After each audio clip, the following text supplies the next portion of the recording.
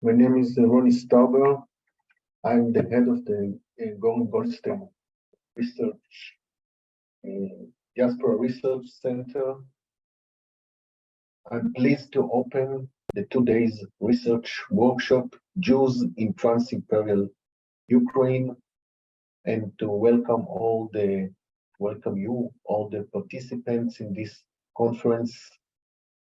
The conference is a part of our center's Ukraine Jury Research Initiative, and the initiative was made possible by the generous funding provided by the Jewish Confederation of Ukraine and the Euro-Asian Jewish Congress, as well as by the generous support of Professor Milet Shamir, Vice President of International Academic Affairs and the Tau International.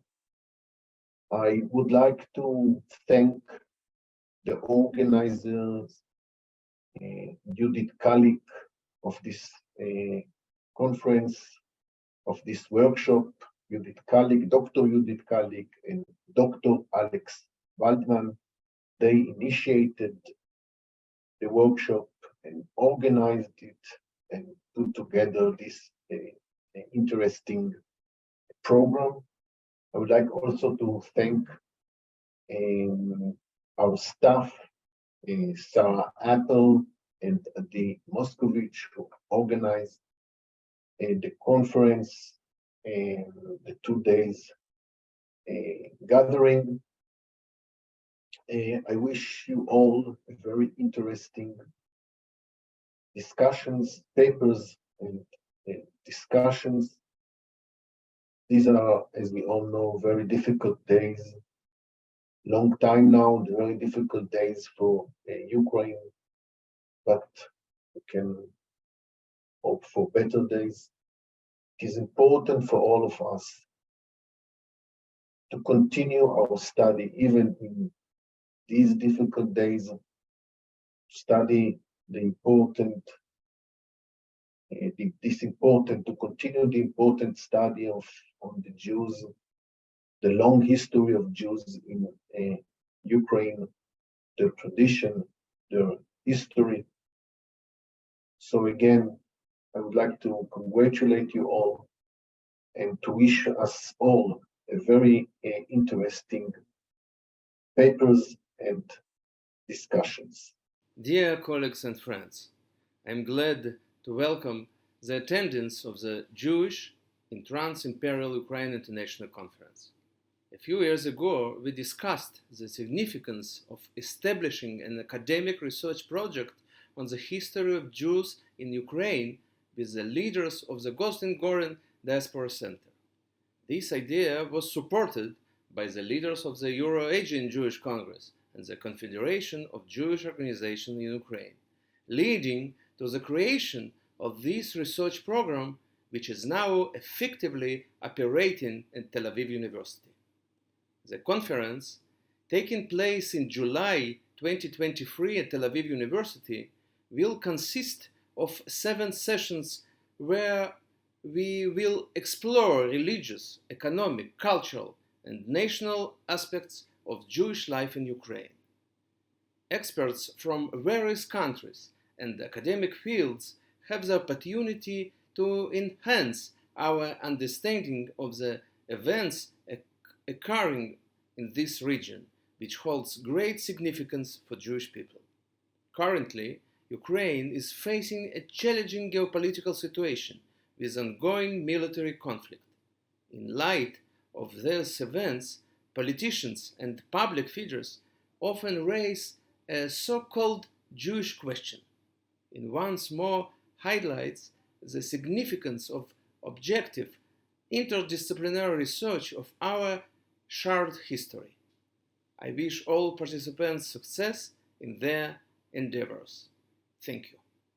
Dear friends, dear colleagues, dear participants, using opportunity on behalf of the Jewish Confederation of Ukraine and on my own behalf, I would like to express my sincere respect and appreciation to the team of the talented scholars of the Initiative on Research History of Ukrainian Jewry to preserve Jewish history and heritage. The initiative successfully operates during 3 years as the Goldstein-Goren Diaspora Research Center at Tel Aviv University, as idea of the Jewish Confederation of Ukraine and our NICE project with European Asian Jewish Conference. The goal of the project of the Jewish Confederation of Ukraine is to examine the history and culture of Jews in the Ukrainian lands from ancient times to the present through the innovative lens of distinguishing the Ukrainian Jewish community, the Ukrainian Jewish community as a subject of study in its own right, rather than as subsumed part of the monolith of Soviet Jewry. The project seeks to build scholarly collaboration in Israel and abroad in order to encourage comprehensive academic research on the Ukrainian Jewish community that will enrich the field of study. In spite of the present political situation in Ukraine, it is very important not only for us, but for Jews around the world to provide the conference Jews in Trans-Imperial Ukraine, religious, economic, cultural, and national aspects. At the beginning of the conference, I would like also to say that Ukraine stands for Israel during this ugly terroristic war with Hamas started on October 7 this year. We understand that Israel stands for Ukraine during almost 2 years of the brutal war for Ukraine's independence. Glory to Israel, glory to Ukraine. Our victory will be soon. Professor Roni Stauber, the director of the Goldstein-Goren Diaspora Research Center, requested that we send all of you his heartfelt welcome for this event. It's been organized by Dr. Alex Waldman and Dr. Judith Kalik from our Ukrainian Jewry Research Initiative here at the center. And they've worked very hard and come up with a really nice program. And we're very pleased to be able to host it. And again, welcome. Alex, would you like to say a few words to open us up? Yeah, actually initially I was planning to give the closing remarks. So it has been a wonderful conference. Actually, well, I think that we just begin our real work with Professor Bartal's introduction. Professor Bartal, do I think I need to present you? I don't think so. Professor Emeritus in Hebrew University of Jerusalem, our beloved teacher, in different instances and ways. And we'll just start with the opening remarks. It's more interesting than what I have to say at this point. I'm here. Yeah.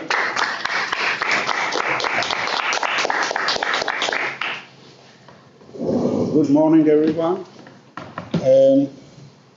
It's a great pleasure and honor, actually, to comment on a conference before it starts. Because I'm kind of guessing, according to the titles of the talks, the forthcoming talks, what I'm going to say. However, I will limit myself to few kind of remarks, comments, or rather thoughts. Or in a different manner, I would like to share with you my thoughts on the current stage of the study of the Jews in the Ukraine.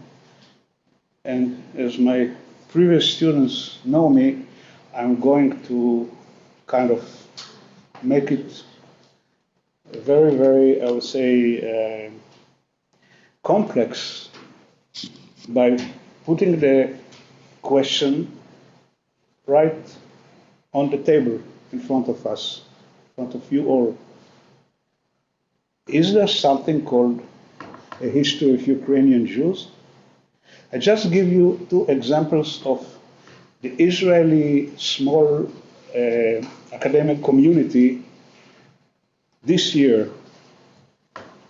The Jewish year, from September to June 2023, two major new editions of sources related to the history of the Jews in today's Ukrainian political boundaries have appeared.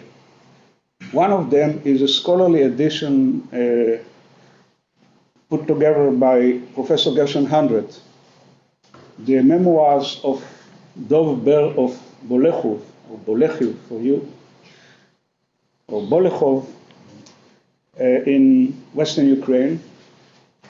And the other one is a memoir, or kind of autobiographic memoir of a merchant and scholar from Odessa on his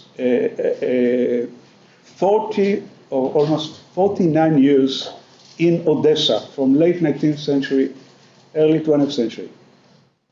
Good news, however, when you check the place of Ukrainian history in general and the role of Ukraine, whatever, in those two publications, including, by the way, I wrote an introduction to the second 19th century memoir. By the way, the name of the guy was Spivakov, and he was buddy of Haim Nachman Bialik, something like that, Yosef Klausner, Nachum Sluch, big names for those who study Russian Jewish history and the history of Zionism, but 350 pages there.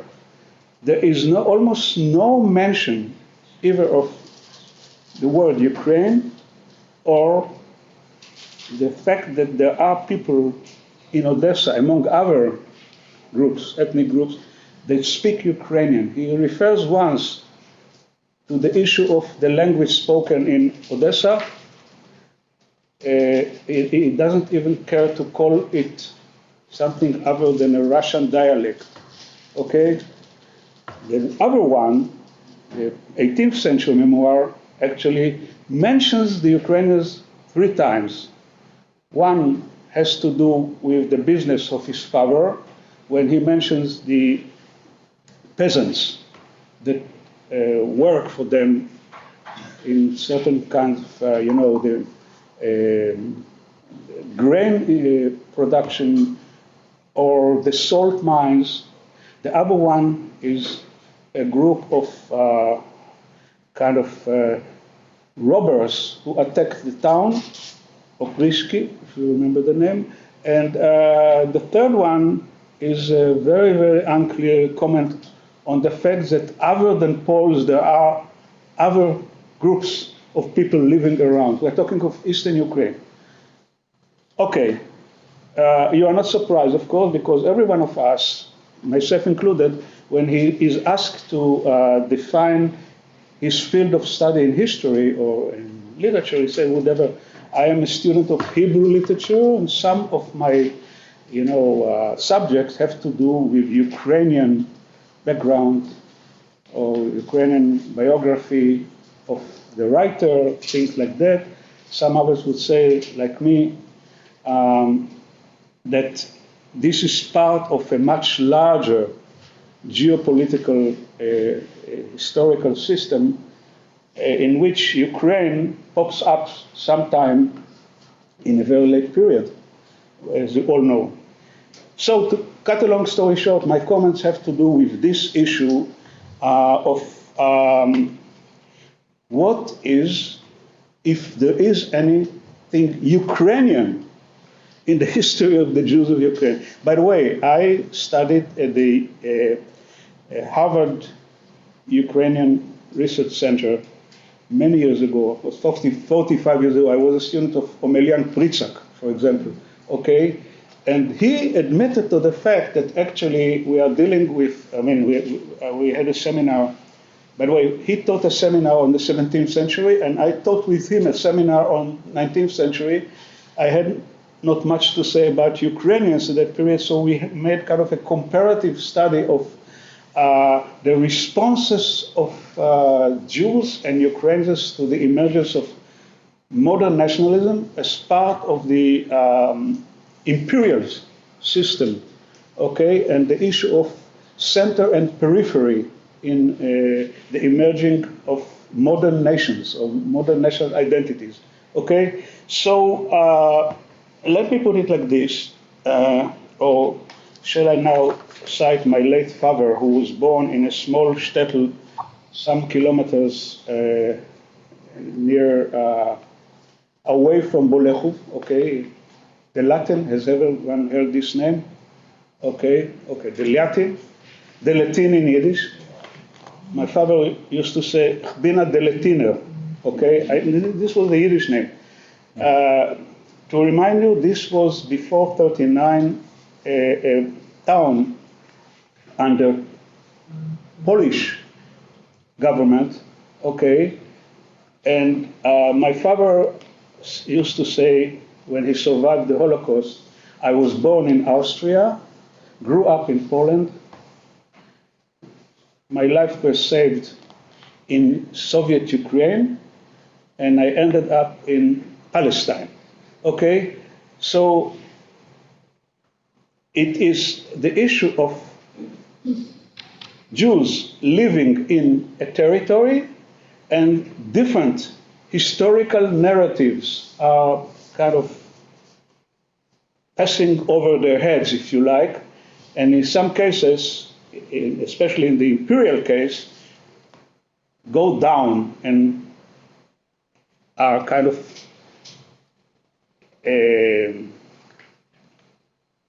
they become permeated with this narrative.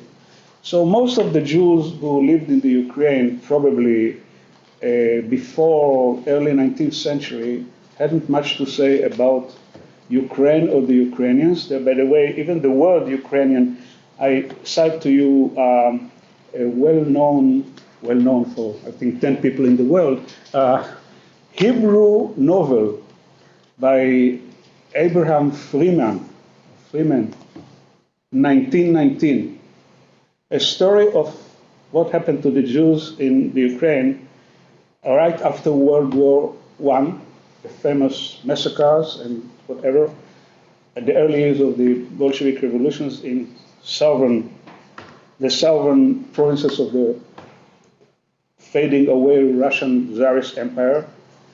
And he says something like, I cited it in an article many, many years ago in English, Ukrainians, we never heard the word.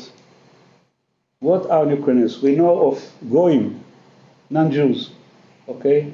So just to sober up our ideas that now when we have an independent Ukrainian state, and we have a very strong Ukrainian nationalist identity, and kind of emerging, if you like, or revived idea of being separated from the empire, okay? For sure, the pressure on historians would be, why shouldn't we make Ukrainian Jewish history Ukrainian? However, it would never work. I have to tell you that, because it's too late. Because those people who are going to write this kind of history, well, for all kinds of, I would say, bad reasons, are not around anymore in the Ukraine. I think most of them are not around in the Ukraine anymore. And the paradox is that Ukrainian Jewish history is flourishing, except for a very, very limited group of people in the Ukraine per se, either in Western Europe, North America, and of course in Israel. For the time being, I don't know what will happen next generation, because the study of historiography and history in Israel is in a very bad situation.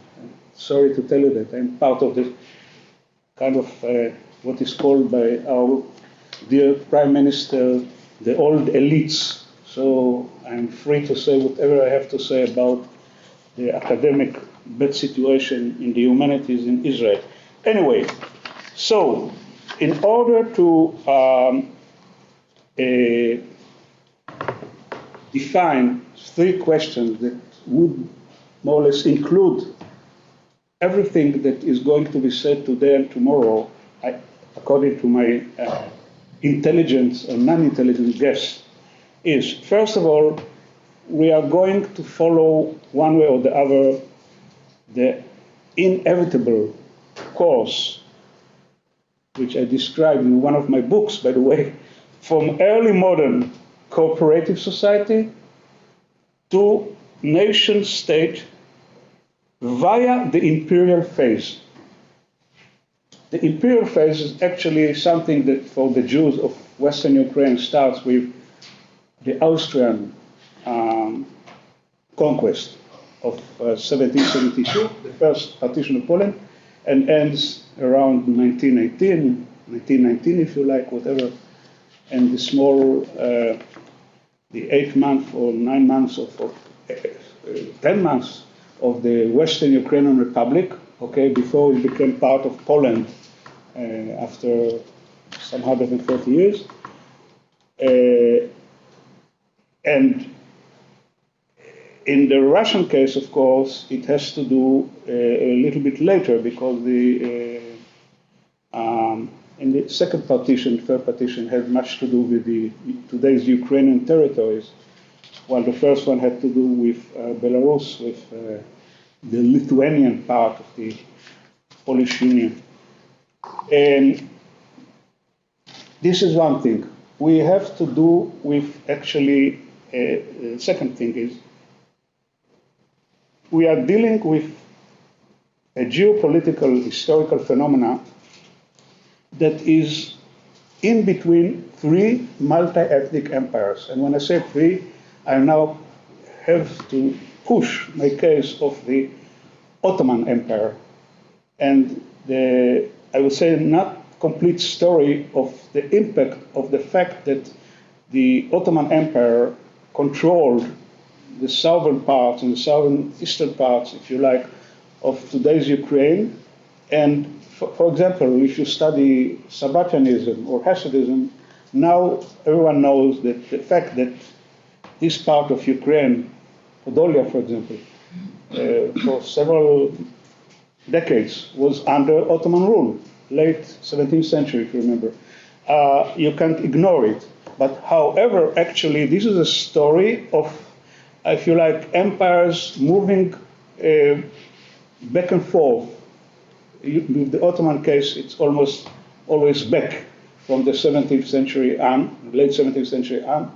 But you have to bear in mind that, you know, Odessa, for example, late 18th century was Haji Bey, and there were 5 Jews, while in some people say 5, some people say 7, I don't know, but in late 19th century, in the Russian imperial census of 1897, there were in Odessa around 140,000 Jews. That means all the Jews in the Ukrainian imperial city were newcomers, at least 4th generation. By the way, the memoirs of Spivakov deals with that, how Lithuanian Jews, okay, become Odessan Jews, and actually, if you like, it's an extension of Lithuania in the south. Have this in mind. So, the three empires issue and the shifting boundaries up to the 20th century and up, if you like, until up to now. You cannot ignore the fact, which brings us to another issue, the comparative aspect of Jews and others, including Ukrainians, in different empires, while those nations, or these nations, actually are at the same time subjects of Austria, and across the border, subject of the Russian Empire, and across another border, subject of the Sultan, of the Ottoman Empire. And the similarity and the difference is highly important in order to understand the specificity of Jewish history in different imperial contexts. So in the Ukrainian case, you have all these three elements, one way or the other. The Ottoman one, as I said, should be still taken into consideration. Also, the fact that, like other ethnic groups, like the Serbs, like the Greeks, of course, like the Armenians, all those people have kind of mutual relations across the boundaries. One cannot, for example, understand today the history of the Hasidic movement, the largest spiritual Jewish movement in the 19th century, without having in mind the Austrian-Russian imperial border. It had an enormous impact, and we still have to study that. And last but not least, the issue of historical narratives. And as you know, history and the teaching of history has never been neutral, one has to admit.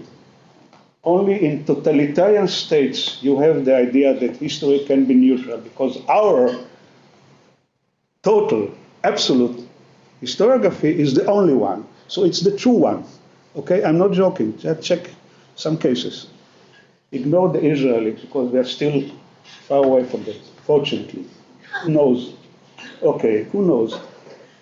So, some of you, the people that I know, study Ukrainian Jewish history as part and parcel of the Polish, or Polish-Jewish, but Polish narrative, which is, of course, very, very important, because unfortunately for Ukrainian historians, the Jews, okay, had much to do with those elements of the pre-modern feudal society that were described as Poles. And I say very, very carefully, thanks heaven I'm not now in Warsaw, those that were called Poles, you know, like Vishniowiecki, you remember him? Was he a Ukrainian? We had a 1 hour and a half debate at Harvard. I still remember when Qipchaq said, he was a Ukrainian.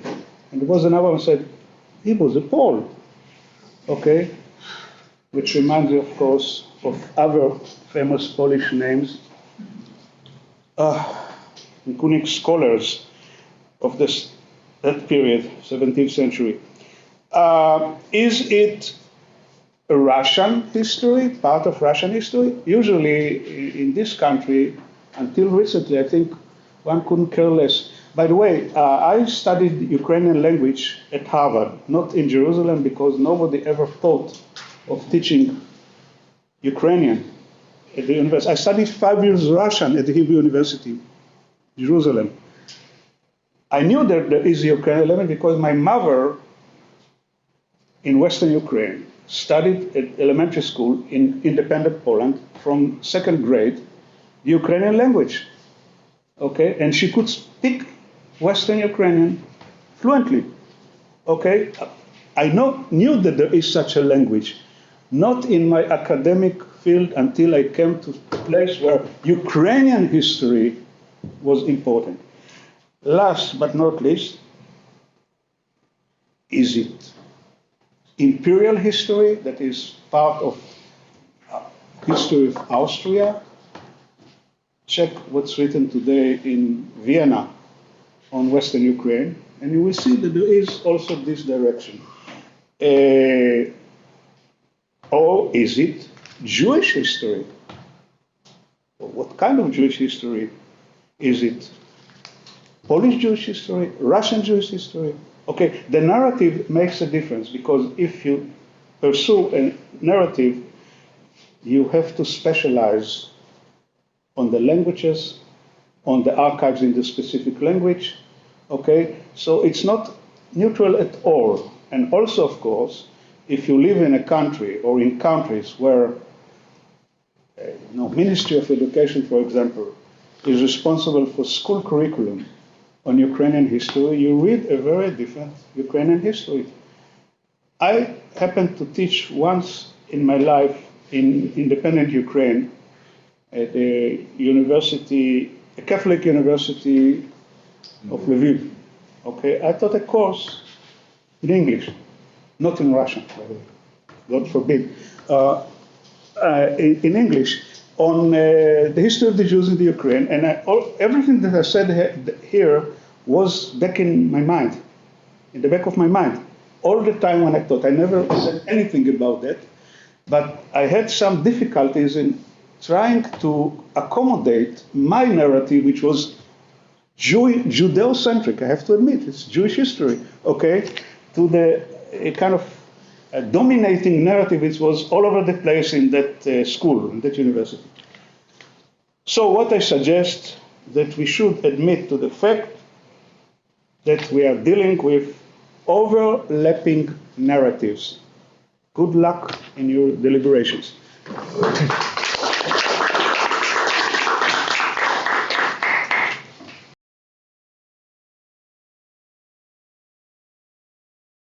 Anat Vaturi, and I have the great pleasure to be the chair of the first session titled Jews in Divided Ukraine in the 15th Century and Beyond, a session in which we will hear about unknown Jewish Rabbanite community, less known Karaite communities of Volyn and future Galicia, as well as about the peculiar and successful marriage of Jews, Ukrainian Jews and vodka. So I will take you from what Professor Bartal said back to historical journey. And our journey will start with Professor Dan Shapira, who unfortunately couldn't be here, but he provided us with a recorded lecture. So Professor Dan Shapira is from the Department of Middle Eastern Studies at Bar-Ilan University. He is an Orientalist and cultural archaeologist working in many fields, and he writes about himself that he also grows more than 50 trees on the edge of the Judean desert. He edited texts in varieties on Judeo-Persian, including Yuhuri, actually all the varieties of Judeo-Turkic, where his works is indeed pioneering different Aramaic languages, such as Mandaic, Judeo-Slavic, Yiddish, Judeo-Greek, as well as Middle Persian. Among his forthcoming publications are a book on the oldest Judeo-Turkic text and publication of the oldest word list in Tigre, one of the languages of Ethiopia, found in a medieval multilingual dictionary from Ruselit, Yemen. Today he will tell us about the manuscript from the first Firkovich collection kept in St. Petersburg, which is the earliest Judeo-Turkic text known, and it enables us to catch a glimpse of a previously unknown community of Jews of the Golden Horde. Ladies and gentlemen, גברתי יושבת הראש, עמיתים, חברים, ladies and gentlemen, this is a pleasure to appear before you, but to my great misfortune, I cannot be here with you in flesh, and I have difficulties to talk. As is well known, Abraham Firkovich assembled a big collection of rare Jewish handwritten books. Among his Bible manuscripts, there are several complete or fragmented manuscripts translated into Jewish languages in Hebrew characters, mostly. The text I focus on here was found, or rather looted, from the Qipchaq genizas in autumn 1839 and later in 1844. Qipchaqs were the community of Crimean Rabbanites, as opposed to Crimean Karaites, who lived in Kaffa, a former Genoese hub on the Crimean coast, Genoese colonies. Genoese fortress in Kaffa. And later on, they lived in Karasubazar, now Belhorsk, inland to escape the maritime inroads of Proto-Ukrainian Cossacks. You can see here Cossacks attacking Kaffa. A modern replica. Till the annexation to the Russian Empire, there were few cultural and linguistic differences between Crimean Karaites and Rabbanites. But under the Russian Empire, the conditions began to deteriorate for the Qipchaqs. The Russian administrators wanted to categorize them with the Rabbanite Jews of the newly divided Polish-Lithuanian lands. The Qipchaqs themselves wanted to be categorized in the same category as their former Crimean Karaite masters.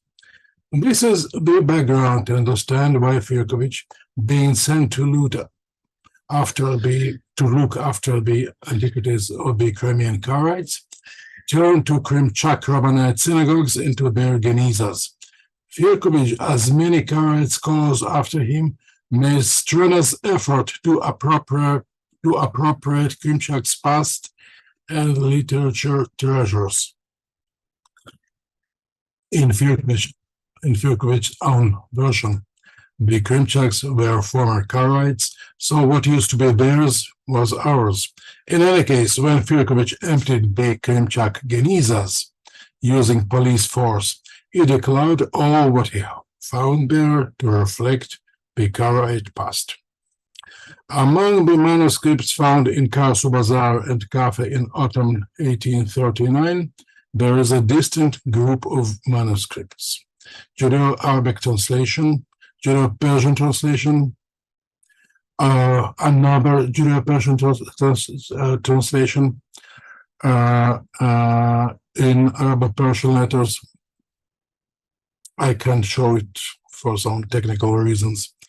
A partial Pentateuch in Judeo-Persian, fragments of Judeo-Persian of Job. I edited some of these some 20 years ago. Then there is a small but important group of biblical translation categorized as Judeo-Tatar. Among them, this text, 143. So this translates the biblical texts apart and the last part of one collection, apparently coming from one or two related places in the Crimea. Now, Tatar in those times meant any Turkic language known by then other than Ottoman Turkish. The importance of these groups of fragments lies in the facts that once Persian-speaking and Persian-reading Jews lived in the Crimea. Actually, we knew that from other sources as well. This shouldn't be surprising. Crimean Armenians used once Persian too, as well as did many educated Muslims and Christians of the Golden Horde, as is evident from the Persian component of the Codex Cumanicus. Codex Cumanicus, which is a vocabulary and collection of texts kept in San Marco in Venice and written in the late 13th century by Italian merchants and German Christian missionaries. In those parts, knowledge of both Cumanico, Qipchaq, a Turkic language, and of Persian was required in order to doing business and missionary work. The Persian of the Codex Cumanicus was studied by the Shehzadeh, a great Iranist, and the founder of the National Socialist Workers' Party of Iran.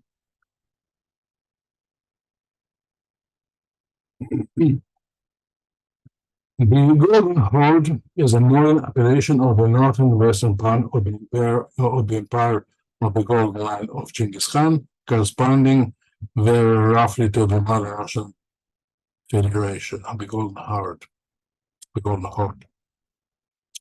Doing business in the Golden Horde meant bringing brocades and wines from Italy and buying Cuman slaves.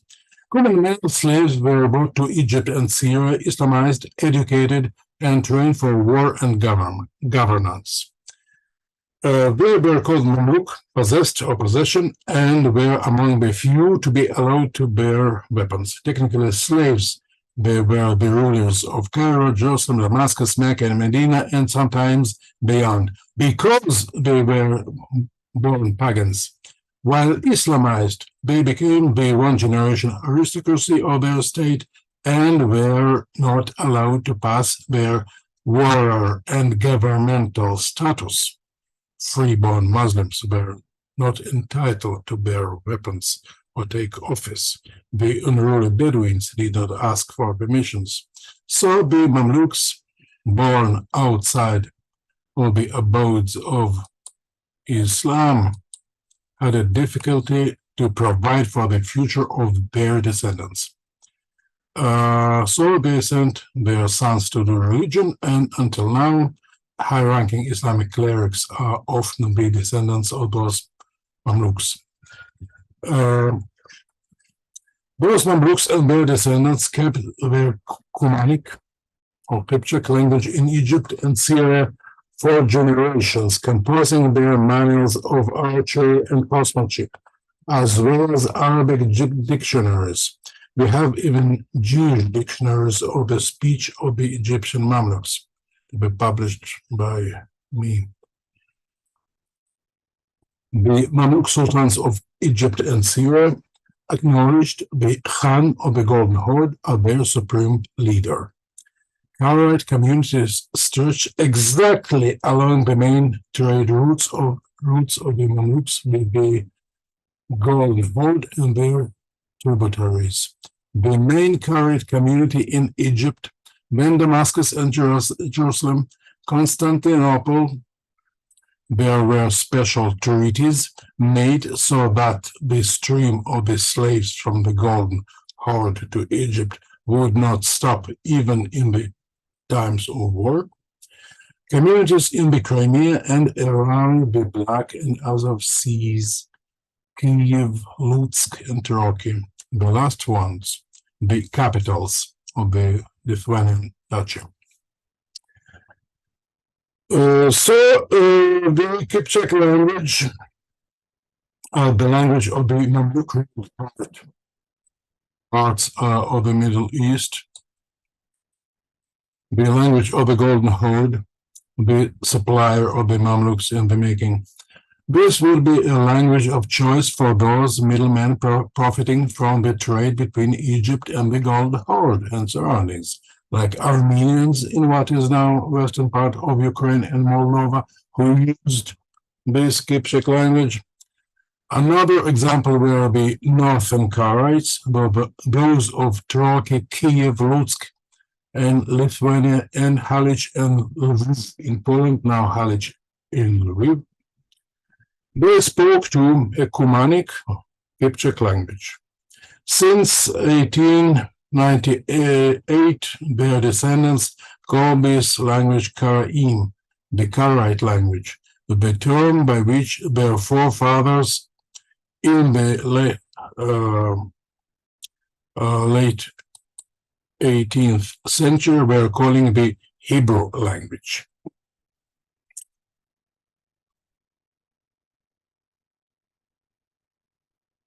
As we will see, calling the Cuman or Qipchaq language of the Eastern European Karaites a Karaite language, a Karian language, is a sort of cultural appropriation. In fact, at least one of the Rabbanite groups originating in the Golden Horde and living in the same parts as the Eastern European Karaites spoke an older form of the same language.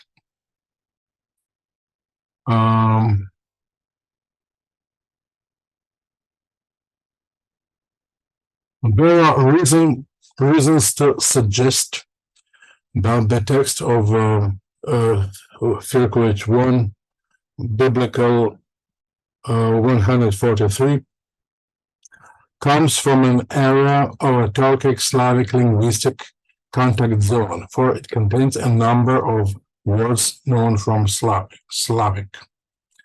For example, you can see here, Ishtanar, trousers, or Michnasayim. Here you have it.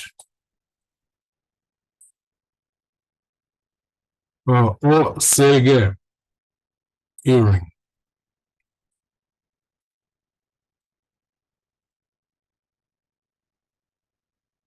Here.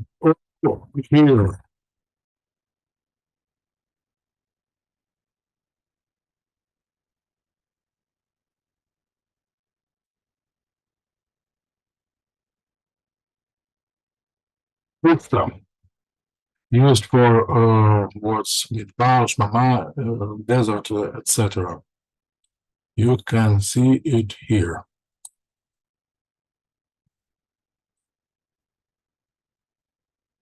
And here,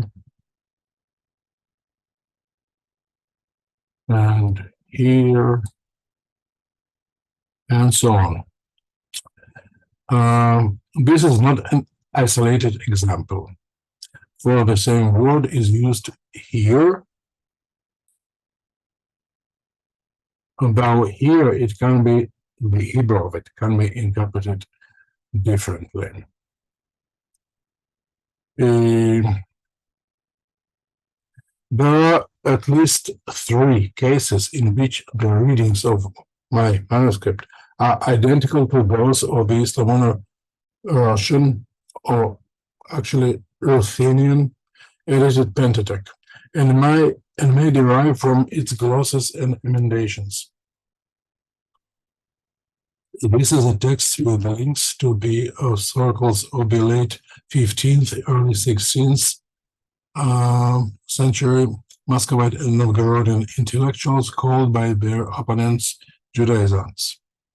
Indeed, our candidate to be the copyist of my manuscript, one Zechariah of Kyiv, spent the winter of 1471 in Novgorod with the retinue of a prince invited to serve from Kyiv, invited to serve as the military ruler of the Novgorod Republic. Apparently, Zechariah came to Novgorod to stay here for good, bringing all his books, and his wisdom and learning sparked an uproar there. The heresy of the Judaizants was attributed to him. Meanwhile, the political situation at Novgorod changed, and Zechariah left the city together with his Kievan prince. The last time we hear about Zechariah in Damascus in 1525, in Ottoman Damascus, newly Ottoman Damascus, where he copied a scientific manuscript.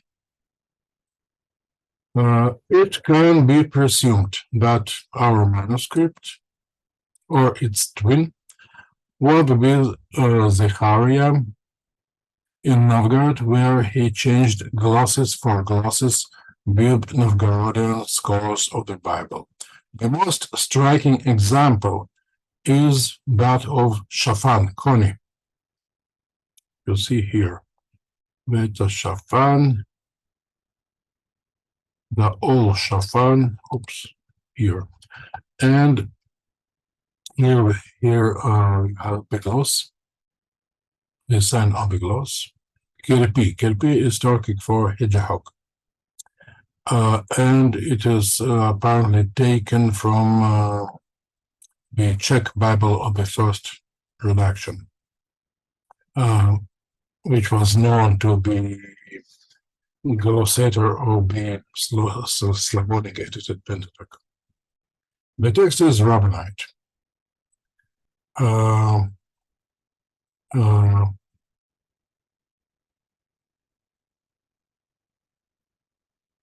The word Shechina, glosses, gloss, Tivayomer Panayelechu, on the margin Shechina. Mishnah Negaim, the Rabbanite text is quoted. Very interesting is this passage, born at home or born abroad, is translated born with Kiddushin or born without Kiddushin. Kiddushin being an integral part of the lawful Rabbanite marriage. בת אימך מולדת בית או מולדת חוץ, חידוש בלה טורן, יהיה חידוש סוס. The Rabbanite punishment of flagellation, malkut, is added instead of ביקורת. לא ניתן לה או חופשה לא ניתן לה, ביקורת תהיה. Ja azatlık. Ya azatlık.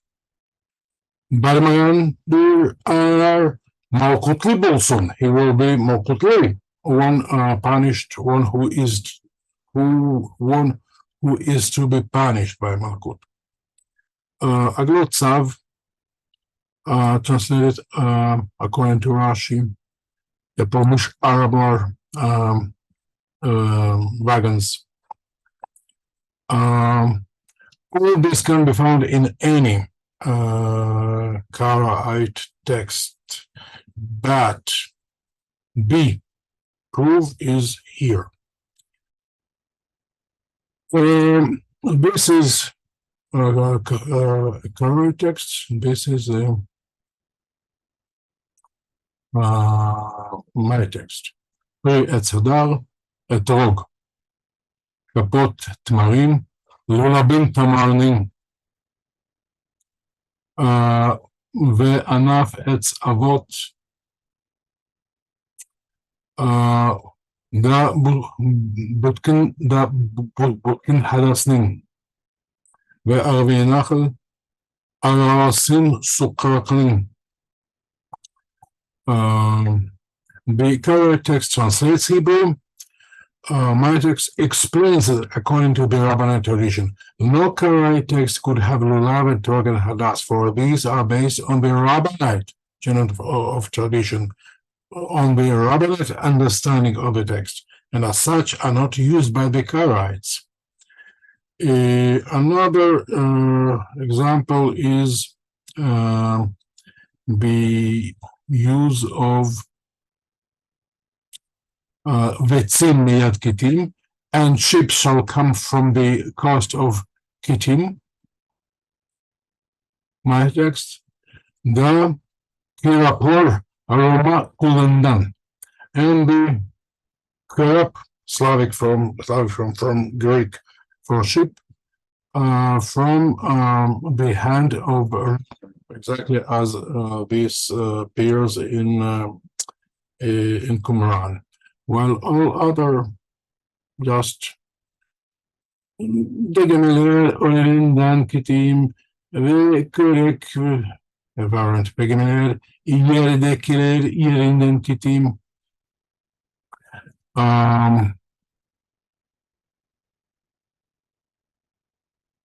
Okay, we have indications that one of the stages of the reconstructed life of these communities before some of its members moved to Kyiv was in the short-living Yadigei Vachma or Jadorai Timen or Mamai Urs in the present-day Ukraine-Russian borderland where the Belgorod Popular Republic, the Kursk Popular Republic are located. The Mamai was a historical figure whose image later developed into the totally legendary Cossack Mamai, frequently depicted in Ukrainian folk art. He smokes his pipe or plays his string instrument with a Jew or a Pole hanging around him. Here and here.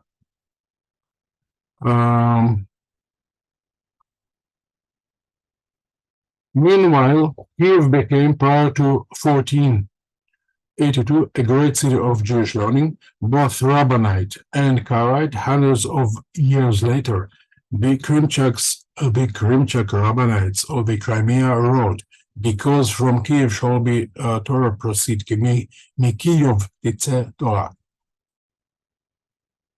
All this ended with the Crimean Tatar raid in 1482. Those not killed were brought to the slave markets of Kaffa, now an Ottoman port. Some were ransomed together with their books. This is how our manuscript ended up in the Crimea. Some of the oldest tombs of the in the Jewish graveyard of Chafut-Kaleh in the Crimea are those of people brought from Kyiv, Mankelman, Granville, from Kyiv to Crimea.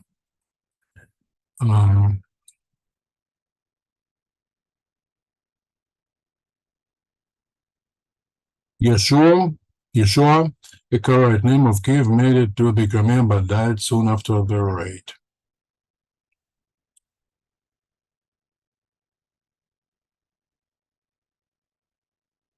This is the tombstone that was put upon.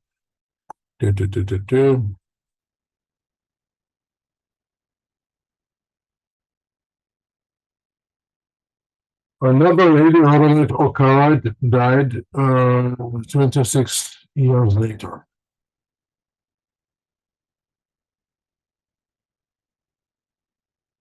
מגולי מנקרמן, מקרושי מנקרמן.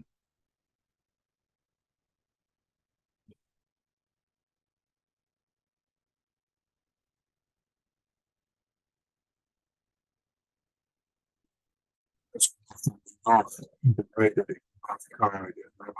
because the impact of our manuscript was much longer, but this is another story. Thank you for your kind attention.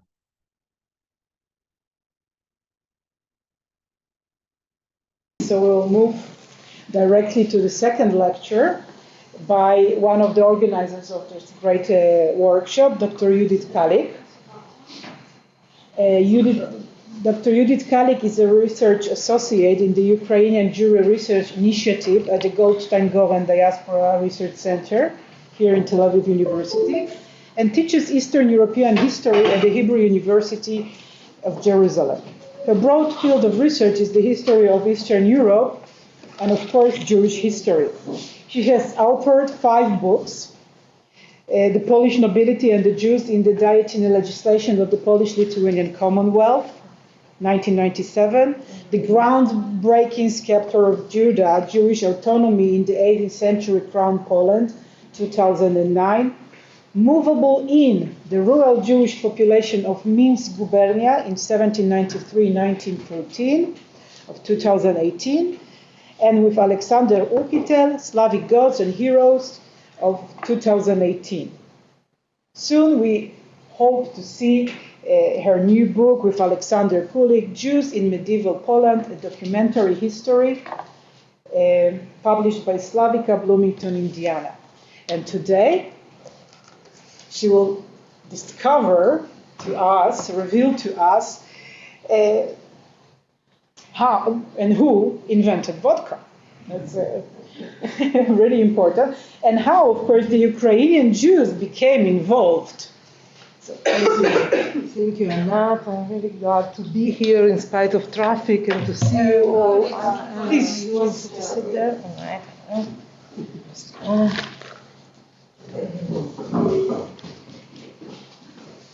So, as I was telling Jaroslav Hrycak several days ago, I hope that a monument will be built for me in Ukraine for discovering or attributing vodka to Ukraine, at last a real symbol of nationalism. And you will be the judge to say, am I worth this monument or not? So I am presently engaged in a research project which is here at the Diaspora Center, Goldstein-Goren Diaspora Center, which is called Horilka and the Jews, Rise and Fall of the Jewish Tavern in Ukraine, 1569, the Union of Lublin, till 1897, not the First Zionist Congress, but the introduction of state monopoly in this area. and this talk presents a part of it. The extremely fertile, famous black soil of Ukraine is the most suitable for grain, especially wheat production in Europe. The whole world witnessed what happened when Russia imposed a naval blockade on the Ukraine ports in 2022. This was by far not the first interruption of the North Pontic grain export, and the emergence of the so-called propination system, the monopoly of producing and selling alcohol, was probably caused by the much more prolonged interruption of this maritime traffic in 1475-1783. The North Pontic grain trade flourished with long intervals from the 5th century BC to the late 15th century CE. The trade route from the Genoese colony Moncastro, ancient Tiras, modern Bilogorod-Dnistrovsky, to Lviv via the Dniester is of special interest. Poles called Black Sea in the 13th century Mara Leoninum, Sea of Lviv, because of the close connections of this city with the Black Sea maritime trade. Genoese mentioned several trading posts along the Dniester up to the border of Red Ruthenia, which belonged to the Polish crown since 1340.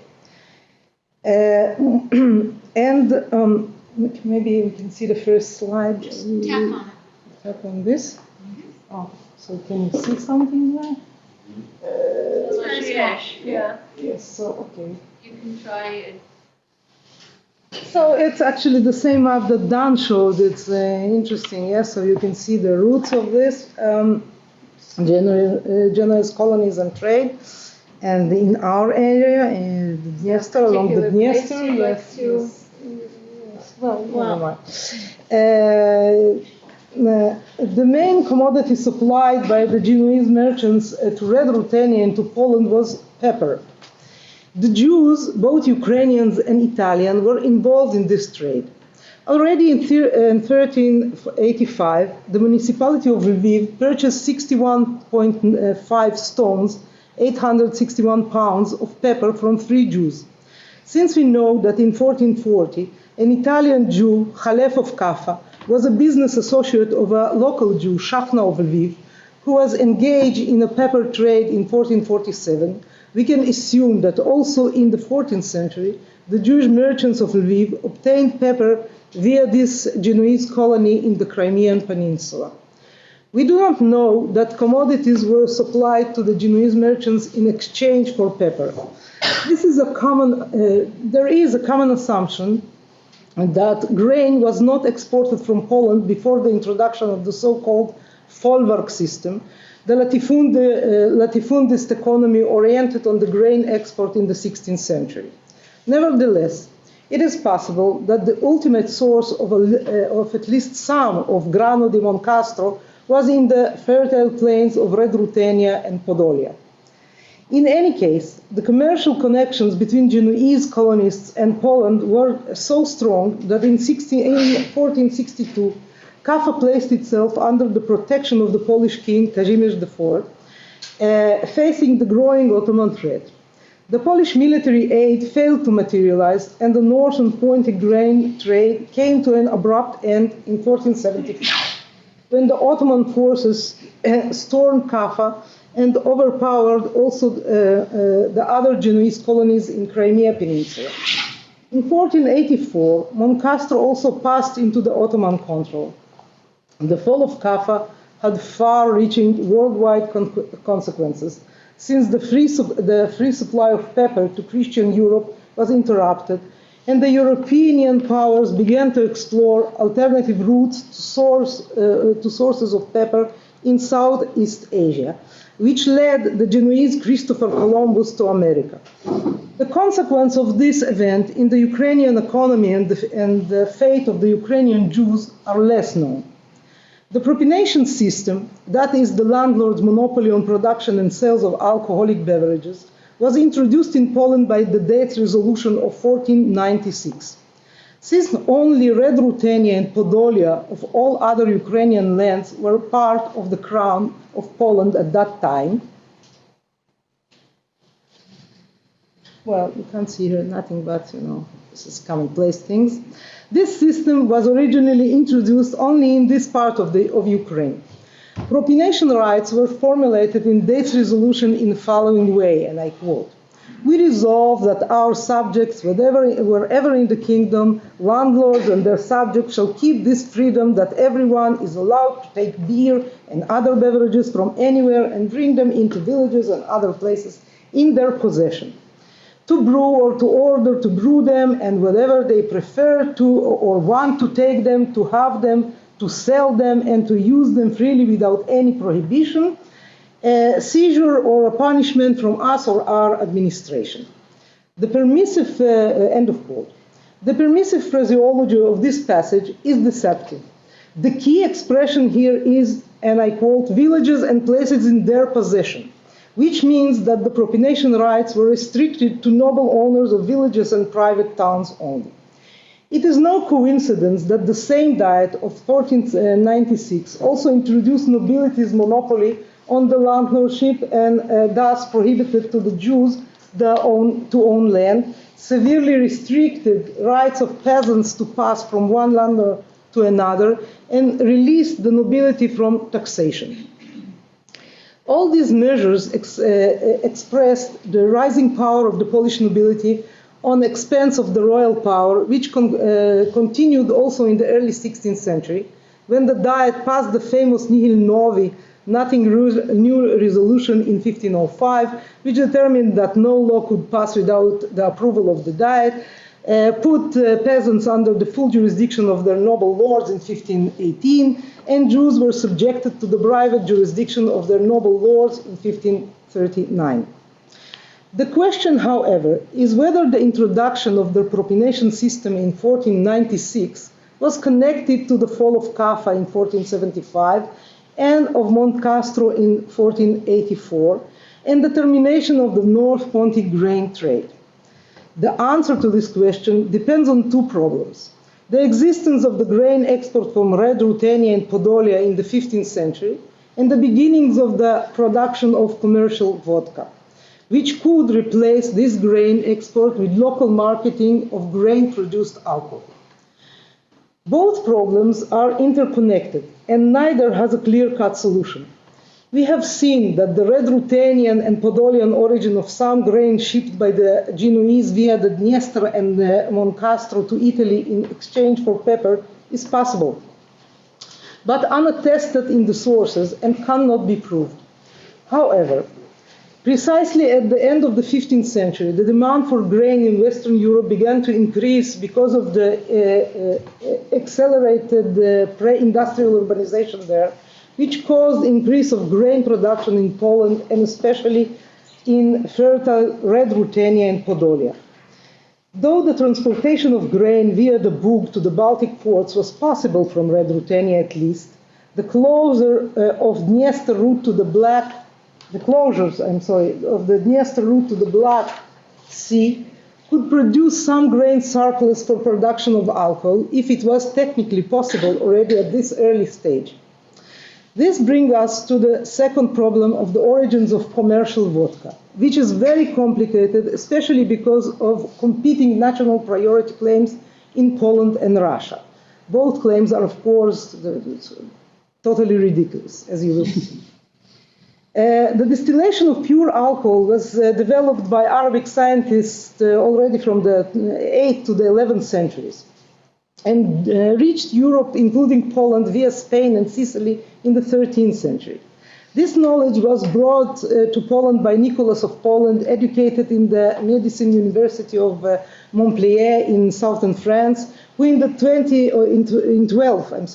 70s was personal physician to the Prince Leszek the Black. However, it was used only for medicine and perfumery at that time and long after.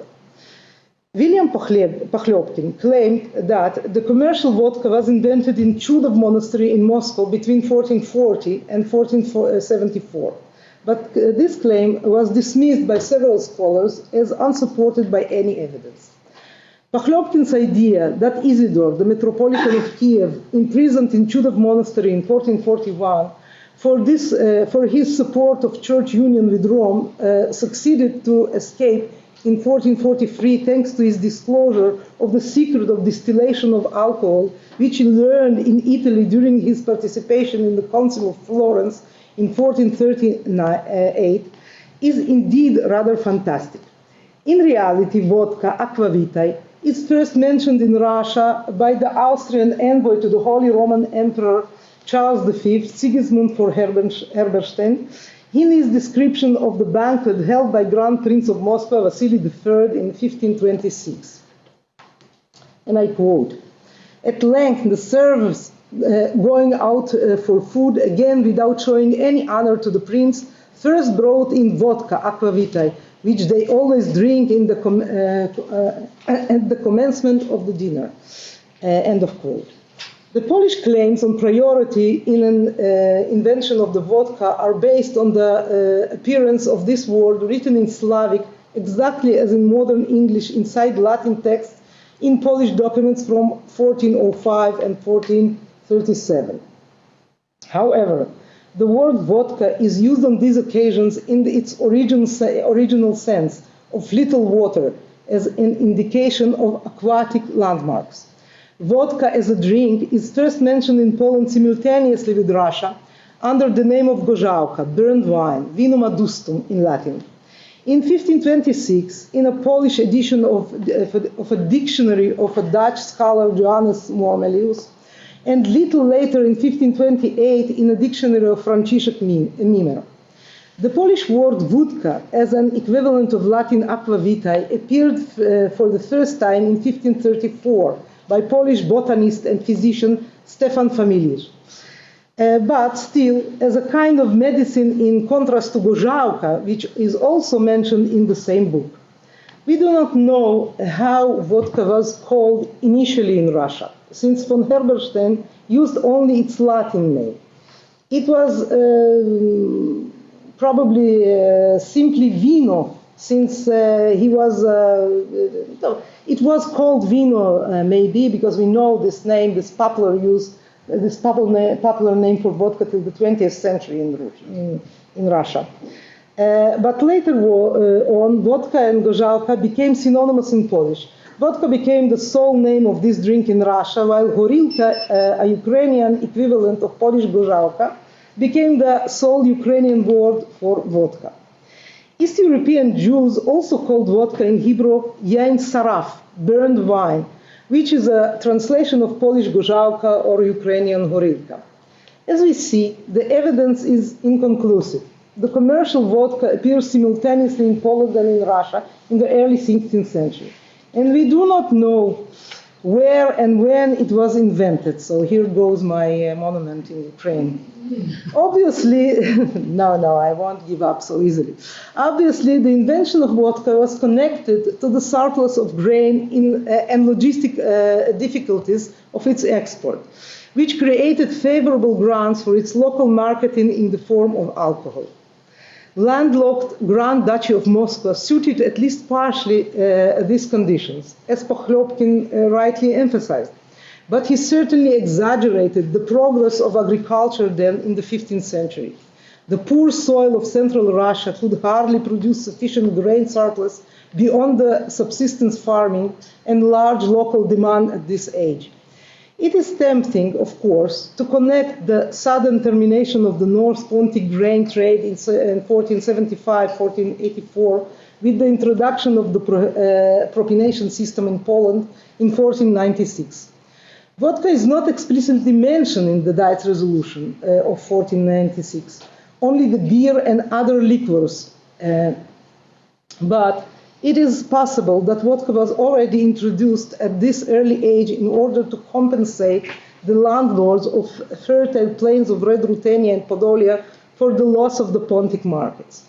This is a mere speculation, of course, but this assumption would introduce some part of Ukraine as a possible candidate for the place where vodka was invented on equal grounds, at least with Poland and Russia.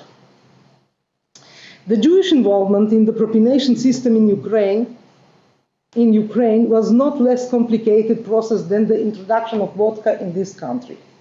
On the one hand, some Jews became tavern keepers in Red Ruthenia even before the introduction of the propination system in 1496. On the other hand, their taking over of this sector of economy was a slow process. The earliest reference to a Jewish tavern in Red Ruthenia comes from 1425, when the king Vladislav II Yegailo granted his Jewish banker, this was a banker factor, his agent maybe, and tax farmer Celnik Volchko of Drohobych, a deserted territory called Verbezh, on the confluence of the Dniester and Szczerzec rivers, in order to found a new village there. Volchko did indeed found a village there, modern Ustia, and in 1427 the king also granted it German law, Jus Teutonicus, appointing Volchko as its administrator, Soltis, and granting him 2 months of fields and meadows, a mill, a tavern, and a fishery as his personal hereditary possession, in return for which Volchko had to provide a horse for the army. German law was introduced into the Polish countryside in the early 14th century together with German agricultural colonization. It stipulated that the introduction of a three-field system, hereditary possession of peasant plots, the establishment of an official soltis, and of rural courts of jury. This was a new legal system for the Subcarpathian region in which Volchko lived, yes, Drohobych in the Subcarpathian region, where the local Hutzul population usually lived under the so-called Walach law, Jus Walachicum. One of the stipulations of the German law was also an establishment of a tavern, karchma, in every village under the management of a soltis. During this period, commercially produced vodka was not yet available, so mead and beer were served in such taverns. Mead was especially important in the Subcarpathian region because of the abundance of forests where wild bee honey was harvested and domesticated bee hives were kept. However, Volchko was not a leaseholder of this tavern, as was the widespread practice later, but rather its owner. This was possible before the Polish Diet prohibition Jews from owning real estate in 1496. In order to justify the subjugation of his Christian subjects under the authority of a Jew, the king expressed his expectations that Volchko, and I quote, will renounce the errors of his blindness and return to the recognition of the Catholic Holy Faith, end of quote. However, Volchko refused to convert to Christianity, and his Christian subjects in Verbezh filed a complaint against him in 1431. In 1432, Volchko was forced to sell his part of the village to the Capitula of Archdiocese of Lviv, and in 1433, the king granted the entire village to this Capitula. In fact, before the prohibition of propination leases became clear in the 16th century, the majority of inn and tavern keepers had been hereditary peasant tenants and Orthodox priests. Thus, in the illustration of the royal estate in the voivodeship of Rus, Podolia, and Belsk for the 1564-1565, the Jewish leaseholders are not found at all, but only the peasants and clergymen who rented taverns for annual payments, trinch. The success of Jews in ousting them was a result of several factors: modest drinking habits, relatively advanced literacy and mathematical knowledge, but above all, their ability to pay in advance and to bear the constant rise in the cost of leases caused by growing profits and inflation. Initially, Jews sometimes entered this business in a partnership with the traditional peasant tenants. Thus, in 1564, there were 3 innkeepers in one inn in the village of Batiatici, in royal estate of Kamionka. Uhrin, the Hungarian, paying annually 9 zloty and 18 grosses, Moscow the Jew paying 19 zloty and 6 grosses, and Stefan Czechowicz paying 4 zloty 24 grosses, and a half measure of meat. In other cases, the old traditional innkeepers coexisted for some time with the new, and he is called new in the sources, Jewish leaseholder. Thus, in the same 1564, in a village of Siedleszcze, In the royal estate of Haim, there were 5 old innkeepers, Misko, Eliash, Yashko, Jurek, and Timos, who paid altogether 5 zloty and 20 grosses annually, and 1 new Jewish leaseholder paying alone 51 zloty and 16 grosses. As we can see from this example, Jewish lease holdings were so profitable that they were also enacted on royal and even ecclesiastical estates, despite explicit synodal prohibitions. The difference between the two systems of the royal tavern keeping was that the traditional hereditary tenants paid to the landlord the annual rent for the use of the tavern, while the new Jewish leaseholders paid in advance the whole estimated annual income from the tavern, leaving for themselves only a marginal profit. At least that was claimed that it was marginal. Actually, it was quite big. The Jews who were formally denied rights of the land ownership by leaseholding in 1496 found it increasingly difficult to take out mortgages because they could not assume ownership of land in case of default.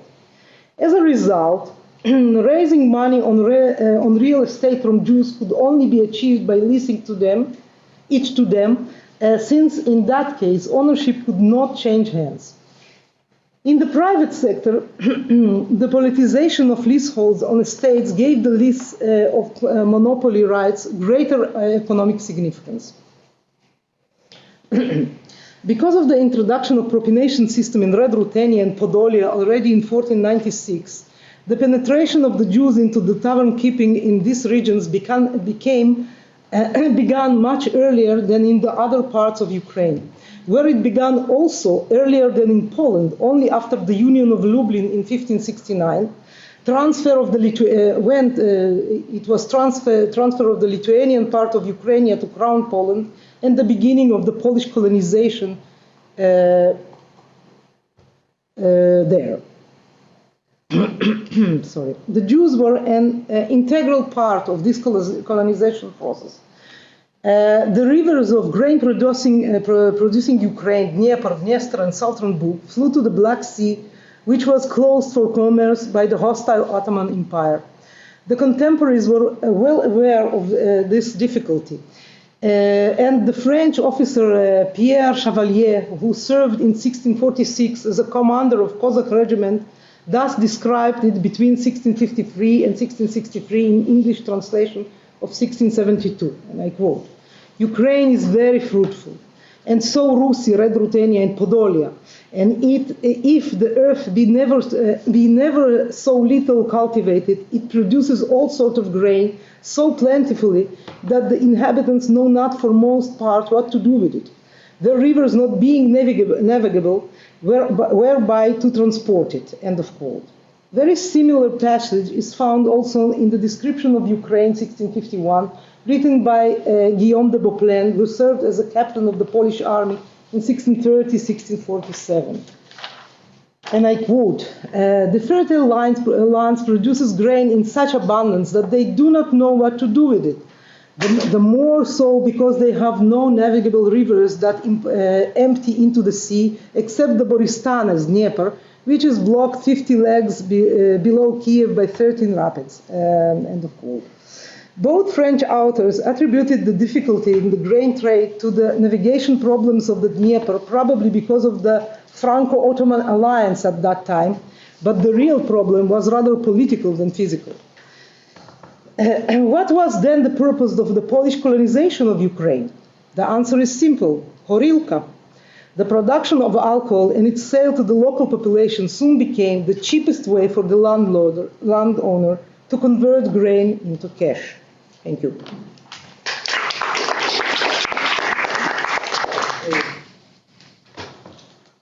It should be mentioned that there is also a Yiddish term, Bromfunk, which is Brandwein, coming from Germany, but also in Kasim language, Hebrew Yiddish, you have a word akavit, which is aquavita, written in Hebrew. Yes, of course. From the 15th century. Thank you. We have time for 2 more questions. Maybe Akavit is very nice. Yes, it's Akvavita. It's very nice Akavit. I haven't. Thank you very much for this. Polish. Yes. But I haven't thought about it. But it's wonderful. By the way, It's exactly Akvavita. your last 2 pages regarding the 17th century blocked my other question, because this was the usual theory that it happened Yes, of course. in the 17th century. So you took it back. Yes, exactly. I have a question of a lay person who has nothing to do with history, unfortunately. But I would like now to ask the right person, finally, to know, is it true what Paul says, the Jews are, I don't know, responsible for the drunkenness of the Polish population? Well, this is a question, yes. Of course, the Poles was no less responsible because it was the monopoly of the Polish magnates, of course, and the Jews were only their leaseholders. But directly, of course, the peasants whom they saw was the Jewish leaseholder, and so which, by the way, in spite of all the stereotypes, drank usually himself heavily. We have it, in the real sources. Maimon, for example, Shlomo Maimon describes as such a leaseholder, Jewish leaseholder, who is always drunk, sleeping on his stove. So you destroy stereotypes? So the reality, of course, was the stereotype is Jews never drink.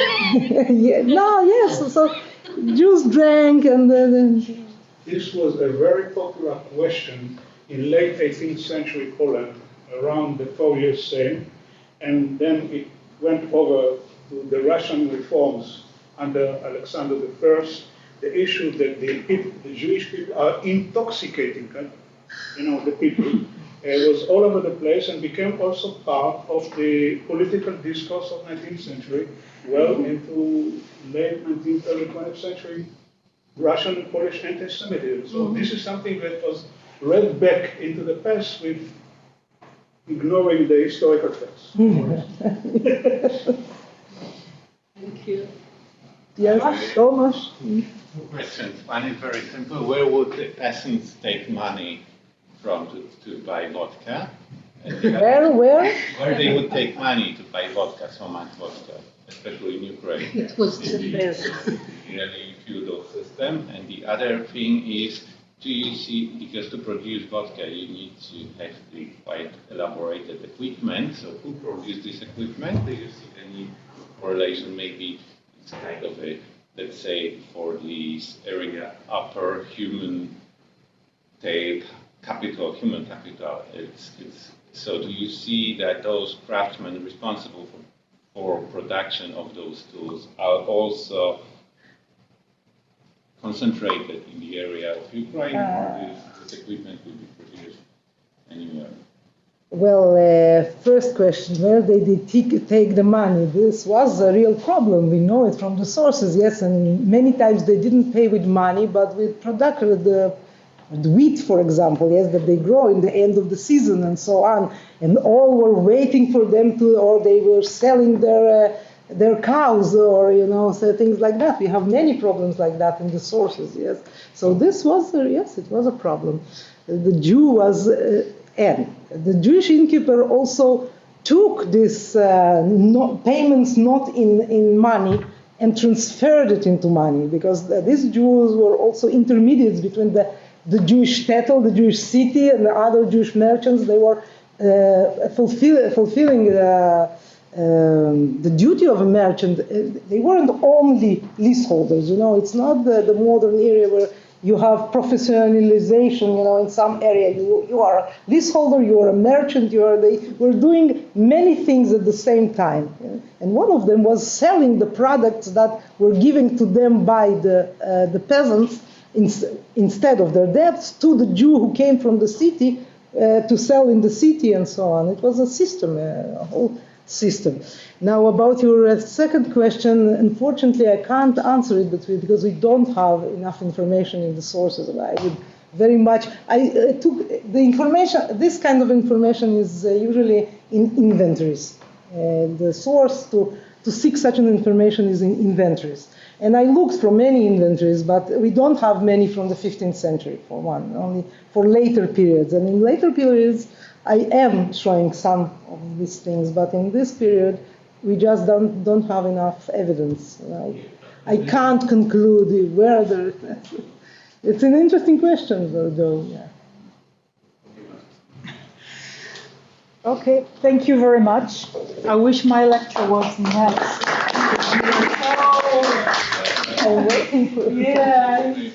So, continuation will come, and hopefully you will discover not only where they took the equipment from, but also some recipes that we were always waiting for. Our next speaker is Professor Golda Akiezer. She holds a PhD in Jewish history from the Hebrew University of Jerusalem and is currently associate professor in the Department of Jewish History at Ariel University. She's also an executive director of the Center for Research on Jewish Communities of the Caucasus and Central Asia at the Ariel University. Her research interests include Karaism, Oriental Jewish communities of the Russian Empire, Jewish intellectual history, Haskalah, and historical thought. And today, the title of her lecture is Karaite Communities of Volhynia and Galicia, Social and Cultural Aspects. Thank you very much. In the last 3 decades, numerous works have been published on the Lithuanian, Volhynian, and Volhynian Karaites. About their communities and on such prominent figures as Simcha Yitzhak Lutzki, Avram Firkovich, Mordechai Sultansky. I will focus on the cultural and social profile of the Galician Karaite intellectuals, which has been much less investigated. I will start with a short presentation of the manuscript sources, which are important for the research of the Galician Karaites. Most of them became accessible in 19th. Among them is a collection of documents from Galicia from 16th to 20th century preserved in the library of the Ben-Tzvi Institute. It includes copies of Karaite treatises on exegesis, halacha, polemics against Rabbanites, Torah translations into Karaite Qipchaq language, folklore, official documents, and more. Dozens of manuscripts are preserved in the Institute of Oriental Manuscripts in St. Petersburg, in the first and especially the second Firkovich collections, and single documents in European libraries such as Strasbourg University National Library or Cambridge University Library. There are mostly treatises and private correspondence of Karaites from Kyiv and Halich with the Volhynian, Lithuanian, and the Crimean Karaite communities from the 18th, 19th century. The Firkovich private archive contains about 40 dozens of documents related to the Galician communities, mostly correspondence between its members, with Firkovich himself, and with Rabbanite Maskilim. And there is also a number of external documents and official reports, such as those from Austrian National Library or Federal Ministry of Education in Vienna.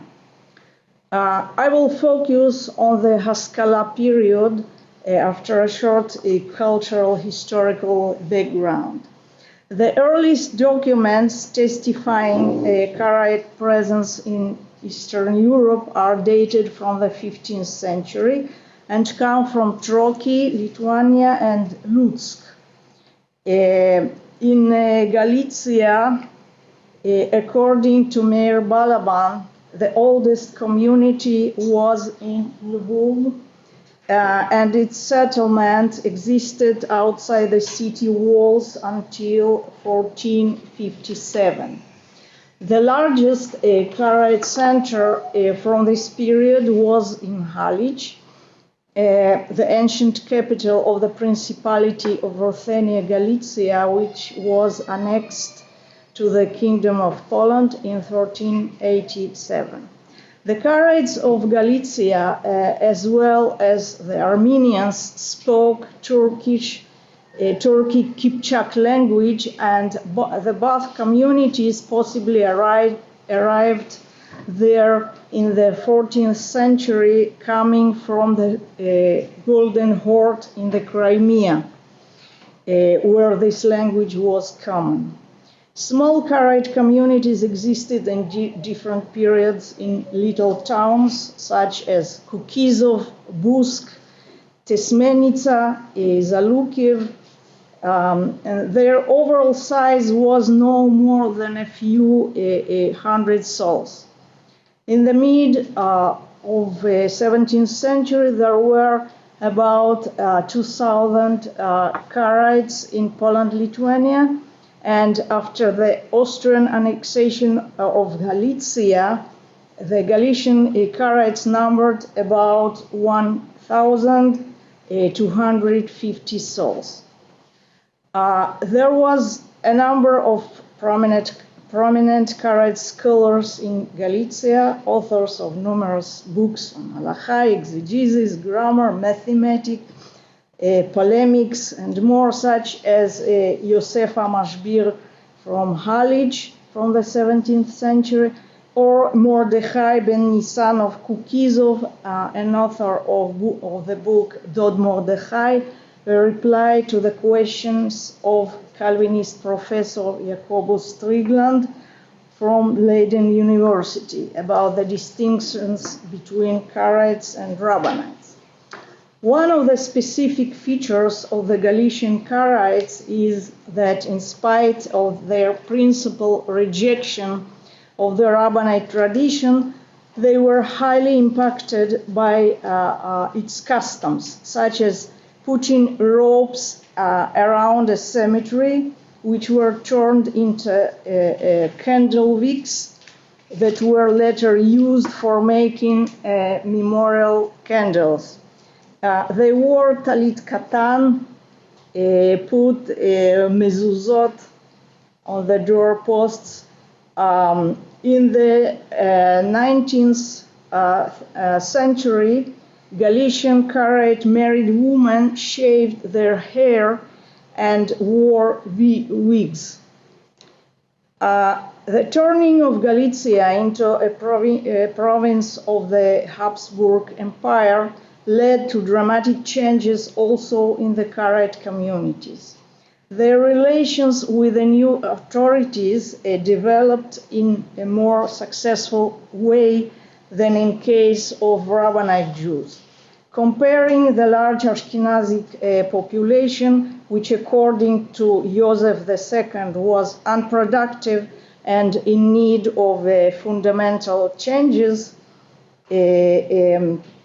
correction, in fact, the existence of the Karaite minority was for him and for Maria Theresa a complete surprise. Anton von Pergen, a statesman and a minister, writes in his report from 1774 that the Karaites, who are subject to the same laws and pay the same taxes as well as other Jews, differ in several characteristics. They dress like Poles, they are engaged in agriculture and other physical work. This phenomenon aroused the interest of the emperors. Karaite community leaders and even individuals applied to the authorities in order to obtain various rights. For instance, a Karaite from Halich, Itzko Salmanovich, submitted a request in 1773 asking to be released from 50% of the wedding tax imposed on the Jews. His argument was, "I'm not a Jew, I'm a farmer." Maria Theresa responded positively to his request, giving him, in addition, a discount on the capitation tax. There is, however, a document indicating that this farmer was in fact a merchant who traded with Istanbul. Here we see the first attempt of the Karaites to be integrated in the agenda of Austrian policy regarding the productivity of local populations. Basing on this precedent with Itzko Salmonovich, Maria Theresa granted the Halich Karaites a discount on the capitation tax for their commendable behavior, meaning that they were active in agriculture. In 1782 and 1885, numerous taxes and restrictions toward the Jews, such as candle tax and tax on kosher meat, were cancelled for Karaites, and in 90 they were exempt from military service. This policy was to a large extent a result of the positive image of Karaism created in Europe by Protestant authors in the 17th century. They saw Karaites as an exemplary form of Judaism without the Talmud and its superstitions and without anti-Christian blasphemia, and therefore possessing positive moral traits such as honesty in business and usefulness for a state. Even the physical traits of the Karaites were perceived by Protestant authors as more favorable than that of the Rabbanites. You can see here a similar attitude to Karaites from Austrian officials. In addition, the Karaite leaders tried to promote this positive image in the Christian society, emphasizing that they were an indigenous population, loyal and useful citizens with a history, beliefs, and practices different from those of the Rabbanites. This discourse, advanced by Karaite leaders both in Russian and Austrian empires, emerged with the advent of the Haskalah. The Haskalah spawned a unique type of the Karaite elites in Eastern Europe, completely different from their Rabbinite counterparts in several aspects. The Karaites had no orthodoxy, and they tended to develop a dual attitude. It means their leaders presented their community to the authorities as a distinct, not really Jewish group, while identifying themselves in front of the Rabbanite Jews as Jewish people. One of these leaders was Avraham ben Levi Leonovich, the Chazan of Halich, Chazan, the head of the community, of a Halich community from 1810, a key figure under the Austrian rule, who succeeded to obtain a special legal status for Galician Karaites. He instituted a Karaite Maskilic education and introduced some reforms in Karaite law, primarily alleviating the stringent approach of the Karaite halacha to impurity in the case of contact with a human corpse, an approach which prevented Karaites to bury by themselves their dead. Leonovich was possibly influenced by the reform movement. However, this question requires investigation. Leonovich was interested in Eastern European Karaite history, and he produced a so-called medieval chronicle. This forged manuscript aimed to prove that the local Karaites were an indigenous people being brought from the Crimea and given as a ransom by Batu Khan of the Crimea to Galician Prince Daniel in 1243. According to its text, Daniel granted them wreaths of privilege with numerous rights not enjoyed by Rabbanites.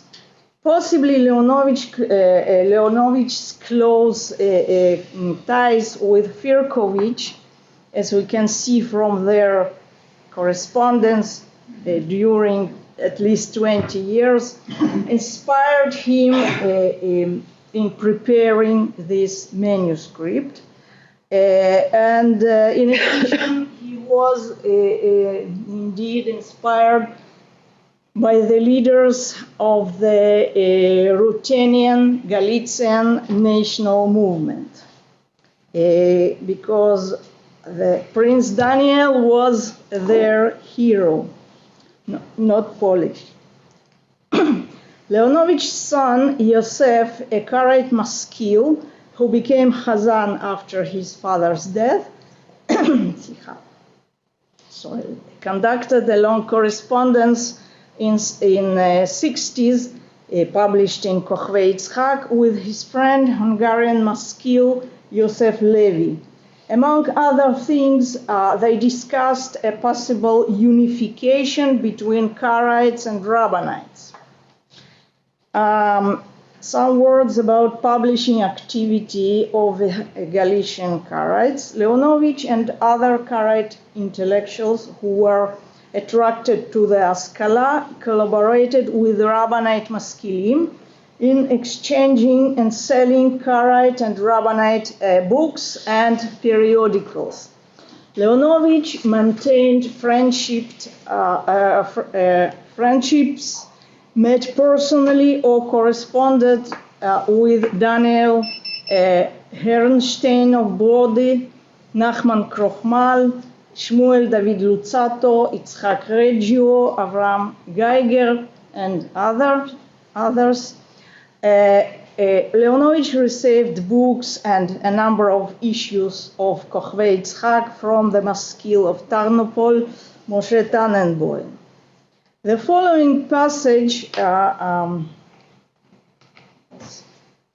Leonovich's letter to Firkovich demonstrates some of his ties with scholars to whom he suggested to buy manuscripts, Karaite manuscripts, from the Firkovich collections. I won't read it. We can see here at least two figures, Yitzhak Shmuel Reggio and Avram Geiger, and other leaders of Karaite Galician communities, like Yeshua Yosef, the local Chazan, also were involved in this process. Yeshua Yosef Moldkovich was a junior Chazan of Galich and Leonovich's son-in-law, who, according to Balaban, strived for reunification between Karaites and Rabbanites.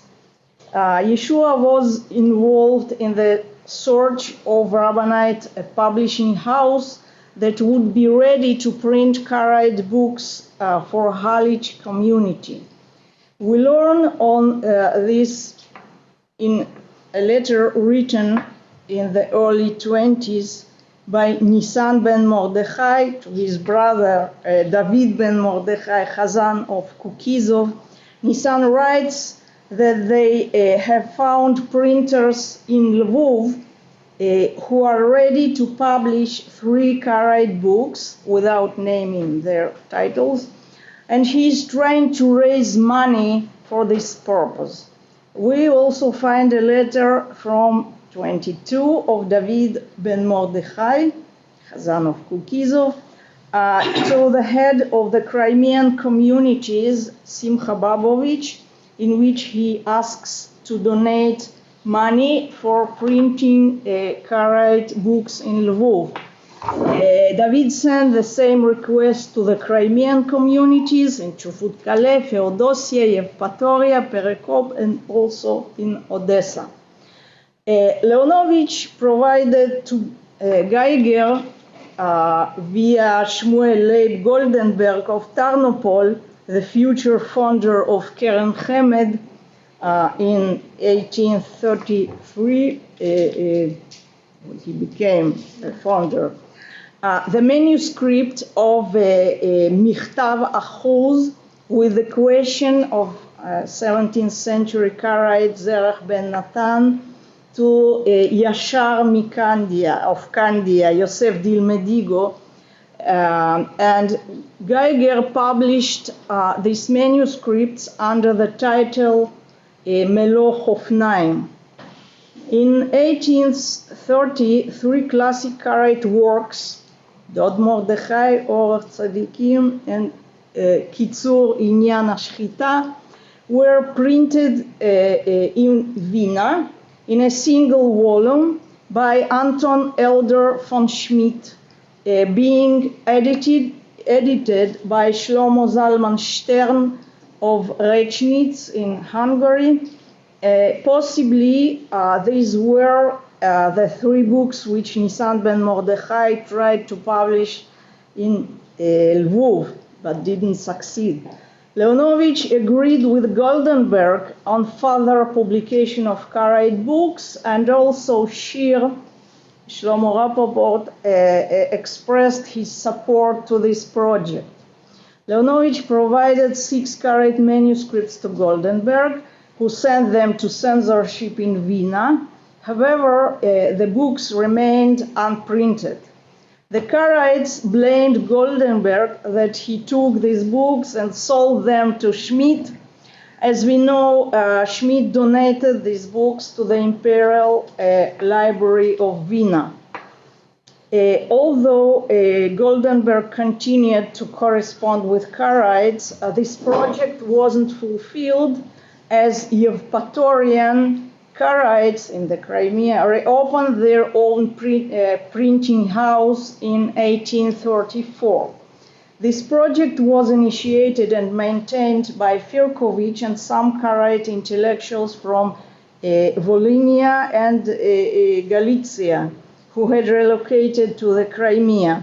Among them was Yashar, Yosef Shlomo Ludsky, and the above-mentioned David ben Mordechai, both the natives of Kukizov. And to sum up, the cultural profile of the Galician Karaite intellectuals under the Austrian rule reflects the adoption of numerous Rabbanite customs, and at the same time they expressed their will to reunify with Rabbanites. Galician Karaites were exposed earlier than the Karaites of the Russian Empire to the Haskalah and modernization, collaborating with the authorities as well as with Rabbanite Maskilim, and developing at the same time a separatist tendency. Galician Karaite intellectuals, with some Volhynian leaders who immigrated to the Crimea, succeeded to establish there the largest Karaite printing house that ever existed. In addition, they aligned Karaite education with the Maskilic standards and published and provided classical Karaite texts with their own commentaries in order to make medieval texts accessible for the new generation. Thank you very much.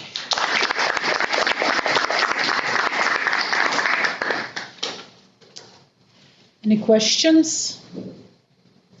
Yes, please. Thank you. It was really interesting. So about you have like the Galician Karaite Masculine and it became closer to the Rabbanite Masculine in Galicia.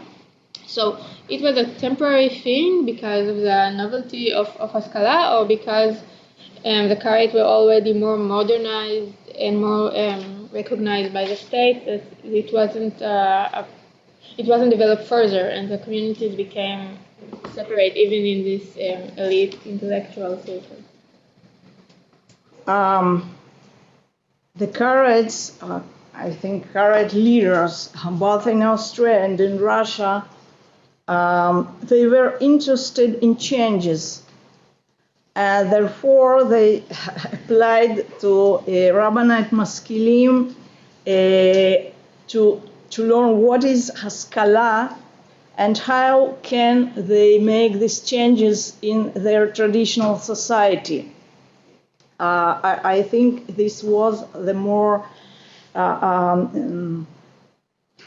main reason that they were in touch with the Rabbanite Maskilim. In addition, they used Maskilic periodicals to advance their agenda, Karaite agenda, about the differences, about the peculiarity of Karaism, and so on. Something else? Yeah.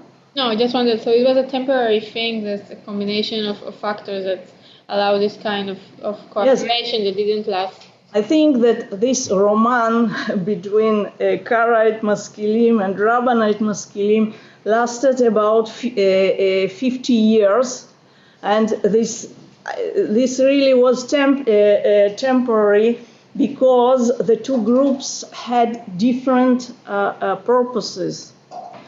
The Karaites didn't see this as something common for all the Jewish people, but just as an instrument to advance their civil rights.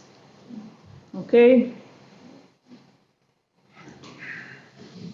You mentioned by passing the fact that the guy that presented himself as a farmer was actually a merchant.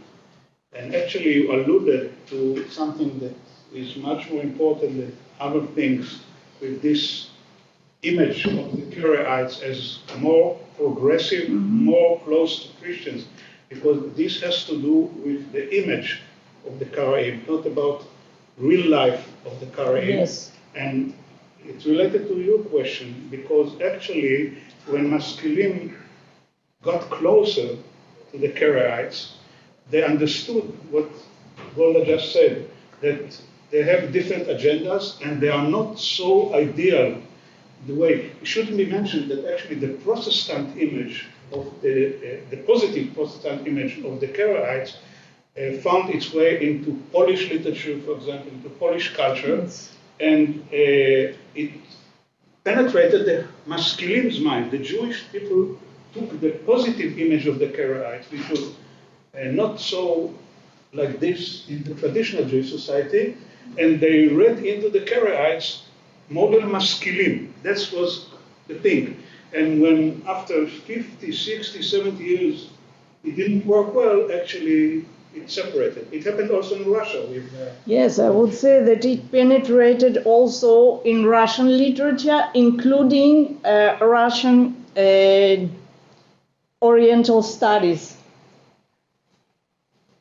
It was all over the place. By the way, have in mind Meir Lezofovich, Polish famous work.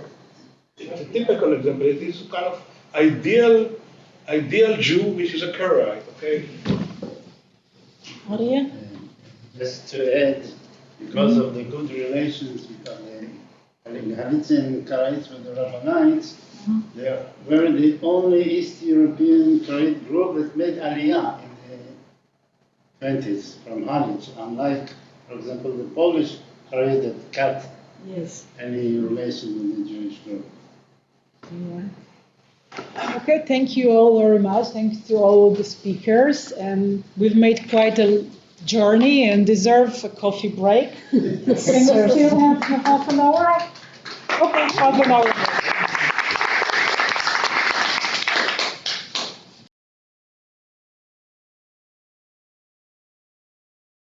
The Polish-Lithuanian Commonwealth. Our first speaker this afternoon is Dr. Anat Vaturi. Dr. Anat Vaturi is a junior lecturer at the Department of Jewish History and the new director of the interdisciplinary unit of Polish studies at the University of Haifa. She specializes in medieval and early modern Polish Jewish history. She received her PhD from Tel Aviv University and continued postdoctoral research at the Vidal Sassoon International Center for the Study of Anti-Semitism, as well as other institutions in Poland and Germany. Her research interests include religious tolerance and interreligious relationship, and the interplay of law and religion, as well as economic history of East European Jews in the early modern period. She had published articles on Jewish legal status in pre-modern Poland and history of religious tolerance in Poland and Eastern Europe. For the past 10 years, she has been working with Professor Tzvi Eckstein and Professor Maristella Botticini on the economic aspect of Jewish history and demography in Eastern Europe. Together, they published a number of articles, including Child Care and Human Development, Insights from Jewish History in Central and Eastern Europe, 1500-1930, published in Economic Journal in 2019. They are currently working on a book titled The Chosen Many: How Demography and Institutions Shaped Jewish History in Eastern Europe, 1500-1850, which will be published by Princeton University Press in 2024. Today's lecture is part of this research. Please.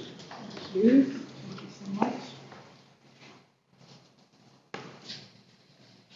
Thank you for this kind introduction and for inviting me.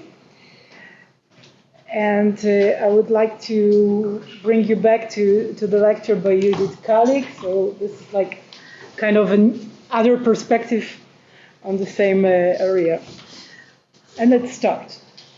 In 1369, in Krakow, Levko bought a house. Levko, who probably might have looked like this.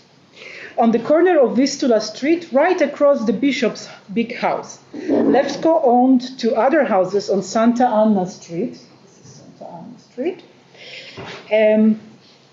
And he owned a big house closer to the walls where he lived. In the list of his assets was another house on Jagiellońska Street and land around the synagogue. Levko's number of properties and real estate transactions is not surprising, because in the archival sources from Krakow, Levko appears as a successful moneylender who works with Christian homeowners and their properties. In the historiography, he is described as the richest Jew in Krakow community, a banker, a moneylender, ranked second in the terms of activity in the local loan market, a capitalist of the first rank, and a vir discretus to the king and serving him with his serious money. King Casimir the Great leases Levko the mines in Wieliczka and Bochnia, and at the same time lets him manage a mining house. As a reward for his outstanding services, Levko receives from the king two more houses in Krakow. So basically, this is the Jewish quarter, and a lot of most of it belongs to Levko. And we jump about 250 years later. In 1632, Lazarz Mojżeszowicz, who might have looked like this, receives from King Sigismund III the title of royal agent. The next king, Vladislav IV, continues to work with him and makes Mojżeszowicz a royal secretary, the highest title of a Jew which a Jew could receive without holding a specific position at court. Indeed, Lazar's main role was not at the king's court, but elsewhere, in Lithuania, at the court of a magnate from Radzivill's family. Mojżeszowicz was Krzysztof Radzivill's private banker and also served some of his clients. Through financial transactions, Lazarus made enough money to lease the state revenues and engage in trade. Although Lazarus was less interested in leasing land, together with his father and brother, he leased a place called Korelich on the northeastern side of Novgorod for 6 years. They paid one of the representatives of the Radziwill family a large amount and in return owned the residence, a folwark and the land, which might have looked like this, and made sure to earn the lease price back and more. This was not the only investment of this kind, and Lazarus owned and managed or leased to other Jews to manage other places. He was a grand arendarz dzierżawca. These two examples are not unusual, but reflect the process that the Jewish economic elite in Poland and Lithuania went through at the end of Middle Ages and the beginning of the early modern period. This process is part of the expansion of the occupational structure of the Jewish community and can be described as a transition from managing finances to managing properties and neo-feudal agricultural factories known as folwark. How can we describe and explain this process? This is how the classical historiography explains this shift. The economic opportunities open to Jews of Eastern Europe over their history were limited by non-Jewish society, largely through legislation. Thus, in order to understand Jewish economic life, it is important to have a clear picture of the laws and regulations imposed by non-Jewish society. These were never monolithic and were often extremely complex. Consequently, economic success for Jews was often a result of the ability to maneuver between different and sometimes contradictory regulations in order to achieve their goals. The basic and most influential, that's another explanation, legal prescription concerning Jews in Eastern Europe and throughout the whole continent banned them from owning land. This policy remained in force from the Middle Ages until sporadic legislations beginning in the late 18th century and culminating in the 20s permitted Jews to own land. This ban prevented Jews from making their living from agricultural activity, whether as peasants or as landowners, two of the most important positions in the feudal social structure. These explanations are only partially right and do not fully explain the process we want to understand. It is correct that the legislation was an important and complex element in determining the status of the Jews.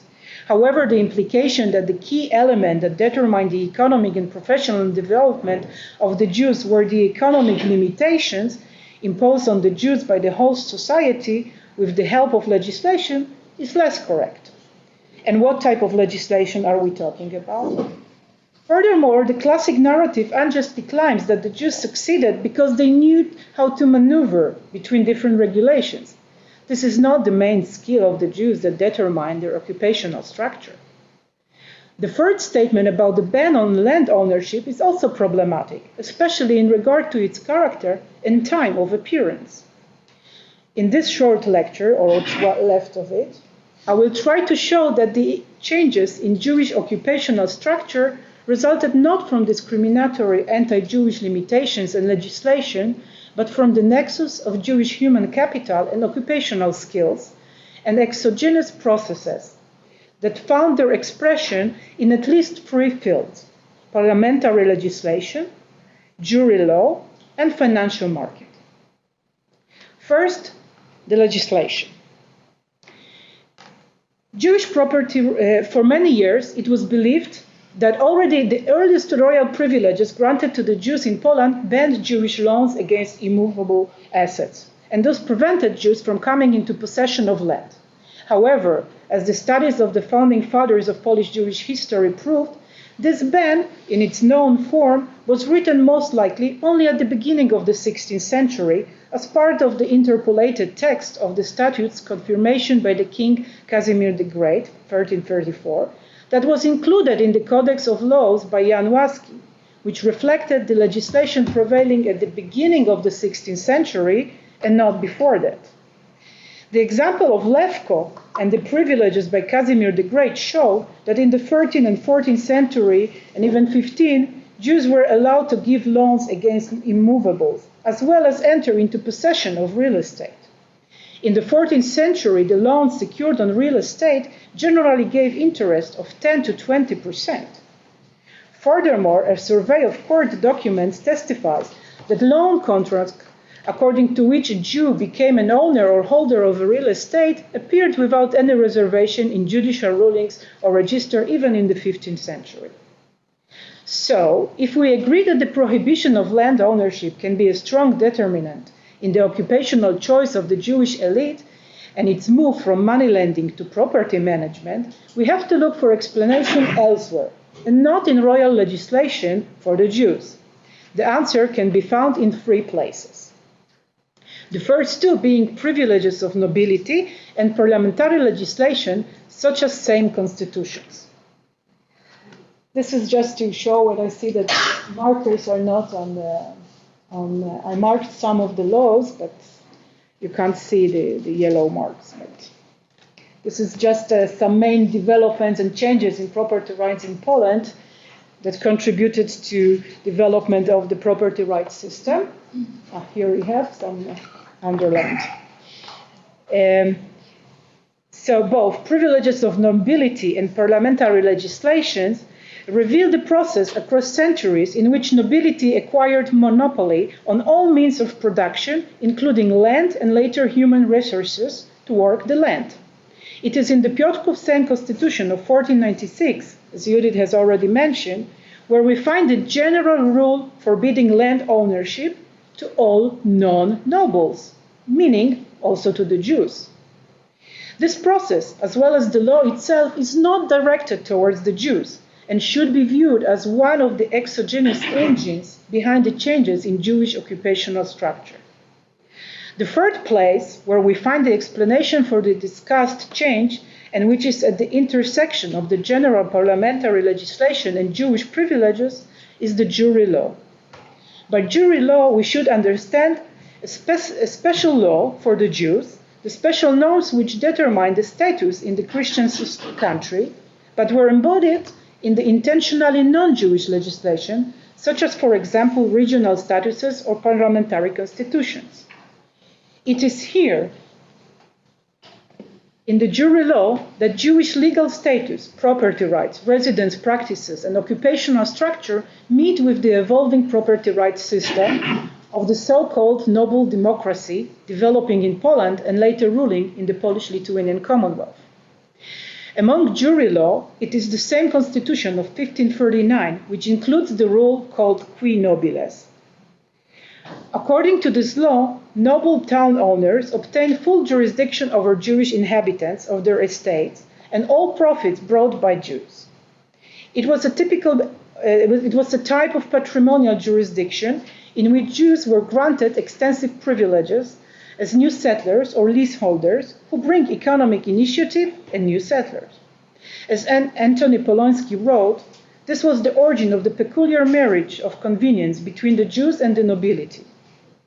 It was a symbiosis between a skillful economic competition threatening the merchant class of developed royal cities and estate owners in need of skillful managers and economic entrepreneurs. A marriage between subjects to weak kings who looked for a new protector and landowners working with the system of lease to obtain cash. The Jewish elite, which had proven itself while working for the king and managing state revenues, taxes, and minting, had no political ambition and fit perfectly the niche created by the developing manorial economy. This niche became even larger due to another 2 exogenous and interwoven developments: the price revolution of the 16th century and the Union of Lublin in 1569.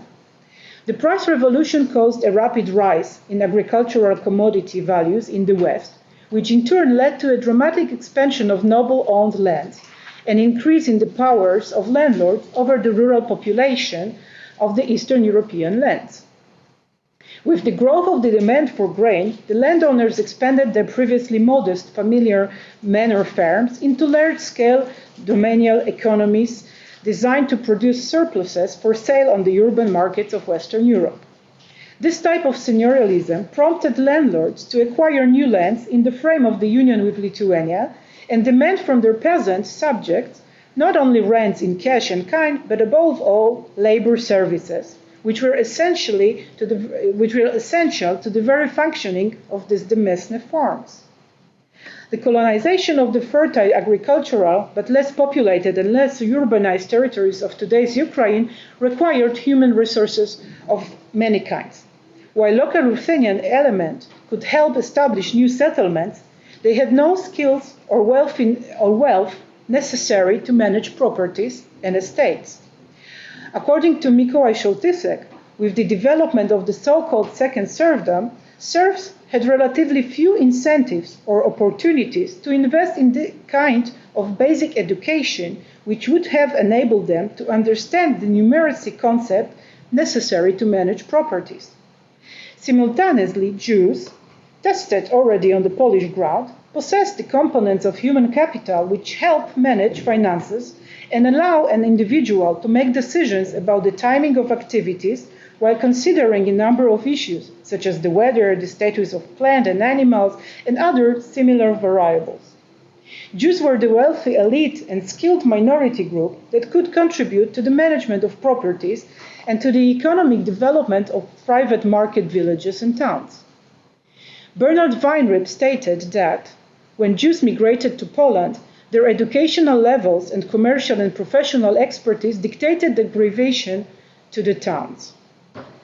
In my opinion, after the exogenous shift in property rights system and geopolitical changes, the same human capital dictated Jewish gravitation to the private towns and the marriage of convenience between lords and their Jews.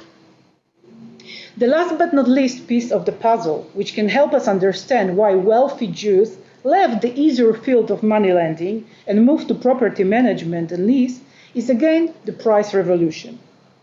It not only made agricultural production a good business, but it also caused inflation and monetary devaluation. In short, it made money lending unprofitable. If at the beginning of the 16th century we see that the ban on land ownership had been repeated in same constitutions, probably as a result of problems with law enforcement against moneylenders who kept taking land as collateral, we see less and less repetitions of the ban in the second half of the 16th century. Simultaneously, we see the expansion of the lease system called arenda, which guaranteed cash to the noble and allowed the wealthy entrepreneur to use his capital skills to manage the property in a way that would bring profit. Due to the development of manorial economy and price revolution, Jews embraced the alternative to money lending of large sums and managed to penetrate to the heart of agricultural economy. A literate elite of wealthy grand arrenders brought more managers who could lease and run agricultural estates, as well as smaller managers, subleaseholders, who could manage separate monopolies, such as production and sales of alcohol. This Jewish activity, as Johann Petrowski Stern wrote, made private towns into prosperous, economically advantageous, and financially beneficial possessions. Merchant element and urban element that dealt with urban occupations followed in the footsteps of the property managers, while the nobility encouraged Jews to settle in private towns that were newly established or newly purchased and in need of economic boost. By the mid of 17th century, about 75% of the Jewish population lived in towns and villages owned by nobles. Of course, we can say that the whole story of occupational shift from finances to property management was an economic trade-off between nobles and Jews, in which Jewish merchants and businessmen served the economic needs of the nobility, and the nobility gave the Jews protection against their competitors and enemies, especially in the antagonistic royal towns. However, there is much more to this story than meets the eye, and hopefully this lecture has shown that many exogenous processes contributed to the occupational shift of the Jewish elite. Jewish occupational structure was influenced by exogenous system of institutions and in turn reflected some aspects of that system. It was influenced by the grain market and price revolution, as well as the lease system that developed in response to those factors and favored new types of occupation. One cannot study economic history of the Jews without looking at the institutions and entire economy of the country in which they lived and beyond. Even an economic niche almost exclusively occupied by Jews, such as the management of the estates or later leasing of the alcohol monopoly on the noble estates of Poland-Lithuania, has no significance unless it functions within a broader economic context, in this case, that of manorial economy. I hope that my short lecture showed that the shift in Jewish economic activity under examination was a result of a perfect match between a professional group and the institutional and economic system within which it functioned.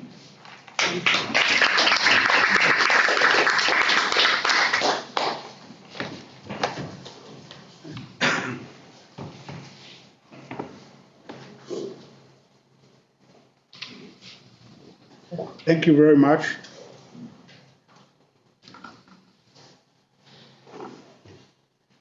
Our second speaker this afternoon is Mr. Mikołaj Wojciechowski. Mikołaj Wojciechowski is a doctorate candidate at the Stauber Department of Jewish Studies at the University of Wrocław. He received a scholarship at Oxford Center for Hebrew and Jewish Studies. He participated in the one-year scholarship program for PhD students at the University of Haifa, and more recently, he was a visiting fellow at the Institute of the History of Polish Jewry and Israel-Poland Relations at Tel Aviv University in 2023. His principal field of interest is the social history and culture of Jews in the Polish-Lithuanian Commonwealth in the 16th to 18th centuries, especially Jewish self-government and cross-cultural relations between Jews and Christians. His areas of research also focus on a paleography and codicology of Hebrew Ashkenazi manuscripts, especially on the early modern Pinkasim. He is currently working on his PhD thesis on the Jewish pious brotherhoods in the Polish-Lithuania Commonwealth.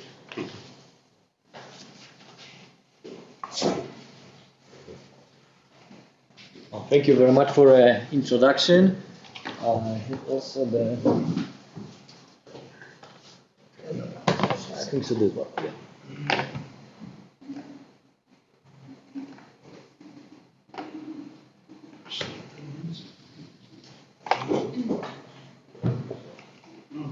All right. I'm gonna sit here. One more time, thank you very much for invitation. I'm very happy of being here, and thank you for the organizer for inviting me, because for me, for a young scholar, it's always a good chance to present some part of the research. As you know, as Professor Bartal has said, I'm working right now on the Jewish brotherhoods, which were called Chavurot, and the Polish-Lithuanian Commonwealth. And today, what I'm going to present is really like a very small piece of this dissertation that I am conducting, and hopefully by the next year I will be done. And one of the chapter entitled "The Social Theory of Brotherhoods of Chavurot" is going to deal with social factors that stand beyond creation and development of such societies. For me, it is important to know not only how the brotherhoods were structured, I mean, how many officials operated within the brotherhoods, with which type of official we can actually distinguish, but also why the brotherhoods adopted such structures at a specific time and place. Which means that, of course, we have to take into consideration that it could vary from place to place. Different circumstances could happen. And one kehila on another kehila, but today, for me, like it's gonna be it's going to be very important to describe how these activities, like not only like a pure institutional perspective is important, but what we can actually learn analyzing how the brotherhoods were structurally changing. So the structural evolution of the brotherhoods was the result of deeper social transformations that underwent within a given society. So I would call like internal factors and those beyond the structure of the brotherhoods, which I call external factors. The first type represent the action that they directly caused by the members of a given group. A social tension inside a group always stimulates some actions in order to seek for a resolution to solve a problem. A changing number of officials, as I noticed, whose number could either increase or diminish, is the best example showing a dynamic of a group. In some cases, additional number of appointed officials could reflect a necessity of reinforcing a system of social control or improve that sector of the confrontational activity that has been not working properly. Reducing some officials, from the other hand, could demonstrate that some people who continued holding the same post for a significant period of time gained too much power and simply became too dangerous for the group solidarity. Whereas the first type fully dependent upon the eternal social factors that underwent within a structure of the brotherhood, the second, the external factors, was more pliant, associated with ongoing changes that extended beyond the structure of the brotherhood. The brotherhoods that existed in Komarno, a town located in the lands that after the Polish partitions would be known as Eastern Galicia, particularly drew my attention. And I must say that is a very good example showing how these internal factors and external, they were going together. In Komarno, there were two brotherhoods. The first one, as you can see, was the brotherhood of 7 called to the Torah reading, which were known as Qipchaq-speaking. The goal was to lead the Torah reading in Shabbat. The members of this Chevra had an opportunity to be called at least once every 3 or 4 weeks to read the Torah. As you can see here on the right side, this picture of the Pinkas, which is kept in the National Library. The society Chabura was operated between 1737 until 1785. The elections were held on the intermediate days of Passover. And also, what is very important for this brotherhood, it was highly structured organization. Like we have many different officials from the beginning, and the number, as I said, could either showing that something didn't work properly and some additional officials were needed, or also it showed that some of them were reduced because some of them gained too much power in the society, and there was reason to do something with this problem. What more? The last session, as I said, was in the 1785. All right. So that was the first brotherhood of the 7 called to the Torah reading. The second brotherhood was the brotherhood of the eternal light, known as Chevrat Ner Tamid. And what is also important to add, these two societies, they had the same pinkas. I mean, the regulation of Chevrat Shiva Keruim and Chevrat Ner Tamid were written in the same pinkas because in the publication of Abraham Yari, this type of brotherhood, they were usually combined together. It's also very interesting because we can develop how these two brotherhoods in the same pinkas, they were changing and which kind of evolution between each other could be detected. So here we have this fragment of the part of the Chevrat Ner Tamid Pinkas, which I must say, the purpose was very, very spiritual. If you honor the Lord with lights, I will kindle you for the lights of Zion. The sun of the witness shall shine upon you. This will be the reward of the lights which were lit in the synagogues. This will show you how important the lights are to God.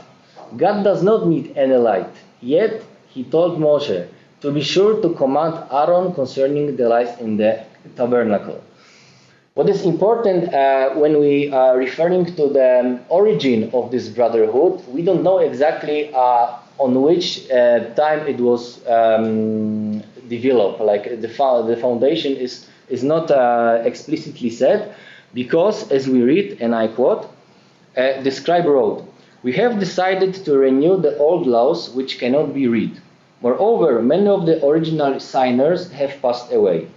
Now, recently, we see that many people have applied for membership in order to seek for the God's word, and there is no space left for this signature." What is important, and we have to take into consideration, it means that there was the kind of refundation of this Chevra, which took place in 7059. This year is very important for us, and I will just keep later to explain why. So far, also I wanted to add that when we read this Pinkas, the next page, which you have regulation Takanot, the brotherhood was devoted to protecting a light burning in the synagogue for 24 hours, 7 days a week, similar to the eternal light at the Jerusalem temple. From the further fragment of the same statutes, we also know that for the members of the brotherhood, by fulfilling all these tasks as they believed, they were able to restore the temple and speed up the arrival of Messiah. All right. So, according to the Pinkas of Chevrat Ner Tamid and Qipchaq-speaking, what do we can learn about the brotherhood itself, the members, about how the structure have developed, what was new, what was added, what was diminished. So, analysis of the regulation, shows that at least 3 components were in common for these two brotherhoods. The first one was the system of social control. It was extremely important part of each society to keep, the society working properly, effectively. There was a need to create some kind of the system of control, and it is seen already from the beginning of the first page of this Pinkas of Chevrat Qipchaq-speaking, because not everyone wanted to come to read his part of the Torah reading, and the Pinkas says that if someone doesn't want to come, he will be expelled from the society, and there is no back way to be a member again. So it's very important to understand it. What more, the Chavrot, they aim to strengthen attitudes among their members because they often did not fulfill the task. As I said, it usually was because of imposing a fine, or in some cases, I found maybe 3 mentions, there was expelling of the brotherhood. The second very important point, which is very common for these two brotherhood, there was a social tension. There is no society without tension. Okay, the Pinkasim of these two societies are mainly concerned with the results of the election, as I said before, who is gonna come on which day, on which Shabbat, and there is now no direct information about the relation between the members. However, what is very important, even though we don't find any information on that matter, something could be said in the light of perpetually repeated regulation regarding a distribution of different honors. Many times, we can find mentions that there were members who did not have an opportunity to perform religious obligation, and it generated some tension within the brotherhood. The biggest challenge for example, the brotherhood of Qipchaq-speaking was to establish a proper reading order during the 3 pilgrimage festivals of Shalosh Regalim. People every year of when the Chevra took, there was the meeting of this Chevra, there was this information that we have to take care of those who were not called to the Torah reading, because they explained they were like, there was this need to fix up this this part of the confraternal activity. And finally it happened. For example, in the Chevra Qipchaq-speaking in the year, I guess it was 1753, there's the full regulation how we should to choose the people going for the Torah reading. So it means that after a couple of years, when this problem arose, the leadership of the Brotherhood found some kind of solution what to do. The third component is accumulation of power. A changing number of officials reflects both a desire of the Brotherhood to improve some sphere of activity, for example, an appointment of additional officials who supervise other officials by going together and collecting money from the members. In the Pinkas of, again, Qipchaq-speaking, there was very interesting information that the collecting money was done originally by the Gabbaim.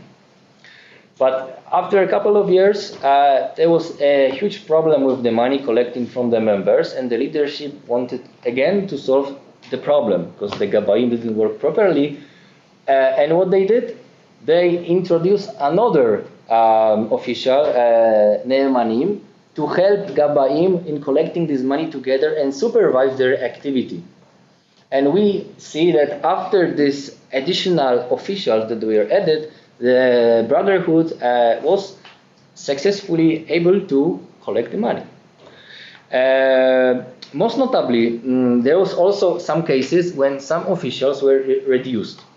Most notably, it concerned these officials who started to gain more powerful, and instead of working on behalf of the entire group, they wanted to gain some benefits for themselves. Again, when we analyze this every year meeting with the appointments or different officials, we could find that some of them, they were just keeping their position for a couple of years, for 2, for 3, for 4 years, which also happened that there was the inside tension within the Brotherhood because those people just got too much power and they did what they wanted to do. All right, so this is what I so far have presented. There was this internal factors which were closely attached with the activity of the members inside the Brotherhood. However, there were these internal factors were not the only ones that challenged the organization of the activity of the Brotherhoods of Komarno. More significant and more impactful seems to be the emerge and rapid growth of the Jewish religious movement developing under the auspices of Jakub Frank, Frankism. As Paweł Maciejko said, I quote, "The Frankists initially thought of themselves as a branch of Judaism opposed to the authority of the rabbis and rejecting some elements of rabbinic tradition. Later on, however, they defined themselves as a separate religious group, practically independent from existing forms of both Judaism and Christianity." What happened? On the 3rd December 1755, Jakub Frank and his followers crossed the Dniester River and entered the territory of the Polish-Lithuanian Commonwealth. A year after his arrival to Poland, in the end of January 1756, please remember this date because it's very important for us later, he and a group of other Sabbatians conducted in Landskorona, the small town near the border to Moldavia, a sacred ritual that became a starting point of the further escalation. The following years constitute a turning point in the history of Jews in Podolia. And actually we can select 3 very important components of this changes. The first one is it was a time of ongoing public debates between Sabbatanian and not Sabbatanians. According to Divre Bina of Dov Birkenthal, many Jews were open supporters of Sabbatianism. Moreover, many communal rabbis and scholars who had been belonged to the sect started to transform their communities into the centers of Sabbatianism and later to Frankism. The second component, series of harsh punitive measures by Jewish authorities took place. The rabbis were looking for different opportunities in order to suppress the Frankists. they institute an inquiry at the Jewish court of Satanov. Those who had engaged in the ritual in Lanz Corona, along with their families, were found guilty of breaking numerous halakhic prohibitions. The results of the inquiry were laid before a rabbinic assembly in Brody, which pronounced a ban cherem, that purpose was to excommunicate offenders from the community of Israel. This communication then officially was confirmed by the Council of Four Lands in Constantinople in September 1756. So this year, 1756, is very important for us to understand what it has to be with the Brotherhoods of Komarno, about the development.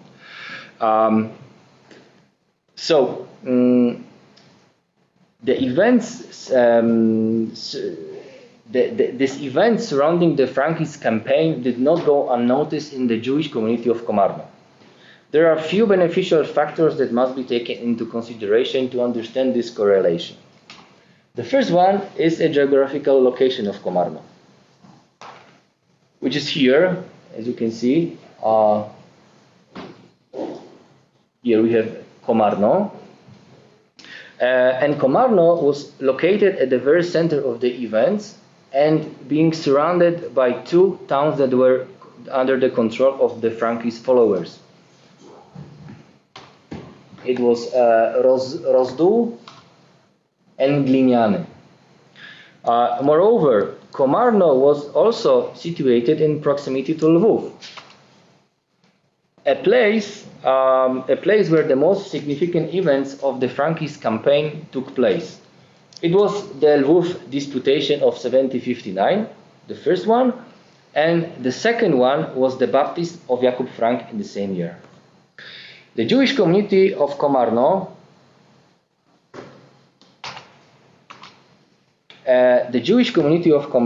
held a significant position within the structure of the Jewish self-government and kept very strong ties with the most important community of the region, the Jewish community of Lvov. The rabbis of Komarno played an active role in the activity of the Supreme Jewish Court of Lvov. Some of them, who previously served as the rabbis of Komarno, became the rabbis of Lvov. For instance, it was Rabbi Moshe Haim, the son of Eliezer of Lvov, whose signature is found within the Pinkas of Lvov, whereas his father was the member of two brotherhoods of Komarno, Chevrat Ner Tamid and Chevrat Shiva Kerui. Furthermore, the rabbis of the Komarno took an active role in the activity of the Provincial Council and the Council of Four Lands, Vat Arba Aratzot. One of them was a Rabbi Aaron ben Eliakim, who for a couple of years until his death served as the official of the Chevrat Shiva Kerui. Among the founders of the Eternal Light Society, Chevrat Ner Tamid, was a contemporary president of the Jewish court at Komarno, Rabbi Tzvi Hirsch ben Saul. Tzvi Hirsch ben Saul Margoliot, the son of famous Saul Margoliot, who served as the chief rabbi of the Jewish court of Podolia district in the first half of the 18th century. Another correlation between Komarno and Lvov could be seen through a family connection. The brother-in-law of Aaron ben Eliakim was Yosef, the son of Meir Teomim, who lived in Komarno almost 2 decades, from 1755 until 1773. He is known from two books, his super commentary on the Shulchan Aruch, Peri Megadim, and Ginat Veradim, where he mentioned Aaron ben Eliakim. Nevertheless, the impact that Frankist movement had on the local society of Komarno is the best seen through the activities of the aforementioned brotherhoods. What is important, however, is that both societies felt that impact differently. Whereas the Brotherhood of the Eternal Brotherhood of Shiva Keruim had admittedly a small effect. It was only by the rupturing its activity for a few years. There was no session of the Brotherhood for 5 years, from 1755 until 1760, because some of the members of this brotherhood, also like the Av Beddin of Komarno, took part in the meeting of the Council of Four Lands when was preparing this herem for the people who took part in the Lans Koronia event. So this is the first one. However, the Brotherhood of the Eternal Light was totally under its influence. And well, I must say that when I was reading this Pinkas of Ner Tamid Society, I found something that I didn't know if I saw it correctly or not, but I wanted to investigate, and I must say that I found something very interesting, because the person who was writing about these two societies, as I said before, it was Abraham Yarin. And he claimed that the Brotherhood of Ner Tamid was established in 1789. And I asked myself, well, this what I see here, the date, I hope you see it. This fragment, it's the last paragraph of this statutes of the Chevrat Ner Tamid Society, and I see a totally different date.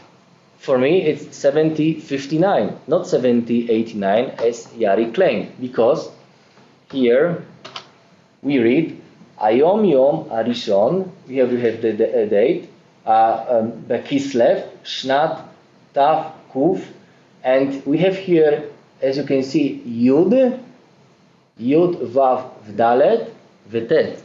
So when we sum up, we have the year of 1759. So it was the year when this brotherhood, as I said, was re-established, and this year was not a coincidence. As I said before, in Lvov, there was this disputation of 1759, which took place from July to September. Although Frank did not take part in the disputation, he came to Lvov.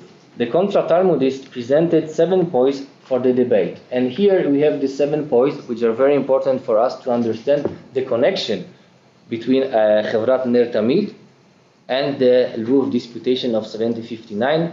And that's why this brotherhood was re-established. We have here information, this what you can see on the right. This disputation was published by the Bishop Gaudente Pikulski, and here we have the 7 points. There was the manifesto of the Frankists who took part in the Lvov disputation. Here, all of them, they are connecting with this the true coming of the Messiah, the true God. Also, we have in the end this accusation that the Jews used blood. But what is important is mostly this information about referring to the Messiah. What number? What number? No, what number? The first one is very important for us, and also the second one, the second point. Because when we compare the Pinkas of Chevrat Ner Tamid Society, we can read, as we live in peace, may the King Messiah come speedily in our days to redeem us. As it said, you shall go out with joy and be led forth with peace. The mountains and the hills shall break forth before you into singing. And it is said, I will make you your officer of peace, and the land will be blessed with peace. As it said, the seed of peace will be that the wine shall give her fruit. The establishment of the Ner Tamid Society was to some extent both a desire and a necessity of the members of that specific brotherhood to stand up for their own values and beliefs that had been challenged by the Frankists. For the members of the brotherhood, the peace understood by the religious stability could be achieved only by coming of the Messiah. His arrival, however, could be accomplished only by restoration of the temple. The members of the Chevrat Ner Tamid believed that they may speed along his coming by taking care of the candles and the eternal light in the synagogue. Hence, their goal was to restore a religious balance and, as they strongly believed, redeem those who were on the other side. And to sum up, the analysis of the Pinkas belonging to the brotherhoods of the Qipchaq-speaking and Ner Tamid societies showed that these two associations were undergoing constant transformation under the influence of internal and external factors. Whereas the first concerned the purely structural dimension by modifying the structures to the emerging situation, within the brotherhoods, the external factors had a much deeper meaning that affected the spiritual dimension at the same time. A good example is the reorientation of expressing one's piety among the Jewish residents of Komarno, which was previously fulfilled through participation within the Qipchaq-speaking.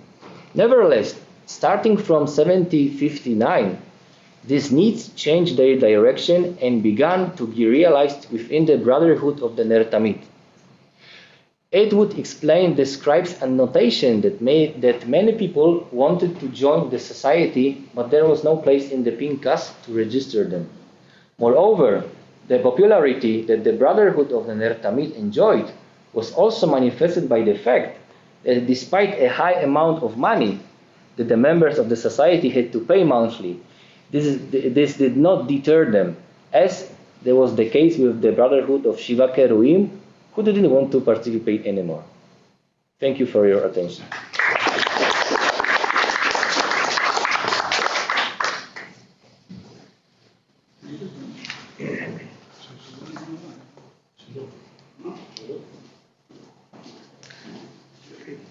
אין לנו יותר דוברים, אבל... דוברים נגמרו, אבל אם יש שאלות, אולי פרופסור ברטל, Are there any questions or comments on both presentations? Because we have some time, the third talk will not take place, so maybe really. Yes. Thank you very much to the two speakers. Nikolai, I wanted to ask, it's very interesting, these chevrot and the local legislation. It's really group legislation. I was wondering, do we have a catalogue of what legislation has survived?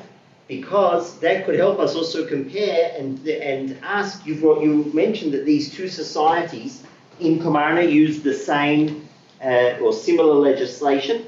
How was this legislation that had been copied from other places? Was it something that was copied then in later on? Do we have some type of sense, or was each community writing its legislation from scratch, from nothing? All right, so I'm going to answer for this question. In case of Komarno, we don't have it.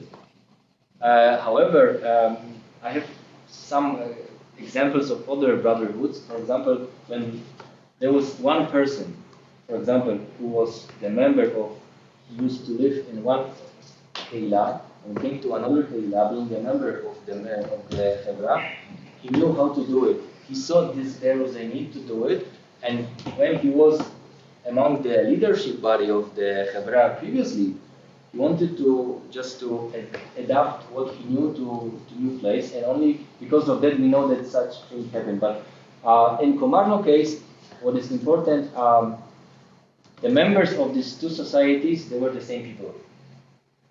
I mean, as I said at the beginning, this Chevrat Qipchaq-speaking was more reflecting the piety of the members of Komarno before the year of 1759. But after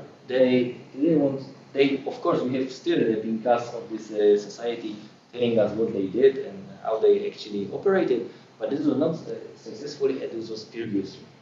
The Chevrat Ner Tamid took this leadership position, and they were. What was the common of these two societies? It was for sure the structure, the way how the officials were appointed, and yeah, that's it. But we don't have anything like this.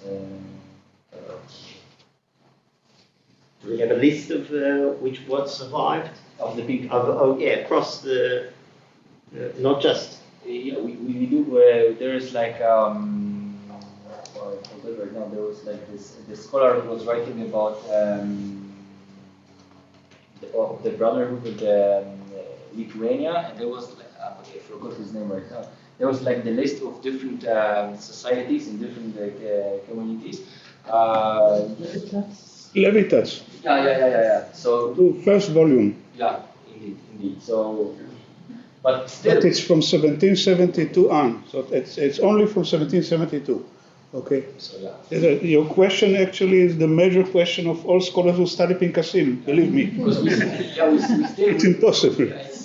It's sometimes still possible to find something. For example, I must say that in the literature I haven't found any references to the, for example, Pinkas of Keidane, Kavat Kadisha, which is extremely interesting because it was one of the earliest Chavra from this territory of the Polish-Lithuanian Commonwealth from the second half of the 17th century, and it was already presenting this Chavra in a very organized way, the appointments, the regulation itself, the purpose of the brotherhood, what to do, how to do, and for example, this one was something that I didn't know that I was able to find, but every day we can learn something new. Please? I was just wondering, for Anat, why didn't Scots or Armenians take a similar role in administering states? And if you answer, we don't know, that's a good answer. I haven't thought about it. That's my answer, but it's a good question, and I think it could be something with the demography, the numbers. That they were much less and much. They were not also expelled from the cities, from the royal cities. Well, I have to think about it, but it's a very good question. Yeah. That's the best answer. Yeah. Please. Go on. I just wanted to add that what you said really fits Judith's article on Wiederkauf, which was like a bombshell the first time I read it. Definitely, and it just fits perfectly, which is a good sign for both of you. Especially for me. I don't give the grades. Yeah. And I wanted to ask you, if I may, just a little comment. That you refer to the price revolution, yes, all the time. You have to take into account, in my mind, that the inflation in Poland was much greater than the price revolution. And this is a major factor in all this. Sorry. A question for Mikołaj, because my question is out of ignorance. I remember it was 30 years ago, probably, in Warsaw, Polish Academy of Sciences organized a conference on charity, on pious brotherhoods, Catholic, Protestant, and I think that Professor Jakub Goldberg took part on this conference. And you didn't mention, because my association with pious brotherhood was exactly charity works. And in your presentation, you didn't mention any such activities. Charity. I mean, taking care of poor people, of marginalized of the community. In my remembrance, Professor Goldberg said that actually Jews were acting in a very similar way as Christians, taking care of poor of Jewish communities. So in your example, it was not present, or is this case is 16th century, because I remember on Peter Skarga, the Polish Jesuit, who founded such societies in Krakow, where exactly the main purpose was to take care of poor people, particularly young women. Yeah. So my question is such evidences in your work that these brotherhoods have also such taking care of poor people? Excuse me, on the other hand, you have Christian societies for candle money, for raising candle money. Shouldn't you compare? It's very interesting structure. Can you respond to this question, please? So, yeah, I do found some such things in the Pinkasim. For example, of the burial societies. They were also the people who were working in these societies. They were taking care of the proper burial for the people. Mostly this one who didn't have money for organization, some kind of like the burial itself. A funeral, exactly. But what I found, there was Keilah, like the community, who always took care of the needy. You said about the women, for example, and mostly as I know, according to my knowledge, this sphere of let's say of helping another people was made from this side of the Keilah. And the brotherhoods, the pious brotherhoods for me, they were mostly devoted to fulfill some commandments. For example, like for the Chevra Kadisha, the burial society, it was the burial celebration. For the Ner Tamid society, which is also very interesting, because I must say that I found some similarities for example, in Chempin, there was this very small town in the Great Poland, close to Poznań.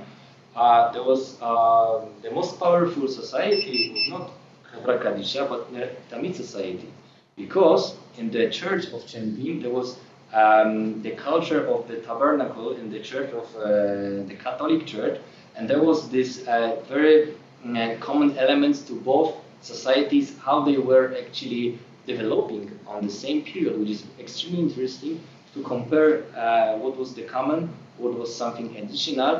But coming back to the point, surely this pious brotherhood, as I call them, I wanted to express that these brotherhoods, they were surely religious ones.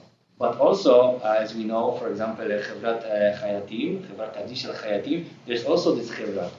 This definition is very important. They were also religious in the definition because they were taking, I don't know, they were taking care of very religious elements. But my Chevrot, this pious Chevrot, they were devoted to very spiritual commandments to fulfill them effectively. Like as I said, it was also the members of Chevrat Bikur Cholim, which could be actually a good example, because these societies, they were helping those people who were, for example, sick or didn't have money for take care for themselves, for example. They were in the hospitals, but they didn't have money for medicine, for the doctor. So sometimes there was this specific brotherhoods Bikur Cholim established in the Keilah to help those people. Thank you. Let me elaborate on your response and a little bit complicate the answer. First of all, let me go back to my great teacher, the expert on Pinkasim, Professor Israel Halperin. I studied with him a seminar, graduate seminar, back in the late 60s, sorry. Not so old, late 60s of the previous century. And the seminar was called Chavarot leTorah uLemitzvot. And he separated, and you can find it in his writings, in the collection of his articles, there were basically 3 different types of societies. By the way, not fraternities, I insist on that, and not brotherhoods, because this is a Christian misleading term. It's similar. There is much similarity between the Christian ones. However, Jews would never call them fraternities or sororities or whatever, but societies, chevre. And by the way, also not chavura. You tended to say chavura twice. Chavura is not chevra. It's a different term. Okay? So one of them was professional, artisans societies, tailors, shoemakers, whatever, fur makers, There were in big communities you have dozens of them. Second, Torah or mitzvot, which you call pious, okay, which is I think a good word in English for that. And the third one is charity societies and malbish arumim for poor people, and chonen yesoimim, I say it in Yiddish, okay, chonen yesoimim, okay, for things like that. Now, sometimes, and you're right, they were kind of overlapping and did the same thing. For example, the Taylor Society, which I studied in several places in depth, also in Galicia, in Eastern Ukraine, were involved in three things. They were, first of all, an association of artisans, then pious society, because they had Torah, you know, and reading meetings for the tailors. Some of them were not able to read and write, and they were listening to that. And they had a rabbi who was Magid Shiur for them. It was a professional society. And also they took care of aliyot in the synagogue, the same society. However, sometimes in big communities or in special communities, and you should study why it happened in one place and not in another place, they were different. So these were three different groups. Now, my last comment is about the fraternity society issue. Both Christian and Jewish or corporations, that's the best word for that, had, of course, a religious, social identity. That means they regarded their relations not only as professional or social, rather as organic religious. Hence, the difference between the Christian and the Jewish. Jews would never use fraternity or sorority because it was a pure Christian term. They were kind of banned. These words were banned. They never used. If you show me once in a Pinkas that they called themselves fraternity, I wouldn't believe it. This would be a mistake of a modern scholar. So, more questions? Comments? By the way, out there, so if you're planning a comment, for a comment, you can keep it in lunch. I have a question for you. Despite the lunch. Huh? Despite the lunch.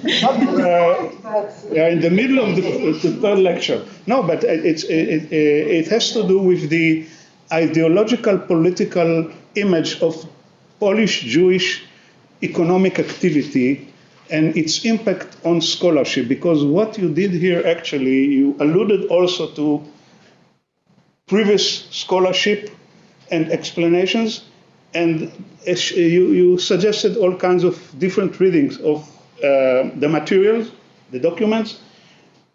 How do you refer to the old explanations? It had to do actually with strong, I would say, Enlightenment, progressive, socialist, radical images, negative images of this kind of fiscal activity of the Jews, who were actually a corporation that specialized in finance. You have to remember this. It's a neutral term. Please. It's a very tense question. Well, I try to avoid, anachronism and reading the 16th century reality through the later period of 18th and 19th century anti-Jewish perception. But of course, we have it also in the 16th century. The Jews are portrayed as this Christian images. Christian images, yes, using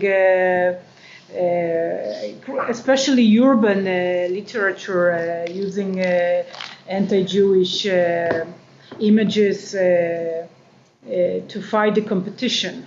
So I couldn't present all the factors influencing the reality, but of course there is a factor of anti-Jewish antagonism in the royal cities, and I do use it in the broader research. But on the other hand, it wasn't always necessarily anti-Jewish. Sometimes the stereotype was pro-Jewish. For example, for the nobility, this stereotype served as a kind of encouragement to deal with the Jews, yes? they saw it as a positive.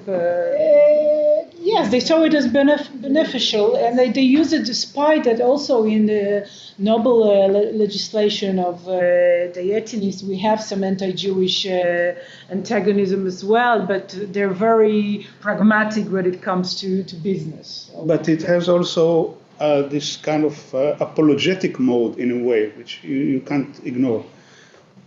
More questions? Okay, thank you very much. It was wonderful.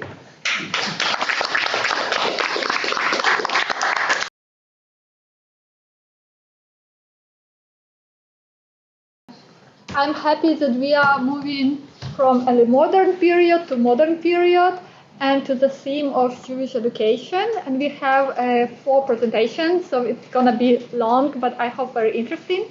And I'm very happy to present our first lecturer, Dr. Alex Waldman, who is a researcher at the Goldstein-Goren Diaspora Research Center at Tel Aviv University and head of the History Division at the Kyiv Academic College of Education. And he just recently published his first book titled Problems of Discipline, Education, Activism, and the Origins of the Jewish Intelligentsia in the Russian Empire, which was published by Magnus Press, publishing house of the Hebrew University of Jerusalem. And the floor is yours. You're welcome. Thank you, Anat. Well, I don't know what to do, to sit, to stand. Sit. They need me to sit? I think there is a problem with the camera if you don't No, they're very shy. Okay, it's bad pedagogy. It's like. Professor that's what it is. So he wants to Okay, yeah, of course I remember the professor. Does he really want to see me? I'm not sure. Okay. So, good afternoon. Welcome again. Sorry for spoiling your lunch break. It was nice. It's always nicer to have a lunch break than to hear more and more papers, at least papers on education, which tend to be tedious, but I'll do my best. Well, we're about to talk about Jewish education. And my task here is not I'm not aspiring to present a really kind of new self-standing research, but it's a kind of an introduction to this session on Jewish education in the Ukrainian lands in the late 19th century. And the main task, my main task here, as I see it, is to explain this connection. Why can one talk about Jewish education in the Ukrainian lands? Why is it at all historically significant? And first of all, when I ask myself, when has the Jewish education or modern Jewish education in the Ukrainian lands began, I can think of developments that took place throughout the 19th century, from modern schools in Odessa in the 1820s to the rabbinical school of Zhytomyr and the state-sponsored Jewish schools in the 1840s. It looks like something is going on, and I'm not in the center of it. Now you are. Now I am. Okay. It's like everything is about ego, right? It's like I want to be here in the center, so it's me. Sorry, yeah. So when I think about Jewish education in the Ukrainian lands, at least the ones that were under the Russian Empire, I can think of developments that took place during the 19th century. Modern schools in Odessa, state-sponsored schools in different places, including the well-known rabbinical school of Zhytomyr, Maskilik's private schools, and other things. But we are focusing on the late 19th century. What is the difference? What's new about the late 19th century that makes Jewish modern education even more significant than before? And here we're speaking about the emergence of what is often called the National Jewish School, National Hebrew School, the school that later emerged or was a part of the emergence of the modern Jewish national system of education, not only in the diaspora, but also in Jewish Palestine. My task here is a twofold task. First of all, as I said, to present the connection with the Ukrainian lands. But actually, it's the more general task. The two specific tasks I mentioned here in my text are One, to give us some specific examples of how things were evolving, and point out on the fact that this development was no less social than ideological. Because when I'm talking about Jewish national education, it sounds like a switch in people's mind. But it's not only about the minds, it's about the social groups, social developments, it's about things that are taking place in the social space, not in people's heads. And this development is a social thing. I will relate to a concept I'm trying to explore in my current project at the center, which focuses on the provincial Jewish intelligentsia, what I call provincial Jewish intelligentsia, and I will elaborate later. Several months ago, I encountered a relatively new book on Russian Jewish intellectual history, published in a respectable American university press. I'm not going to mention the author, it's not my point, but you can look for it afterwards. But I'm not going to tell you who it was. This study is an interesting study. It claims that there is a parallel between Jewish ex-yeshiva students who turned Jewish radicals, and so it claims that there is a parallel between. Slower? No. I know the book. You know the book. Did you like it? No. Okay, neither did I. Can you tell us who wrote the book? No, we can't tell it. Well, I can tell. Professor Stauber, of course, can. Yes, but this is why I'm telling So you can whisper. Never mind. So there is a book suggesting a very interesting explanation for the emergence of Jewish radicalism. It suggests that young Jewish radicals were essentially ex-yeshiva students who traded kind of a Jewish metaphysicist outlook for radical metaphysicist outlook. And the author claims that it was very much parallel to the developments in the world of Russian seminarists, meaning Russian students of the Orthodox post-secondary schools. It's a very interesting, it's a very interesting exercise in literary discussion, but it's quite a bad historical discussion, and I'm glad that Professor Stauber knows the book and agrees with me. What's the problem here? The problem here is that it suggests that the Jewish yeshiva or ex-yeshiva students and also the kind of seminarists were a kind of lonely individuals hovering in a social void. It's kind of, it appears like everything was in their heads, in their ideas. But the reality was totally different. In which way? It was fundamentally different. There is a significant change. The reality was a social reality. It was about interchange of ideas. It was about meeting people, not about reading books. Yeah, people were reading books, but reading circles were related to social circles. And my point here, by reminding you, mentioning this not very successful book, is to remind us that we have to look at the social realities. And this brings me to my main, it's not case study, it's an example. Example of a guy which is relatively known to scholars of Jewish education, and Professor Ginsburg, I think he's going to mention him as well, Haim. He is a Jewish, everybody knows him. It's connected to our session.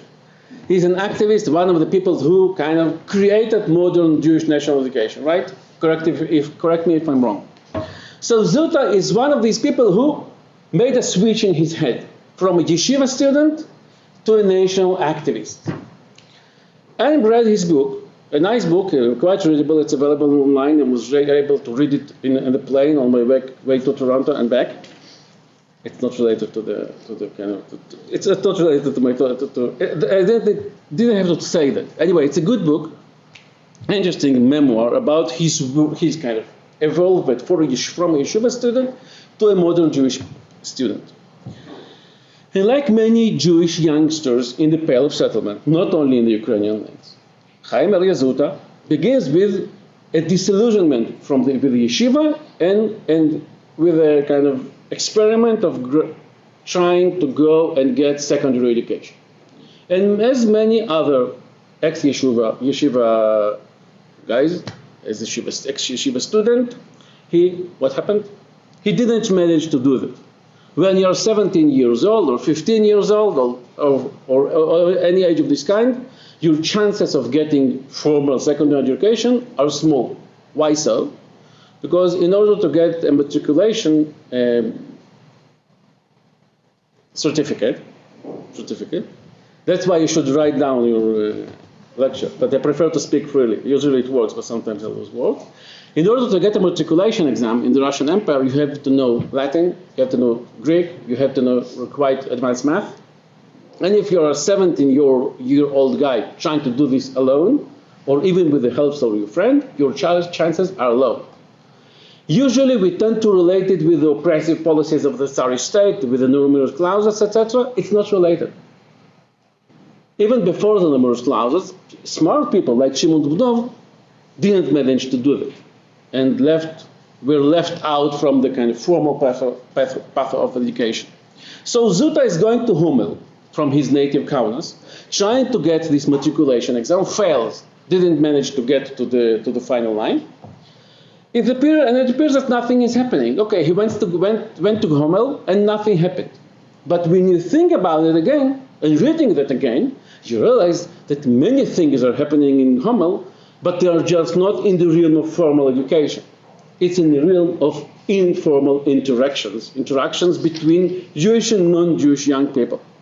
This is in Hummel that he encounters informal circles of young Jewish people who, some of them are studying in the schools, others are not studying in secondary schools, but all of them are reading the same things. All of them are discussing radical and non-radical literature. All of them are engaged in questions of activism. And actually, not being in a school is also kind of a school. And it's in the realm of social interaction. It's not only in the hands. And this is actually the first kind of encounter of young Haim Zuta with what is going to be the Jewish intelligentsia. Because he is meeting the young people who are going to be young professionals, who are going to the universities, and who are going to play an important role in the emergence of the Jewish public sphere throughout the Russian Empire, including in Ukrainian cities like Kharkiv and Yekaterinburg that are going to appear here in my discussion in a moment or two.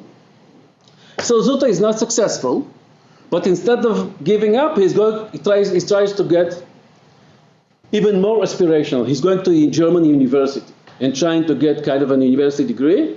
Again, it doesn't work out, and kind of officially nothing happens, but again, much is happening, because in Berlin, he again hangs around, involved and active with Jewish students. He meets some key figures that are going to lead him towards his career in Jewish education. He mentions many, but some of them, I guess you know, even without being scholars of modern Jewish history, Shmaria Levin, Leo Motzkin. To my students, I say that these are streets in Tel Aviv, actually in basically every other Israeli city, at least with the older cities, before the current kind of problematic trends of naming streets after birds and trees and stupid things here. But yeah, Shmaria Levin, okay. Even in Beersheba it works. Yeah, Shmaria Levin, it's near the Kenya. Okay. So he meets important people belonging to the realm of the emerging Russian Jewish intelligentsia. And think about it. It puts him not on the track of formal education, but it puts him, so it's not a formal track, but it's a distinctive track of socialization into something. And in this kind of context of socializing with the Russian Jewish intelligentsia, he's not a member of the intelligentsia because he's not being educated. He's not going to be the lawyer or the doctor that is involved in communal issues. But he maintains shared kind of ideological approaches. He knows what are they talking about. He knows what are they reading. And it puts him in a situation where he can cooperate with them when time comes. And I keep I'm thinking again of how his biography evolves. He leaves Germany, comes back to Kaunas, and at some point he moves to southwestern Russia, southwestern Pale of Settlement, which is basically the Ukrainian areas we are discussing here in this conference. He goes to Kharkiv and later to Yekaterinslav, and there something needs to happen in order to turn him from a usual header teacher into someone who supervises a more modern Jewish scholar. Yeah, he is reading, he is thinking, he is studying by himself about the kind of contemporary modes of education. It is in his mind, but it's not only in his mind. And, well, I'm just going to quote a short piece when he describes what's happening before he gets for the first time to be a kind of a master teacher of a local Jewish school. He went to Poltava, another Ukrainian locality, and comes back to Kharkiv. And he writes, I returned to Kharkiv, and indeed the situation in Kharkiv has very much improved. With the awakening of national life, several educated persons, mostly persons with academic education, turned to the bettering of Jewish public life. They took interest in the neglected Talmud Torah and committed to its renewal. These new Gabaim, or functionaries, didn't know a word in Hebrew, but they wanted to do something for the Jewish masses. 4 classes were arranged for 4 teachers in the kind of renewed school, and I was appointed as a master teacher, added by 3 auxiliary melamdim. Who appoints him to the school? Who appoints him to lead the school? Members of the new educated elite. He describes it in the context of national awakening, but actually, it's not only about the national awakening, it's a social thing. It's his ability to cooperate and to contact with these people.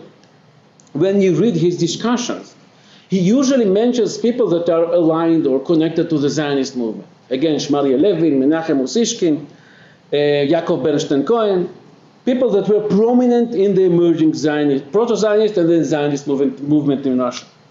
What's interesting is that all these people are also, at the same time, members of the Russian Jewish intelligentsia. People who got secondary education, who went to universities, who became lawyers and doctors, but not only that. At every part of their career, a kind of academic career, or career, kind of studential career, they were involved in Jewish activism. These people were not only Zionists, they were part and parcel of the Russian Jewish intelligentsia. And regarding each one of the people I mentioned, and he mentioned, so Yaakov Bernstein-Cohen was a prominent member of the Jewish Association of Students in Tartu, in the town of Derg. People that were engaged in teaching themselves how to be Jewish activists. Shmaria Levin was an activist in Minsk and later in Berlin. Usishkin was a member of the Bnei Zion circle in Moscow. Again, informal student circles involved in Jewish activism. So my point here is that the emergence of the modern Jewish school is related to realities taking place on the ground. It's not only in the minds of people. It's not only about radicals starting reading different types of literatures. It's about social interaction. And this interaction takes place, well, in places that are now integral part of the Ukrainian state, places that we can relate to Ukrainian Jewish history. It's an interesting question. How is it Ukrainian? But in some sense, it's definitely Ukrainian. So it's not a thing that takes place in Jewish heads. It's a thing that takes in Ukrainian places, in the Russian imperial context. I could have started thinking about parallels between the Jewish Russian movement, the Jewish national movement, and other national movements, including the Russian one, because the Russian one is also kind of emerging at the same time, but also the Ukrainian one and maybe others. But I'll stop here. My point is that there is much of social history of the Jewish education in the Pale of Settlement in general and in Ukraine specifically that still has to be told. And a short note about Jewish provincial intelligentsia. Usually we are used to think about Jewish intelligentsia as something that's going beyond the pale, following the name of the wonderful and famous book by Ben Nathanson. But actually the Jewish intelligentsia, I mean Jewish graduates of universities, are not essentially going to big cities. Not to Moscow, not to St. Petersburg, not to Warsaw, not to Riga. Not always we have the data. But when we do have the data, it looks very kind of very clear. I personally have gathered data now about the graduates, the Jewish graduates of the Jewish Student Association of the University of Delft. I'm not going to tell you why the data is available there. It's related to the specific of this university. But out of 150 graduates that studied from the 80s to the early 1900s, so out of 150 graduates, about 2/3 went to small places around the Pale. They moved there, worked as doctors, worked as lawyers. And actually, when we think about developments in the field of Jewish public life, including education, we have to think about these people, the provincial Jewish intelligentsia, people that are not living in St. Petersburg, not in Moscow, not in Warsaw, not in Odessa, but in Berdichev, but also in Yekaterinoslav and Poltava and elsewhere. And yes, we know that that even in the big cities, people were arguing about the Jewish education. It's a famous story that Charles Ginzburg, the renowned historian and my favorite protagonist, was slapped during a heated argument about the language of the Jewish school in Russia, either Yiddish or English. Not English. Yiddish or Hebrew, sorry. I don't want to get slapped myself. So there were heated arguments in St. Petersburg. But actually this world of Jewish activism and the world of Russian Jewish intelligentsia has been spread over the whole Pale of settlement, at least. And we have to rethink about the realm of Jewish activism, about the realm of the activity of Russian Jewish intelligentsia, and regard the emergence of modern Jewish education in this context. So again, not only Jewish heads, but also Ukrainian places, imperial context, and the Russian Jewish provincial intelligentsia. Thank you.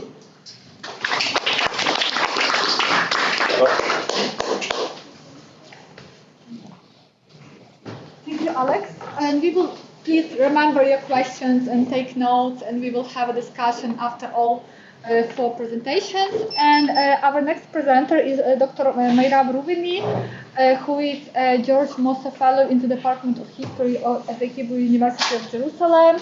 He submitted her dissertation which is titled The Polemic over Hebrew Linguistic Discourse and Modernization in the Trilingual Jewish Press last year. And her research includes modern Hebrew culture and the multilingual Jewish press. So I really think I'm going to continue what Alex has presented very good introduction and some more details. So when we consider modern Hebrew in Ukraine and in the area, the research literature often turns to prominent authors such as Bialik, Brenner, Haim, and significant centers like Odessa, Kyiv, and so on. However, the development of modern Hebrew culture in the early 20th century owes a lot to a more modest and often neglected layer in Jewish life in the area, which is children. The growth of modern Hebrew education, the creation of Hebrew children culture were essential factors in the penetration of the language to secular daily domains. Today, I would like to discuss one aspect of this process, Hebrew learning inside and outside the classroom. We will hear from publicists, teachers, rabbis, and children, and hopefully get a better picture of Hebrew's role in Ukrainian Jewish life in the early 20th century. The drive to regenerate and modernize the traditional institution of primary Jewish learning, the Cheder, was fundamental to the ideology and activity of the Maskilim, who were encouraged, albeit inconsistently, by the Tsarist government. With the turn from Haskalah to nationalism, the negative attitude toward the Cheder was altered as well. As Steven Zipperstein showed, Jewish reformers in the early 20th century perceived Cheder as a national institution, a space which one could guide children toward their rich heritage and shield them from an increasing temptation of acculturation, if not full assimilation, into Russian culture. From Smolensky to Echad Ha'am, the national discourse viewed Hebrew as the ultimate medium to connect Jews to their national legacy. Hence, national activists from the Hebrew camp sought to introduce it in the schools both as a subject and as a tool of instruction. The place to do so was the Cheder Metukan, or the Reform School, which was legally considered a Cheder, and hence unable to provide its graduates with a helpful diploma, but in its pedagogy, curriculum, and technical arrangement, the Cheder Metukan borrowed from modern European pedagogy. Teachers of the Cheder Metukan strive to create a new generation of Jewish children, modern in manners and national in character. Of course, Hebrew language has played a role in the Cheder for centuries, but the traditional translation method, based on repeating a word-to-word Yiddish rendition of the Pentateuch, was not designed to train children to comprehend new texts. The suggested solution of the nationalists was the natural method, or Hebrew in Hebrew, Yiddish. Yitzhak Epstein, a Russian-born teacher in the Palestinian Moshavot, this is a cover of his book, I don't know how much you can see, presented the principles of the method to the East European audience in a prominent journal, Hashiloach, in 1898. The clarity is inspired by pioneering work of European educators such as Pestalozzi and Fauvel. The method aimed to replicate the process of learning to read and write in one's own mother tongue by communicating only in Hebrew in the classroom and using a wide range of illustrative techniques. The students were supposed to gain a primary control of Hebrew and find reading and writing relatively easy. The name, the natural method, reflected the lasting notion of the unnatural life of Jews in exile and the relatively new aspiration to utilize the language, specifically Hebrew, to regenerate them from the foundation, from the children up. As Epstein put it, the unnatural beginnings of the education of our people's children is one of the main reasons of the distance of Israel from nature and practical life. However, other participants in the public debate in the Hebrew press who took the contrary view maintained there is nothing natural about the linguistic reality of Ethiopian Jewish society, where children spoke Yiddish at their home and communities and learned Russian and Polish, and sometimes Greek, Latin, German, and French in order to obtain higher education and secure economic status. And as Professor Bartal says, no Ukrainian is mentioned in this context. Israel Haim Tavyov, a respected publicist and a Hebrew teacher himself, put it sharply. Nature requires that a Russian child will learn Russian in Russian, because that is a language that he and his ancestors and everyone around him speaks.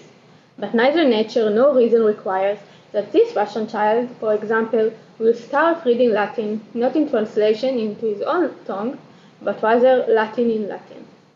These arguments in favor and against the method, which are only tiny examples of a very big polemic in the press, illustrate the discursive context in which Hebrew education was active.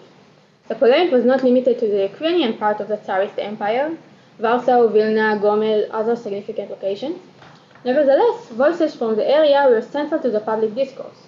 These were not the famous figure of Hebrew literature and cultural Zionism. They left the field, so to speak, to lesser-known writers and teachers discussing the issue from below, according to their experience. A central advocate of the method was Yechiel Yochelchik, later Yechieli, a teacher and principal of a Cheder Metukan in Nikolaev today. Yochelchik pointed out the psychological advantages of Hebrew in Hebrew and the benefit of playful studying suitable for young children who still internalize new ideas and concepts. That was in contrast to the traditional method of abstract memorization and grammar and translation, which made the students emotionally distant from the text. Even what Yochelchik called the known phrases of Song of Shir HaShirim, with their explicitly romantic and sexual context, cannot evoke a genuine reaction from the average Hebrew reader. Yochelchik, who would later be one of the founders of Hebrew education in Jaffa, emphasized value of independence, curiosity, and emotions as essential educational products, bounded with studying the ancient Hebrew sources. He and others contrasted the actual and metaphorical darkness of the traditional Cheder with the presumed light and health of the Reformed version, employing contemporary psychological and pedagogical theory on the way to create the renowned New Jew. The usage of Hebrew in this vision was more than a linguistic choice. It implies a substantial change in Jewish education and hence the Jewish future. The discussion was not just hypothetical. Newspapers like Hamelitz and Asfira received Hebrew enthusiastically and flooded their subscribers with anecdotes about the method's success in towns all over the Pale. The portrait of young children, boys and sometimes girls, enjoying proactive learning and spontaneously chatting in Hebrew strongly impacted the public. In one typical example, A teacher named Moshe Friedman out of Kherson described to how his colleague, who visited schools in Odessa and Yelisvetgard, supported the method while he himself questioned it. However, after witnessing Yuchelchik's cheder, he was convinced and began championing the method both in class and in the press. The specific cheder metukan in Yelisvetgard starred in an extensive report of Yitzhak Nissenboim, a rabbi and a leader of a Mizrahi Zionist. I will bring in an extended excerpt of his article since it really well demonstrates the common talking points about the modern cheder. And he says so, this is only part of it. The rooms are high and spacious and are wonderfully clean. The desks and benches are arranged according to the hygienic rules. But what is captivating the hearts of his cheder visitors is the method Hebrew in Hebrew. In the first class, when they show the children the Hebrew letters and teach them reading and praying, as in the second class, where they are taught Chumash, the teachers say everything in Hebrew and the student answers them in Hebrew. This way of studying by conversation, the movement of the body, the vision of the eyes, and other doings, entertains the child and eases the learning for them. I was proven that indeed this is not a false illusion, a children's game, but a great pedagogical tool that can and should be absorbed in our chadarim. At first, the cheder metukan of Yelisvetgard was supported by the local rabbi Haim Berlin, this one, son of a Nazi. However, after a while, Berlin recognized the substantial change in the educational value embodied in the new institution. His objection was not, as this kind of orthodox reaction is sometimes thought of, a rejection of the secular use of the Holy Tongue. Quite the contrary. He was worried that instead of using the language to instruct Jewish law and teaching Torah, Hebrew had become an independent value, higher than its traditional role. So, too holy, if you can say. Similar rabbinic objection to the cheder metukan was heard in the following decade by Eliyahu Akiva Rabinovich, editor of Orthodox newspaper Hapeles, published in Poltava. According to Rabinovich, the cheder metukan that teaches that children will grow up to be Chetzkel the shoemaker, Gimpel the tailor, Lazer the carter, topics beyond their simple needs. It's a waste and time of money. Moreover, he accused that even when the new institutions teach Jewish subjects, they use Hebrew in Hebrew, leaving the children ignorant of Jewish practice. Rabinovich was also worried about the Zionist hold on the korobka money, the hated communal meat tax that funded the public Talmud Torah. And we heard about the public Talmud Torah just before. Because it was an institution directed to the community's poor and orphan children, with no watching parents to oversee daily activities, enthusiastic teachers could implement pedagogical reforms as they saw fit. The korobka revenue represents the internal struggle to control public education in the community. Orthodox perspective on the cheder metukan also illustrates its unorganized nature, lacking a central body behind it and dependent on the initiative of individuals and local circumstances. And here came Chaim Yezuta, later a founder of Hebrew education in the Yishuv, who was conducting such pedagogical experiment as a young teacher in Yekaterinouslav already in the 1890s. For him, Hebrew in Hebrew was, and I quote, almost the last attempt to tie the hearts of our sons to our language and people, give them Hebrew spirit, revive our people. He called for a teacher convention that will allow the unification of Hebrew education across Jewish communities, but was unable to realize it. So, as we saw, Hebrew education of the reform of the early 20th century was a movement of individuals who could gain a significant influence on their students. Let us see a heartening example of how unknown teachers open new paths for children in remote communities in Ukraine. A group of 5 boys related in a letter that after 5 years of studying mainly Talmud with so-called old teacher, arrived in the small town a young teacher from the Kyiv county. This passionate pedagogue, I hope you can see something from this nice letter, introduce them, aside from Bible with traditional commentary of Rashi, also Russian, math, and modern textbook for Hebrew. This text appeared in the children's magazine Haprachim, Flowers, published weekly in the peripheral city of Lugansk, by the rabbi and educator Israel Binyamin Levne. Like its better-known predecessor, Olam Katan, Haprachim included literature, scientific articles, news, and illustration, and it also regularly published letters by young readers.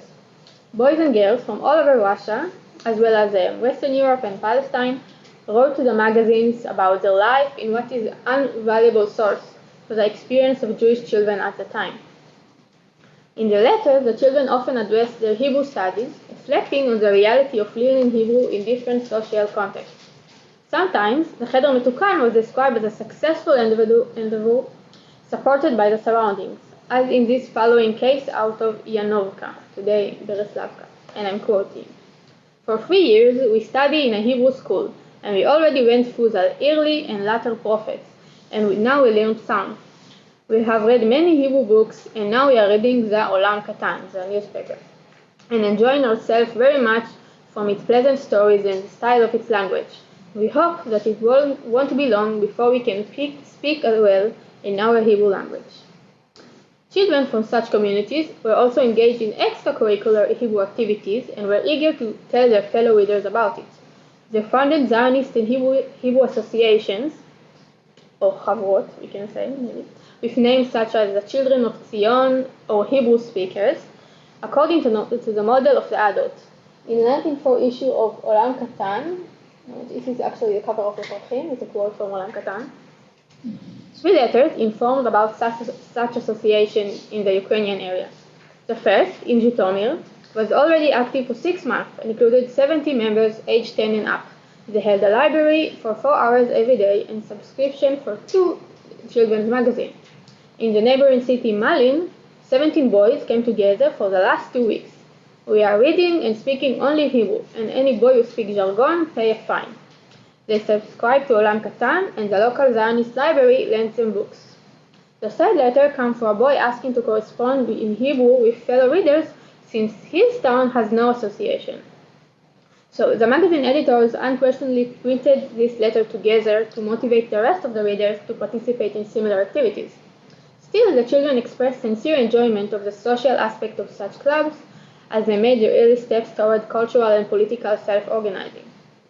As the third letter showed, many children also lived in places where Hebrew culture was minor, whether it was a small village with no real Jewish communities or a big city like Kyiv, where they struggled to establish contact with fellow children with Hebraist and Zionist interests. Girls, who were also part of the Cheder Metukan in some places, but their Hebrew education was still not common, also expressed loneliness in their letters. For these children, male and female, the Hebrew magazines serve as a virtual friend, almost an imagined community, as cliché as this expression is, of children learning, reading, and playing in Hebrew. So, children in Tsarist Ukraine have been exposed then to many forms of modern Hebrew, innovative teaching, leisure reading, and social clubs. They also actively participated in this emerging culture inside and outside the classroom. In this case, the cultural agents were neither famous author nor non-politician, but rather anonymous teacher, swayed by the public discourse in the press and taking advantage of the existing communal structures. However, these practices struggled to find place in the conservative environment. From the Orthodox viewpoint, the Hebrew in Hebrew method was perceived as a threat to the continuity of traditional learning and practice of Judaism. At the same time, many modern Hebraists saw the method as an intriguing idea at best, almost a fantasy that could never be realized.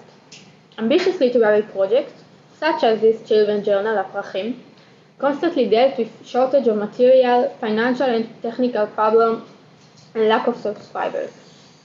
Data from the period display the hardship of this process clearly. A very famous 1912 report of the OPE about the situation of the Cheder in the Pale of Settlement found its pedagogic and hygienic conditions to still be deplorable, especially in the Ukrainian area. The organization's delegates also reported that the spreading of the Cheder Metukan and Hebrew in Hebrew method was not impressive even 15 years after the method was first introduced in the Hebrew press. In the Dnipropetrovsk Oblast region, only 3 Chedarim used Hebrew in Hebrew. In Volhynia, it was nowhere to be found, as were school libraries and teaching accessories. Even the level of command in Jewish fundamentals, such as Bible or praying, was insufficient in many places the inspectors visited. So, how can we settle this data with the previous sources about the state of Hebrew education? One possible explanation is that of the OPE delegates, who explained the unique circumstances of Jews in southern Ukraine, contrary to Lithuania or Poland, as caused by the relatively new communities in this area. These communities has neither the history that would protect the traditional instruction of the Cheder, nor the confidence in the Jewish knowledge to reform this tradition according to changing times. Another explanation, which does not contradict the former, is the instability of the Cheder Metukan and the lack of support from the immediate or greater Jewish community that did not allow even the most consensus to continue function in the long term. Figures like Qipchaq and Zuta and others left for Palestine. I'm sure Miriam will speak about it. And those who stayed did not have the means to develop Hebrew education further. You should also remember that while in Poland and Lithuania, the beginnings of Hebrew education were translated in the inter-war area to the extensive educational networks such as Tarbut and Yavne and so on, the political situation in what became Soviet Ukraine did not permit a parallel process. So I would like then to conclude this with a call to consider the history of this area of Jewish culture through the lens of local activists, young audiences, popular media, and peripheral communities. As a case of modern Hebrew education enlightened, the important role of unknown teachers and children's newspapers as agents of modernity and change against the backdrop of existing social structures. So as this project of me is still in progress, it's also a fruitful direction, I think, for other aspects of Jewish history in the area. Thank you.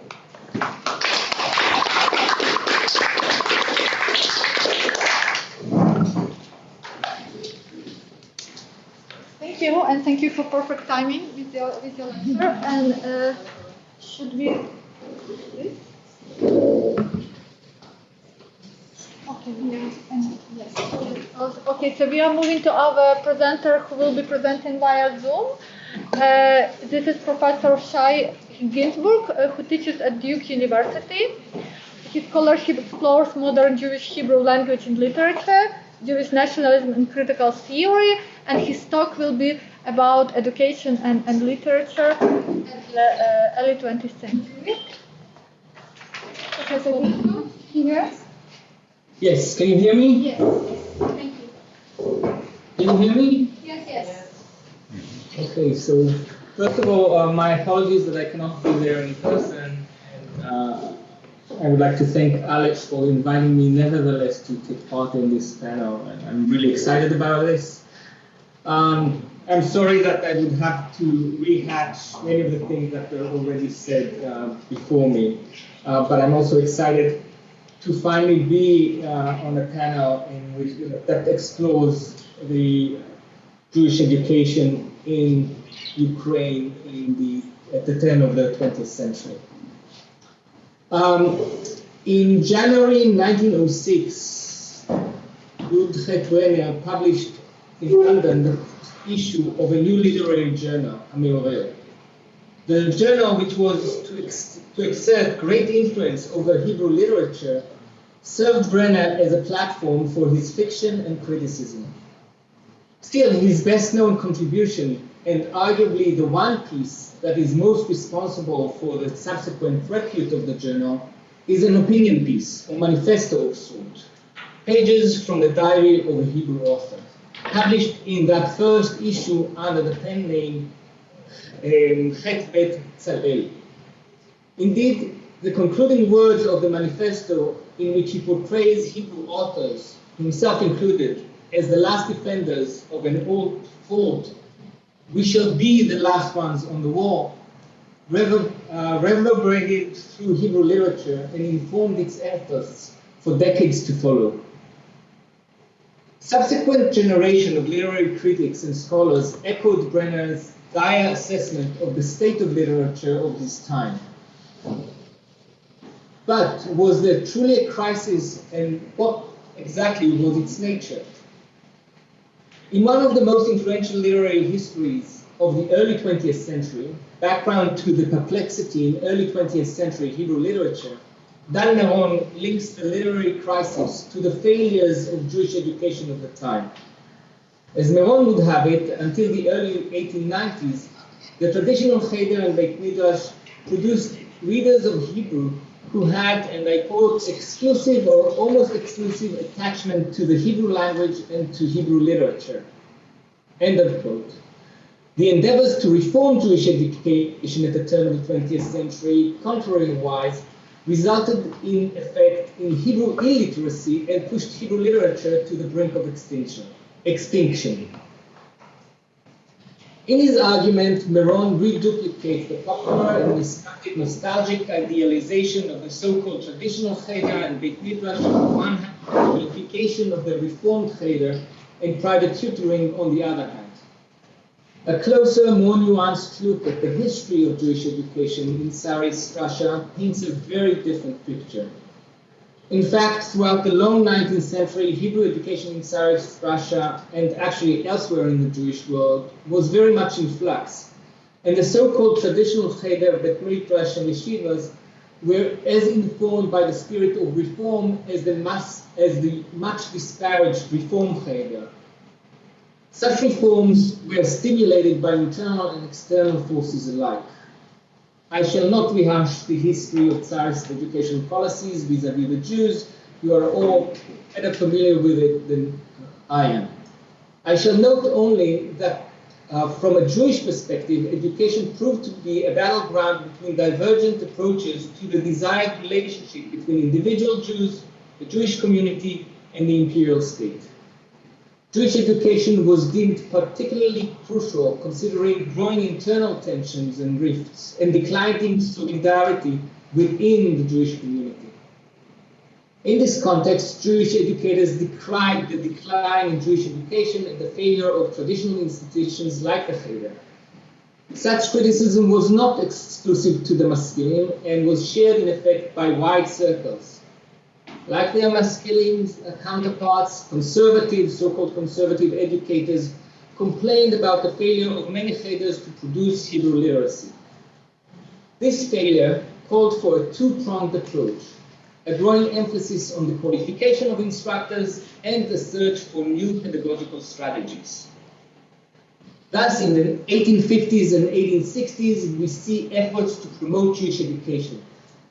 As numerous memoirs tell us, and as the boom in the printing and reprinting of Hebrew textbooks and of textbooks in Hebrew evince, Hebrew language instruction indeed spread. But we should not fail to note its class characteristics. By and large, Hebrew language instruction was deemed an addition to, rather than an integral part of, the traditional curriculum of the Cheder and Beit Midrash. It required private tutoring, which was obviously within the means of middle and upper class families only. The 1880s marked, however, a sea change in the question of Jewish education and as part of it in Hebrew pedagogy. This, I would like to suggest, was not so much an outcome of the shockwaves affected by the anti-Jewish violence in the early 1880s, as is commonly held, but rather of changed government policies under the rule of Alexander III.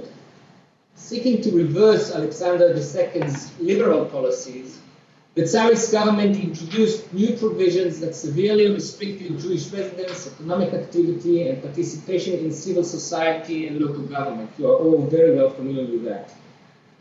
The effect of these measures was exacerbated by the rapid growth of Jewish population. Whereas the number of Jews in the Russian Empire halfway through the 19th century is estimated at 2 million or so, the 1897 census counted some 5.2 million. As ever more Jews were ever more confined geographically and economically, they crowded into a few branches of employment, artisanship, commerce, light industry, and agriculture, competing with each other over diminishing resources. The result was an impoverishment and pauperization of the Jewish masses, and with it a rise in tension and antagonism within Jewish communities. As the growing restrictions on white-collar employment suggest, the Jewish middle class was one of the targets of government policies. It was particularly hurt, the Jewish middle class, by the 1887 introduction of the numerous clauses on Jewish students in Russian schools and universities. As a result, by the mid-1890s, the absolute number of Jewish students fell by nearly 40%. The Jewish middle class thus lost not only much of its prospects for white-collar employment in the civil service, military, and free professionals. Even more importantly, it lost the main mechanism and incentive available to it for integration in the general society and through it for economic advancement. The Jewish middle class, which thought it was on its way away, spatially and economically, from the Jewish community, found itself shackled to it. In response, the Jewish middle class turned its attention to the state of education within the Jewish communities and sought to reshape it to match its needs and desires, i.e., to teach its children skills that would allow them to sustain the middle class status and enable them social and economic mobility. Whereas, as noted above, endeavors to reform Jewish education and Hebrew instruction were not new, these endeavors gained momentum in the 1880s and intensified further towards the end of the decade and through the 1890s. Spreading through the Pale of Settlement, Congress Poland, and beyond, these endeavors informed the entire field of Jewish education, including so-called traditional or conservative education in cheder, Talmud Torahs, and yeshiva, up to the outbreak of World War I and in effect well beyond. Yet the institution most identified with it was the Reformed Cheder. Within 15 years or so, nearly 1,000 Reformed Cheders were established, teaching between 15,000 and 20,000 boys and girls, about 10% of all school Jewish children. A decade later, on the eve of World War I, the number of Jewish children in such institutions was doubled. The Jewish middle class proved to be instrumental for these endeavors. On the one hand, middle-class families funneled resources to such endeavors through tuition, donation and gifts, and backing fundraising efforts. On the other hand, young men and women who were now barred from advanced studies and from occupation befitting their skills became the primary, though not exclusive, agents of such endeavors. They spearheaded initiatives, participated in growing numbers in them, and most importantly, became teachers, instructors, and tutors. Most importantly to our discussion, they became the agents of new Hebrew pedagogy. Hebrew, as was mentioned a number of times already today, was placed at the curricular core of the Reformed Cheder. To emulate public schools, Reformed Cheder put forward a curriculum that included math, history, physical education, and Russian, and sometimes Polish, but most of the curriculum was dedicated to the acquisition of Hebrew proficiency. In some cases, all other subjects, but for foreign languages, so-called foreign languages, were also taught in Hebrew. Unlike traditional Jewish education, the Hebrew of the Reformed Cheder was taught as a living language with emphasis on oral proficiency. Still, the ultimate pedagogical goal of the Reformed Cheder, for which Hebrew oral proficiency was deemed merely as the most effective means, was not unlike that of the traditional Jewish education, namely Hebrew literacy. This renewed emphasis on Hebrew literacy turned teachers and students alike into the core of the readership of Hebrew literature of the 1880s and 1890s. We can now retell of the rise of modernist Hebrew literature at the turn of the 20th century from the perspective of its readership. This history, I would like to underscore again, is closely tied to the history of Jewish education and more specifically to the ongoing reform of Hebrew education. The first agents of highbrow Hebrew secular literature, so-called secular literature, as it emerged in the 1880s and 1890s, both as writers and as readers, clearly belong to the middle and upper middle classes. They acquired the Hebrew in the 1860s and 1870s within the context of a simultaneous growth of Russian and Hebrew literacy among the Jewish middle classes. On the one hand, a growing number of Jewish young adults, both male and female, made their way to Russian schools and universities. On the other hand, Hebrew became an ever more important component of Jewish education. Jewish young adults studied the language as an extracurricular subject, in addition to their traditional Jewish education, either through formal private tutoring or informal mentoring. Hebrew literacy became a marker of a certain segment of the Jewish middle class, of those who shied away from Russification on the one hand and sought to distinguish themselves from the Jewish lower classes on the other hand. During the continuous crisis of the 1880s and 1890s, Economic and political pressure played a key role in shaping and forming Hebrew leadership. As paths to integration in non-Jewish society closed out to the Jewish middle class, both in terms of employment and in terms of education, young men and women found themselves in worsening economic circumstances and forced back into Jewish economy, culture, and education. Abandoned and cast off by Russian civil society, these young men and women turned to Hebrew literature, seeking there what they previously sought in non-Jewish literature. Be the motivation of these young men and women to turn to Hebrew instruction as it may, fast-spreading Hebrew education played a key role in the circulation of literature. No longer exclusively focused on the Bible, the Mishnah, and the Talmud, Hebrew pedagogy relied ever more on Hebrew fiction and poetry as proof texts.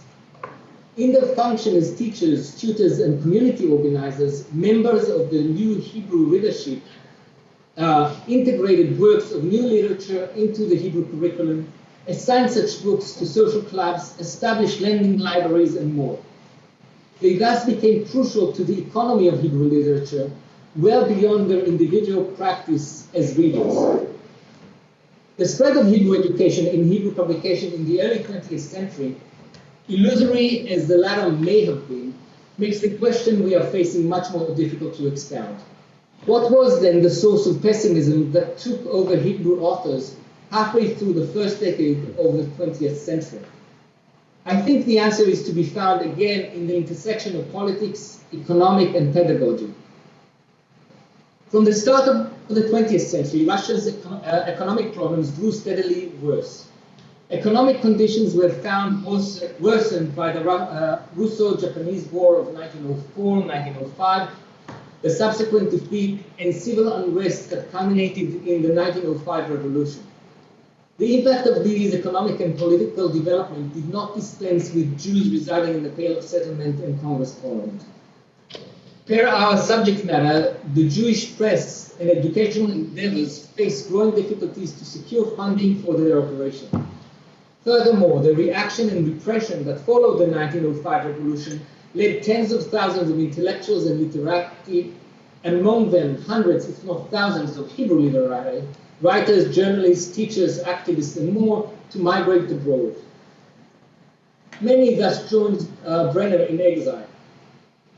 That has not undercut, however, Hebrew readership in the Western realm of the Tsarist Empire. Still, this is not only a story of depleted writership and perhaps also readership. For Brenner articulated a growing concern among Hebrew writers regarding the literacy of their readers. Indeed, Hebrew literacy was spreading and growing, but the kind of literacy it produced was not the one hoped for by authors of Hebrew literature. Reformed Hebrew pedagogy was quickly transforming Hebrew. The pedagogical emphasis on oral performance formed and shaped by the pedagogical emphasis on oral performance formed and shaped the very language. Hebrew instruction focused on the narrative and poetic sections of the Bible, excluding the legal and philosophical sections, on Jewish liturgy, and on contemporary Hebrew literature. Very little of the Mishnah and the Talmud, responsa literature, and medieval philosophy made it into the curriculum, and only at the upper grades, if any, were held.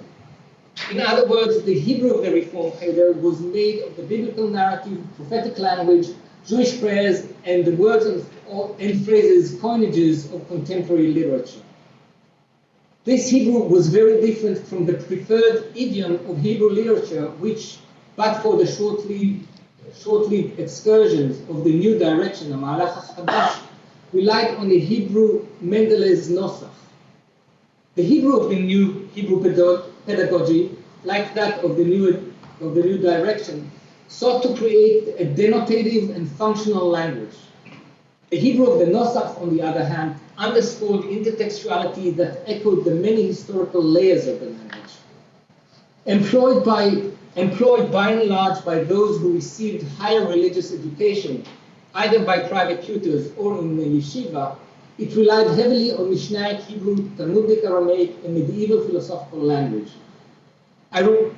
Such a Hebrew became ever more removed from the language of the Hebrew student who was exposed to these divergent layers of the language only indirectly, mainly via literature itself. As the new generation of Hebrew readers lacked the exposure to historical Hebrew, literature was quickly losing one of its main aesthetic as well as thematic tools.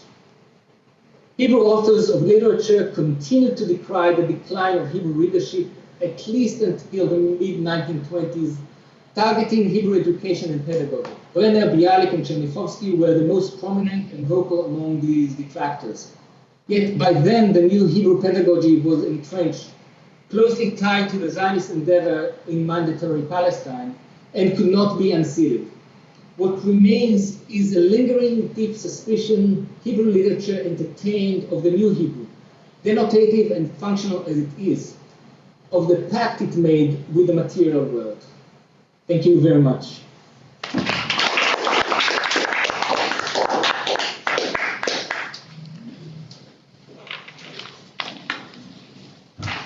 Thank you, Professor. I should not do anything with technology. No. Okay.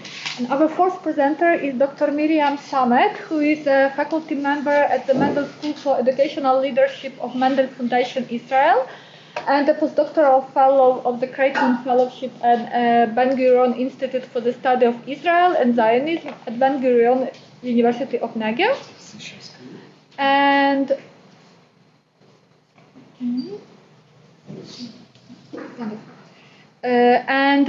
he's also an author of an upcoming book titled We Were the Novelty, which is going to appear in the near future at Magnus Publishing as well. And everything is working? Yeah. Thank you, Laura. The floor is yours. Just a minute. I'm trying to make it more clear. So, good afternoon. I hope you have still some energy to hear another paper.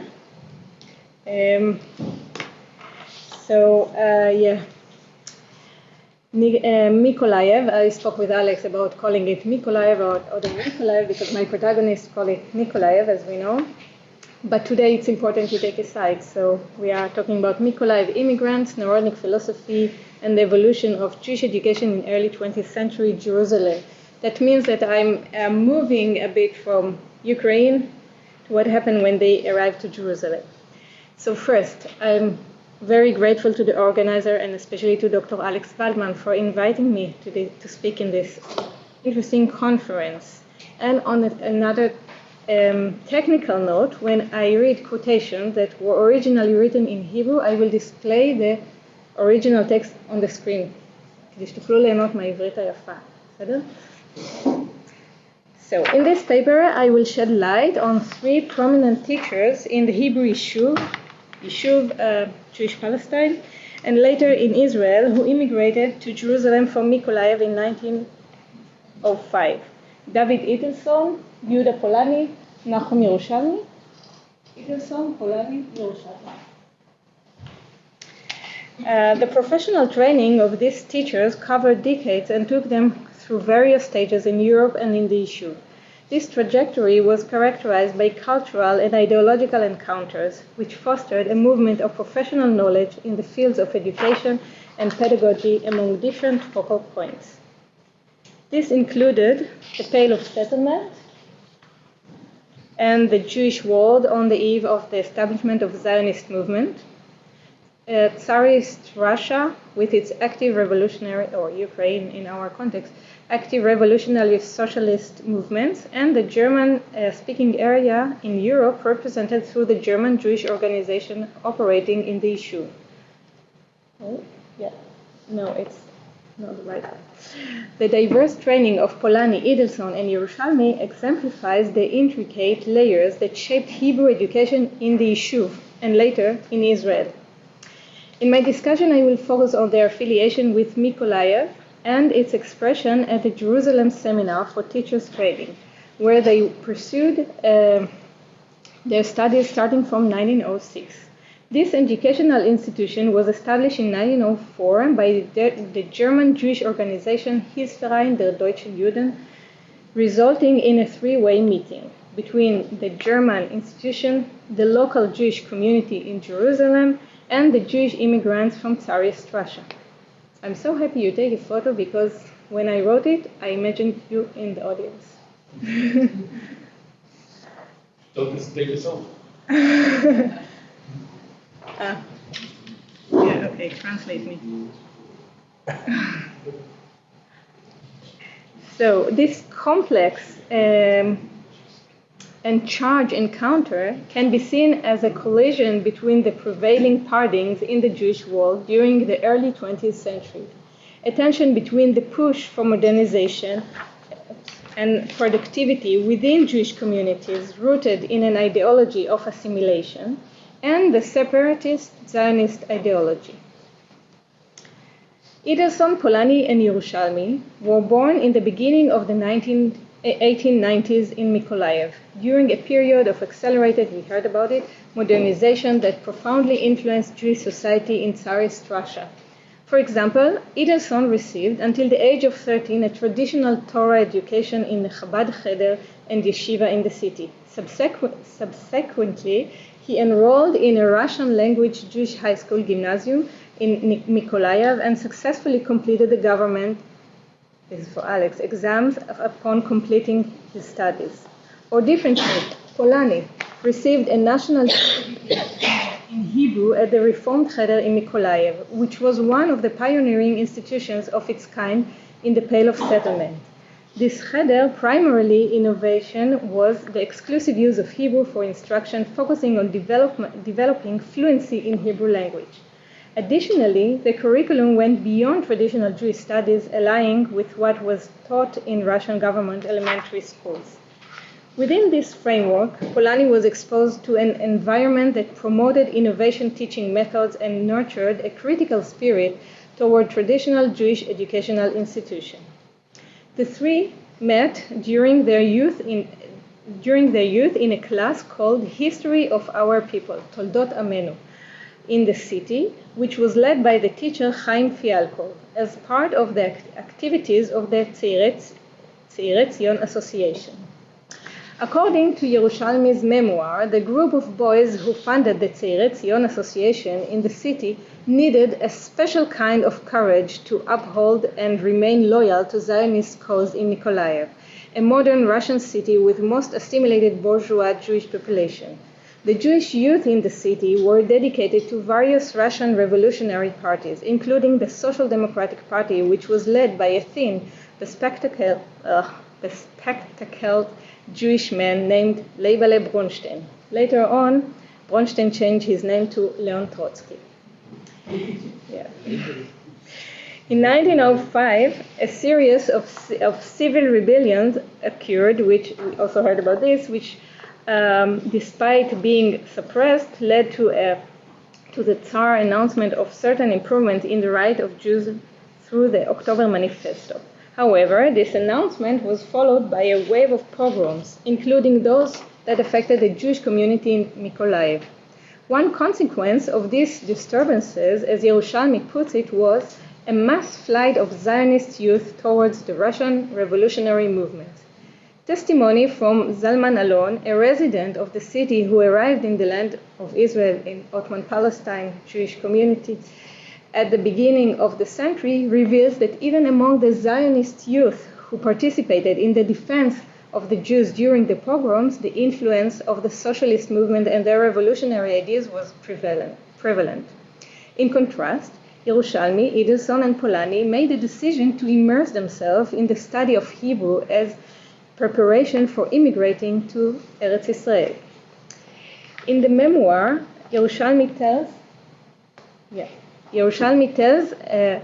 that while most of his friends in the Tzeirei Zion Association considered his decision to immigrate as crazy, he found a dedicated and loyal friend among them who stood by his side and made the same decision to immigrate. That was David Edelson. Shortly afterwards, Polani joined them. Yerushalmi emphasizes the significance of the fact as the first three pioneers from their city who embarked on the initial Aliyah all dedicated their efforts and entire lives in Israel to the work of education and teaching. Upon their arrival in Jerusalem and after discussing their future plans, the three friends made the decision to enroll in a promising new institution for teachers training and become teachers in the new Hebrew schools in the Yishuv. Despite choosing the Zionist path, the influence of the Russian movement still resonates within them, as Yerushalmi recounts. During our enthusiastic conversation and moment of decision, we recalled the heroes of Narodnia Volia, who ventured out to the people to spread the light of education and freedom, dedicating their entire lives to this cause. Inspired by their example, we formed a united alliance for work and study. In late 1906, the three friends commenced their studies in the seminary, which followed the German curriculum standards of the time. They shared a room in an apartment on the outskirts of the Bukharim neighborhood in Jerusalem, establishing the Mykolaiv nucleus of a communal student group. Some words about the German Jewish Hebrew seminary in Jerusalem before we continue with the Mykolaiv commune. The Jerusalem Seminary, established in 1904 with support from the German organization Hilfsverein der Deutschen Juden, was the only teacher training institution in the Yishuv and also in Ottoman Palestine at that time.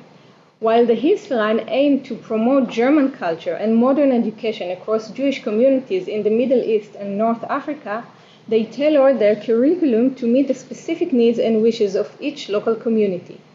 Consequently, the Hilfsverein institutions in Ottoman Palestine incorporated the study of the Hebrew language and embraced a religious lifestyle in accordance with the prevailing customs within the local Jewish communities. Interestingly, the institution was commonly referred to as the Hebrew Seminary within the Jewish community, as reflected in the official correspondence of the Hebrew Teachers Union, Histadrut HaMorim. From a Zionist perspective, the Hilfsverein served many of the educational functions that the Hebrew Teachers Union and the Chovevei Tzion movement desired to establish. However, due to the limitation of their financial, organizational, and professional capacities during that period of their development, they were unable to do so. Therefore, the active Zionist teachers in Jerusalem embraced the work of the Hilfsverein and taught at the seminary. Notable figures such as, I couldn't prevent myself, Haim Aryazuta, Eliezer Rokach, Yeshayahu Peres, Yechiel Michal Pines, David Yelin, and Yosef Miyuchas, who were part of the local Zionist movement, worked alongside German Jewish teachers who had come to Jerusalem from abroad. The Hilfsverein, and particularly the seminary in Jerusalem, are often recalled in Zionist collective memory as being opposed to the idea of teaching in the modern Hebrew language, Ivrit. While I cannot delve into this public conflict episode, the War of Languages from 1913, and explore its nuances here, I will instead focus on the significant role played by the Mykolaiv commune in the events leading up to this conflict. The seminary students played a role in shaping the relationship between the Hilfsverein and Zionist institution. The student body consisted of two main groups: the graduates of the Lemel Elementary School in Jerusalem. Here's the photo. It's written here in Hebrew and also in German. It still exists in Jerusalem, this building. So the graduates of the Lemel Elementary School in Jerusalem, who primarily from the local Sephardic Jewish community, who seamlessly integrated into the seminary. They were mocking referred to as Lemelach. It's small ships in Yiddish. And the Eastern European immigrants, including the Mykolaiv commune, many of whom were affiliated with the Poalei Tzion or Hapoel HaTzair, collectively referred to as the Russians by everyone at the seminary. Already in the beginning, tensions arose between the seminary management and its East European students due to a fundamental gap. The immigrant student who had experienced pogrom and socialist coup attempts differed from the local Jerusalemites who were accustomed to the involvement of Jewish philanthropic organizations in their education. The immigrant students were generally older, more educated, and had a strong Zionist orientation. They had different political and professional ambitions that were not accommodated by the seminary. Yerushalmi vividly described their experience at the seminary. Upon entering, our initial impression was not the cultural subjugation, but the political subjugation that permeated every aspect of the institution. From the very beginning, we felt torn, particularly by the chauvinist and double patriotism emphasized by Ephraim Cohen Rice, the school principal, the loyalty to the Austrian and the German empires. We lamented, feeling indignant, and that after fighting against the tyranny of a single emperor in Russia, we now found ourselves in our own land, compelled to serve two emperors simultaneously. The Eastern European student, along with other immigrants from the Pale of Settlement during the immigration waves from 1904 to World War I, brought revolutionary political ideas and the means to put them into action. They believed that this was the time for young people to have a significant impact on the political leadership, even to lead it. Recognizing the national necessity, the members of the Commune emphasized the importance of maintaining Hebrew as the exclusive language of communication. While it was acknowledged and accepted that we, Russians, were prone to all sorts of madness and nonsense, our spirit prevailed and the Hebrew language dominated all our conversation. In spring 1908, the members of the Commune created an underground newspaper called The Cricket. I don't know if you can see it, but you can really read it if you get closer. And distributed it in the seminary, marking the beginning of the agitation that later led to the so-called War of Languages. Yerushalmi shared the day's event with his sick friends in the flat, discussing the despised math teacher, Dr. Siegfried Rothenberg, which inspired them to write and publish their wit and thoughts. Idelson, the initiator, took charge of the technical aspect, acquiring materials and preparing ink for the duplication using a hectograph. Yerushalmi explained that due to their experience in the methods of the Russian revolutionary underground, they were able to organize the seminarians and incite them to rebel against the Prussian regime of the Hilfsverein. Upon the distribution of the Cricket, the seminary was thrown into turmoil. With the director actively searching for traces of the revolution, it was widely speculated that the Russians, known as the conspiracy expert, were behind the newspaper. The seminary's teacher suspected the members of the Mykolaiv commune and aimed to prevent similar activities in the future. Shortly thereafter, the Teachers' Council of the seminary introduced new regulations, including a ban on visiting public institutions and attending popular assemblies, which primarily involved Hapoel Hatzair activities. The regulations were enforced by linking them to the allowances provided by the seminary student by the Hilfsverein.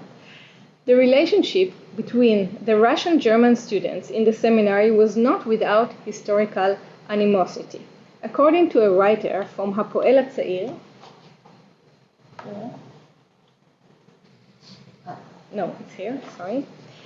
at that time, the teachers viewed the immigrant students as Russian revolutionaries and subjected them to harsh punishments in an attempt to civilize them. People who read Yiddish can see also the double meaning of civilize, to make them mensch.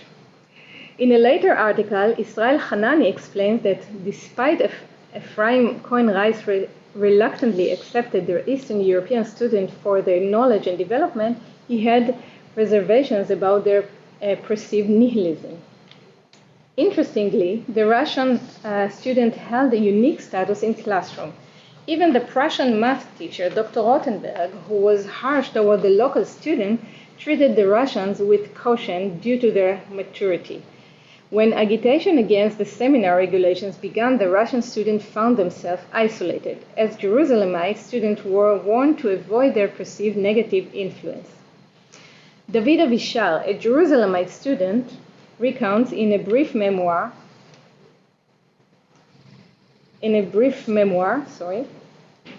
that significant changes were implemented the following year, leading to the subjugation of the student.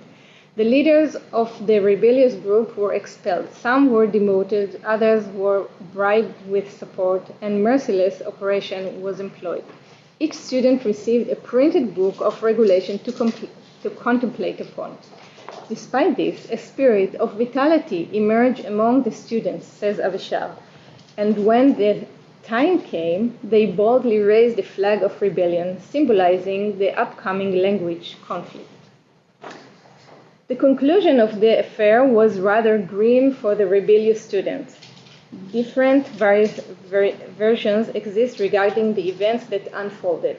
Some say that the teacher repeatedly changed the exam date unexpectedly, while others claim that the student did not bother to prepare. However, the agreed facts are that on the day of the exam, 5 students refused to answer the questions. Edison did not receive a certificate at all, while Polanyi and Yerushalmi received it only a year after. To summarize, the main point of contention were the strike discipline and punishment in the seminary, which were seen as excessive by the Russian immigrants.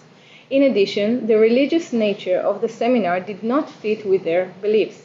Another important issue, which I could not really delve into, highlighted by Polanyi and Edison, was the lack of professional training in language instruction, meaning Ivrit, and modern pedagogical practices. The tensions between immigrant Zionists and local non-Zionists, as well as immigrants who arrived in different waves to Jerusalem and the Hisverein, led to extreme positions and a public conflict in 1913. This conflict resulted in mass resignations of Hebrew teachers from the Hisverein and the establishment of a Hebrew education system under the Zionist organizations. Nevertheless, despite negative publicity at the time, the Hisverein made a significant contribution to the spread of the Hebrew language. Thank you.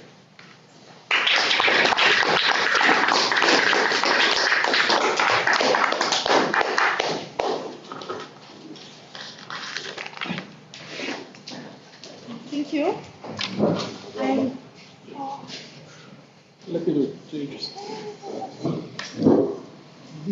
כשהייתי בכיתה ד' היה לי עיתון בהקטוגרף שחילק. אני חושב שאני היחידי פה שהיה לו בבית הקטוגרף. Okay, so thank you for all of the presenters for brilliant timing, because we have entire half an hour for the discussion, and everyone is welcome to ask questions to everyone. Who wants to start? Can I ask Alex, where did the big machers in the Zionist movement in Ukraine send their children to school? These schools you described were for the masses. Now, to get into university, you had to have Greek, Latin, and Russian. And to give a child Ivrit B'Ivrit was to kill their possibility of going to university. It was stabbing it to death. My assumption is that the leaders made sure that their children did not waste time with Hebrew. Without having a kind of document-based answer, in each of the cases I can think about. I'm quite sure that the Hebrew schools were intended to address, to be related to the masses, to be taught to the masses. And the general notion everywhere then in the Russian Empire was that elementary education is for the masses, and that the middle class, intelligentsia, is starting their formal studies in the gymnasium. So naturally, although this whole discussion about Hebrew education, at least inside the Russian Empire, focuses on the masses, not on the elites. At the same time, as Shai said, they described, this time is a time of turmoil because of the numerous clauses, because of the emergence of an alternative Jewish system of education, including secondary education. I think that things might have begun to change. Because if there is a Jewish system of education, I think that at this time, there is a beginning of this normal ladder of education, starting with elementary school, going on to secondary school, and so on. And I think that, again, in the 90s, it was definitely for the masses, but later I think that things began to change. So it's a period of change. Basically, the basic answer is yeah. I agree. May I say something in response?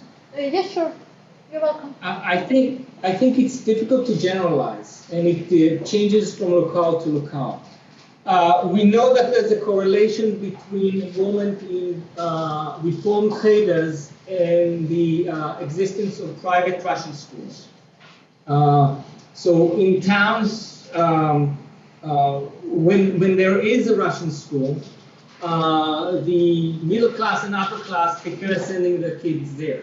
But when these Russian schools shut down or stop admitting Jews, then the enrollment in Reformed Cheders spikes very quickly. And there's some statistical data analysis of that from the time.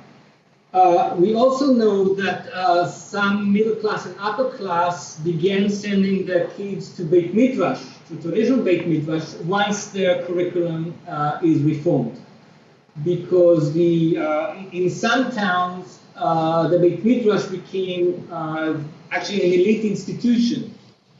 And enrollment we have complaints of lower middle class and lower class families about how they were pushed out of the Beit Midrash because the seats were filled by children of families of the upper middle class. So again, it changes from depending on the local circumstances. Professor Bartal? Your presentation, I think, is a very important case study to have a better understanding of the emergence of modern Israeli culture due to the fact that it represents a phenomenon that was also discussed by you, but in a different manner, and that is the fact that imperial cultures, so-called state culture, were brought to Palestine by periphery of the periphery. We have a double case of peripheries here. By the way, it repeats itself with the case of the Alliance Israélite Universelle and the French educational presence, where most of the teachers were actually people from the periphery of the French culture, imperial, if you like, so-called imperial culture. And this case is much telling because actually part of the elite, what today's Israeli politicians call the old elite of Israel, emerged not, sorry, I'm not joking now, emerged not from places like, as you said, St. Petersburg or Moscow, and even if they came from there, like Ben Zion Dinur, for example, they came from a small place, Erget Salok, in Ukraine. Okay? Same goes for our cases. So this case of the school is presents in a way, if you like, a specific case of, if you like, imperial colonial cultural presence, but as I said before, kind of a second grade presence. One more comment is the Avissar that I studied him in a very different manner because he was from Hebron, as you remember. Mm-hmm. It was a Sephardic family. And later on, he studied the history of the old Yeshuv, the Sephardi old Yeshuv in Palestine. And he represented, in a way, the other imperial aspect, and that is the Ottoman. You know, if you know, there was a small group of Sephardi intellectuals in turn of the century Jerusalem and Jaffa, who had the idea of being Ottoman Jews, pro-Arabs, by the way, combining Arab nationalism and Jewish nationalism. It's totally forgotten, but for scholars who know it, have this also in mind. And it's very interesting to have a thought of what those people who came from the Ukraine and what those people who came from Hebron had to think about the other population in Palestine. And of course, you know that the most militant were those so-called left-wingers, and not those people who came from Hebron, the Sephardi. This was Hebron before 29, have in mind. Okay. Thank you so much. Also a question to Ruya. Shame on you. אם לא היית אומר, אף אחד לא יודע. בטח אתה יודע שעכשיו אני אעמוד דום ואגיד. You are spoiling the youth. Spoiling the youth. This is youth. The noir says a brava. This is an old-timer. Avraham Shapira said that. You know, in Petach Tikva. Yeah. Okay, local jokes. Yeah. Of the previous century. I have all the elites. All the elites. Can I have? Hi. So you mentioned Brenner at the beginning and the crisis, right? We are the last on the board. It's a very continuing notion. Also, Yudalev Gordon, like Ayama is the last of Ani האחרון משוררי ציון. I mean, through my research, the notion that Hebrew is any minute, like next week is going to sting. Next generation doesn't know Hebrew. It's a very lasting notion that's going from generation to generation because the context of the language is shifting so dramatically in the 19th century through all processes, Jewish and general. People changing languages, people changing their orientations. So I think it has this social and economical facts that of diminishing within public, but also it's kind of everlasting notion about like, the youth doesn't know Hebrew. Hebrew is going to disappear. People are still to this day, of course. Exactly. I don't know. Anything you said was good. שי, לא שומעים. משום מה. Yeah, sorry, my mic was muted. The sound quality was not great, but if I understood you correctly, I agree with you. The notion that the next generation is not going to know Hebrew has been with us for many, many decades. It's still, it's still present in the Israeli press to this very day. I think it changed dramatically with the demographic explosion in Russia. Part of the issue that we are talking about is demographic pressure. And what do we do with it when the population more than doubles itself within 50 years? The question is, how do we shape an educational system that can serve these? And these are the questions that actually all Jewish educators mainly in the Ukraine and Belarus are trying to address. So it's not merely a matter of intellectual history, or I'm trying to shift the argument from intellectual history, in which it has been discussed quite often, into consideration of the materiality or the economic circumstances in which these ideas were circulated. Yeah. Just to give another comment to your question about the anxiety to lose the Hebrew in the next generation, I think because I continued with my research about Hebrew education, that only when it was clear in the Jewish community in Palestine that Hebrew will last, then the status of the teachers started to decline. So until the 30s, the teachers were men mostly, and it was a status to be a teacher in Palestine, in the Yishuv. But when it was clear that everyone speaks Hebrew, they will speak Hebrew, there's a system of educational institutions that continues this teaching in Hebrew and Hebrew content, then the status was starting to decline, and the feminization process started. So you have a recipe for the improvement of system of education?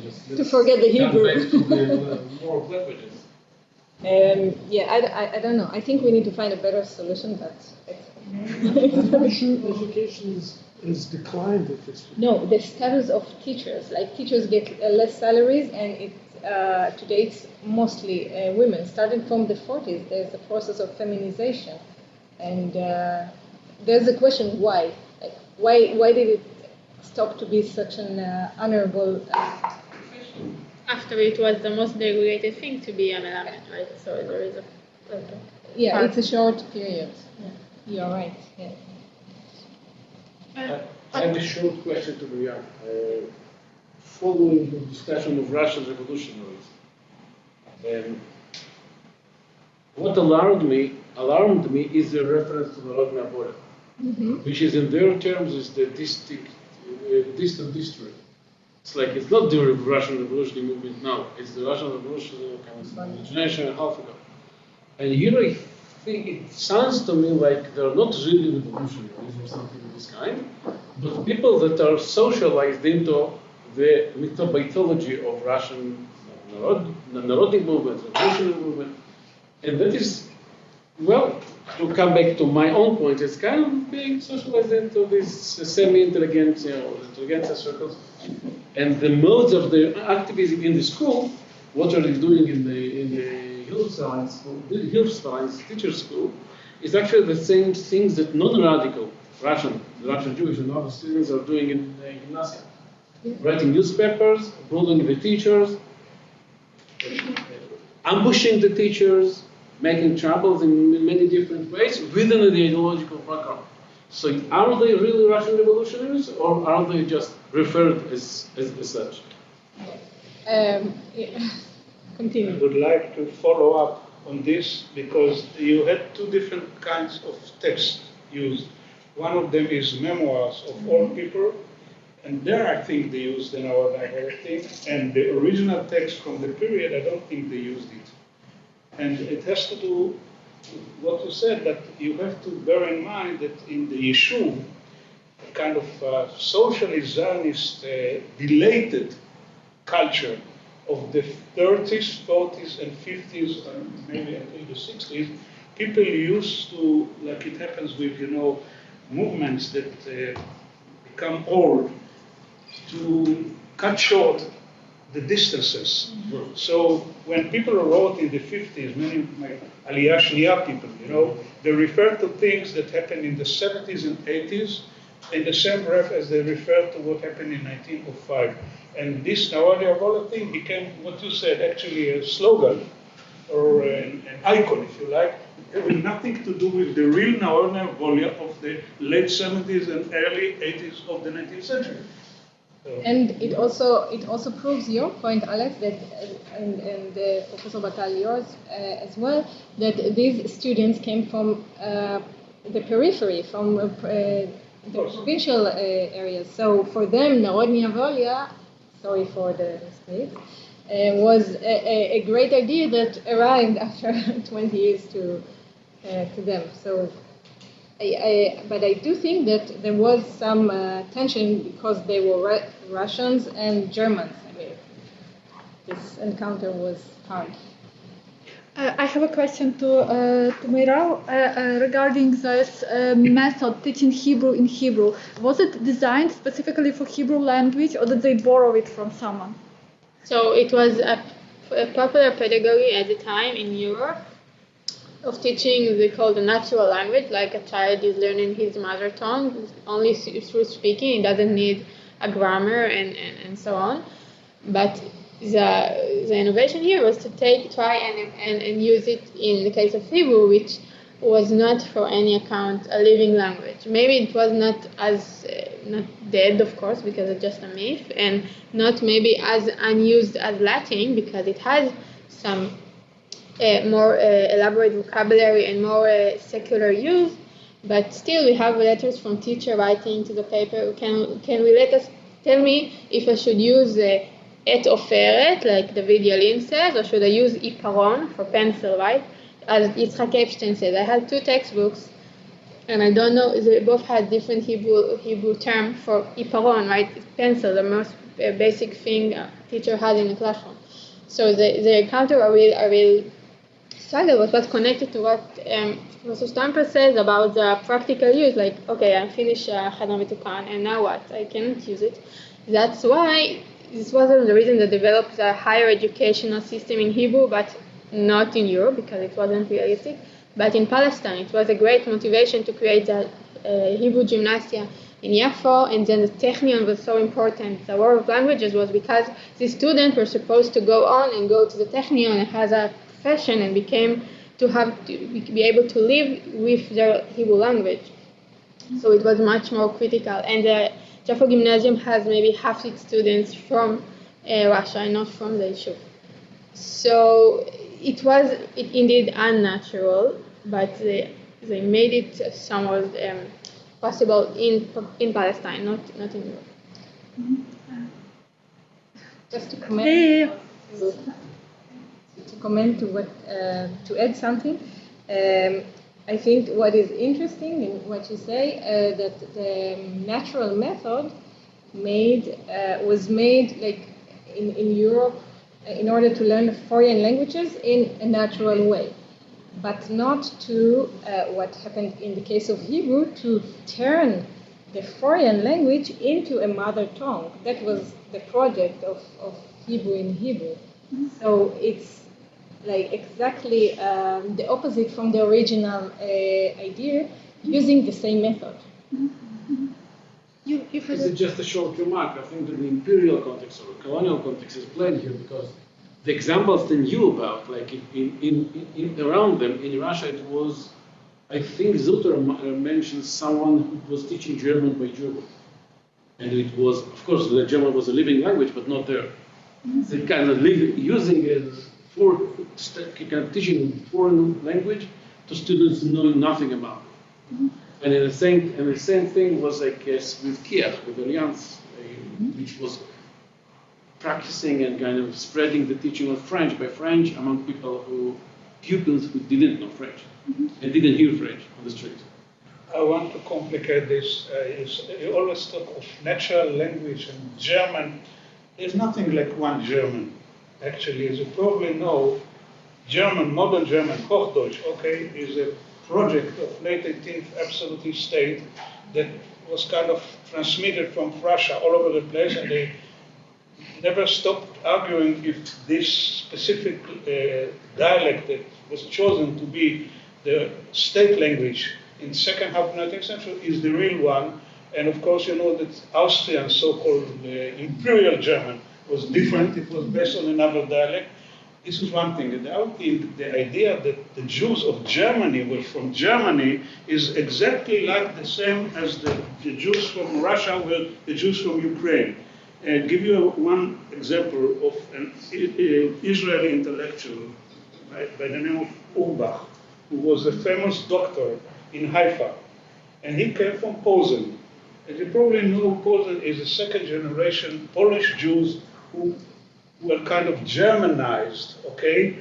And this Mr. Urbach went back to serve in the German, Imperial Army during World War I, and then came back to Haifa.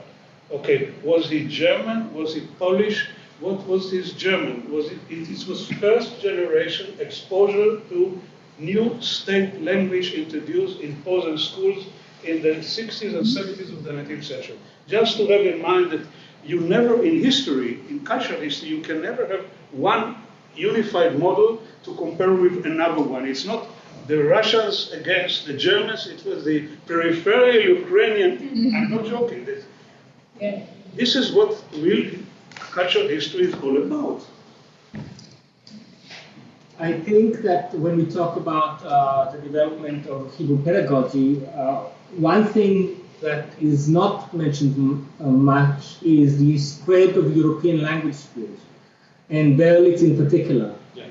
We do have already in the 1840s and 1850s books that claim to adopt the Berlitz system to the teaching of Hebrew, of the Hebrew language as a living language.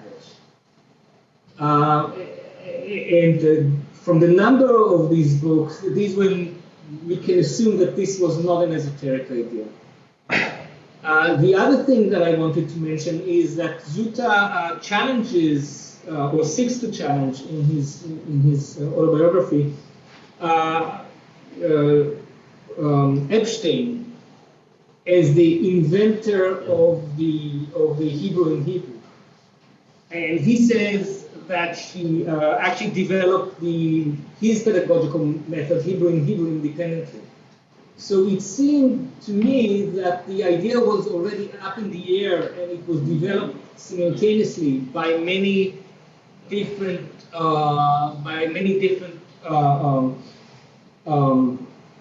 teachers. Ben Yehuda claims that it's actually David Yalin who developed the system, Hebrew in Hebrew, at the Allianz School in the late 1880s. So it seems to me that many teachers came to the same conclusion that this is the best pedagogical practice. Last thing I would like to mention about Zuta is that, again, in his autobiography, he claims that when he went to Germany to study, as Alex noted, he studied Hebrew in the Sephardi, Behavara Sfaradit, from his German professors in Berlin, which again is very Sephardi. So the whole argument, the center of Havara Sfaradit was Ottoman Palestine, perhaps should be thought because other people were into that as well, not only in Palestine but also in Germany, in Russia, in Ukraine, and what have you. Okay, I think we have to finish. It was a long day. Thank you everyone for participation, and see you tomorrow. Thank you.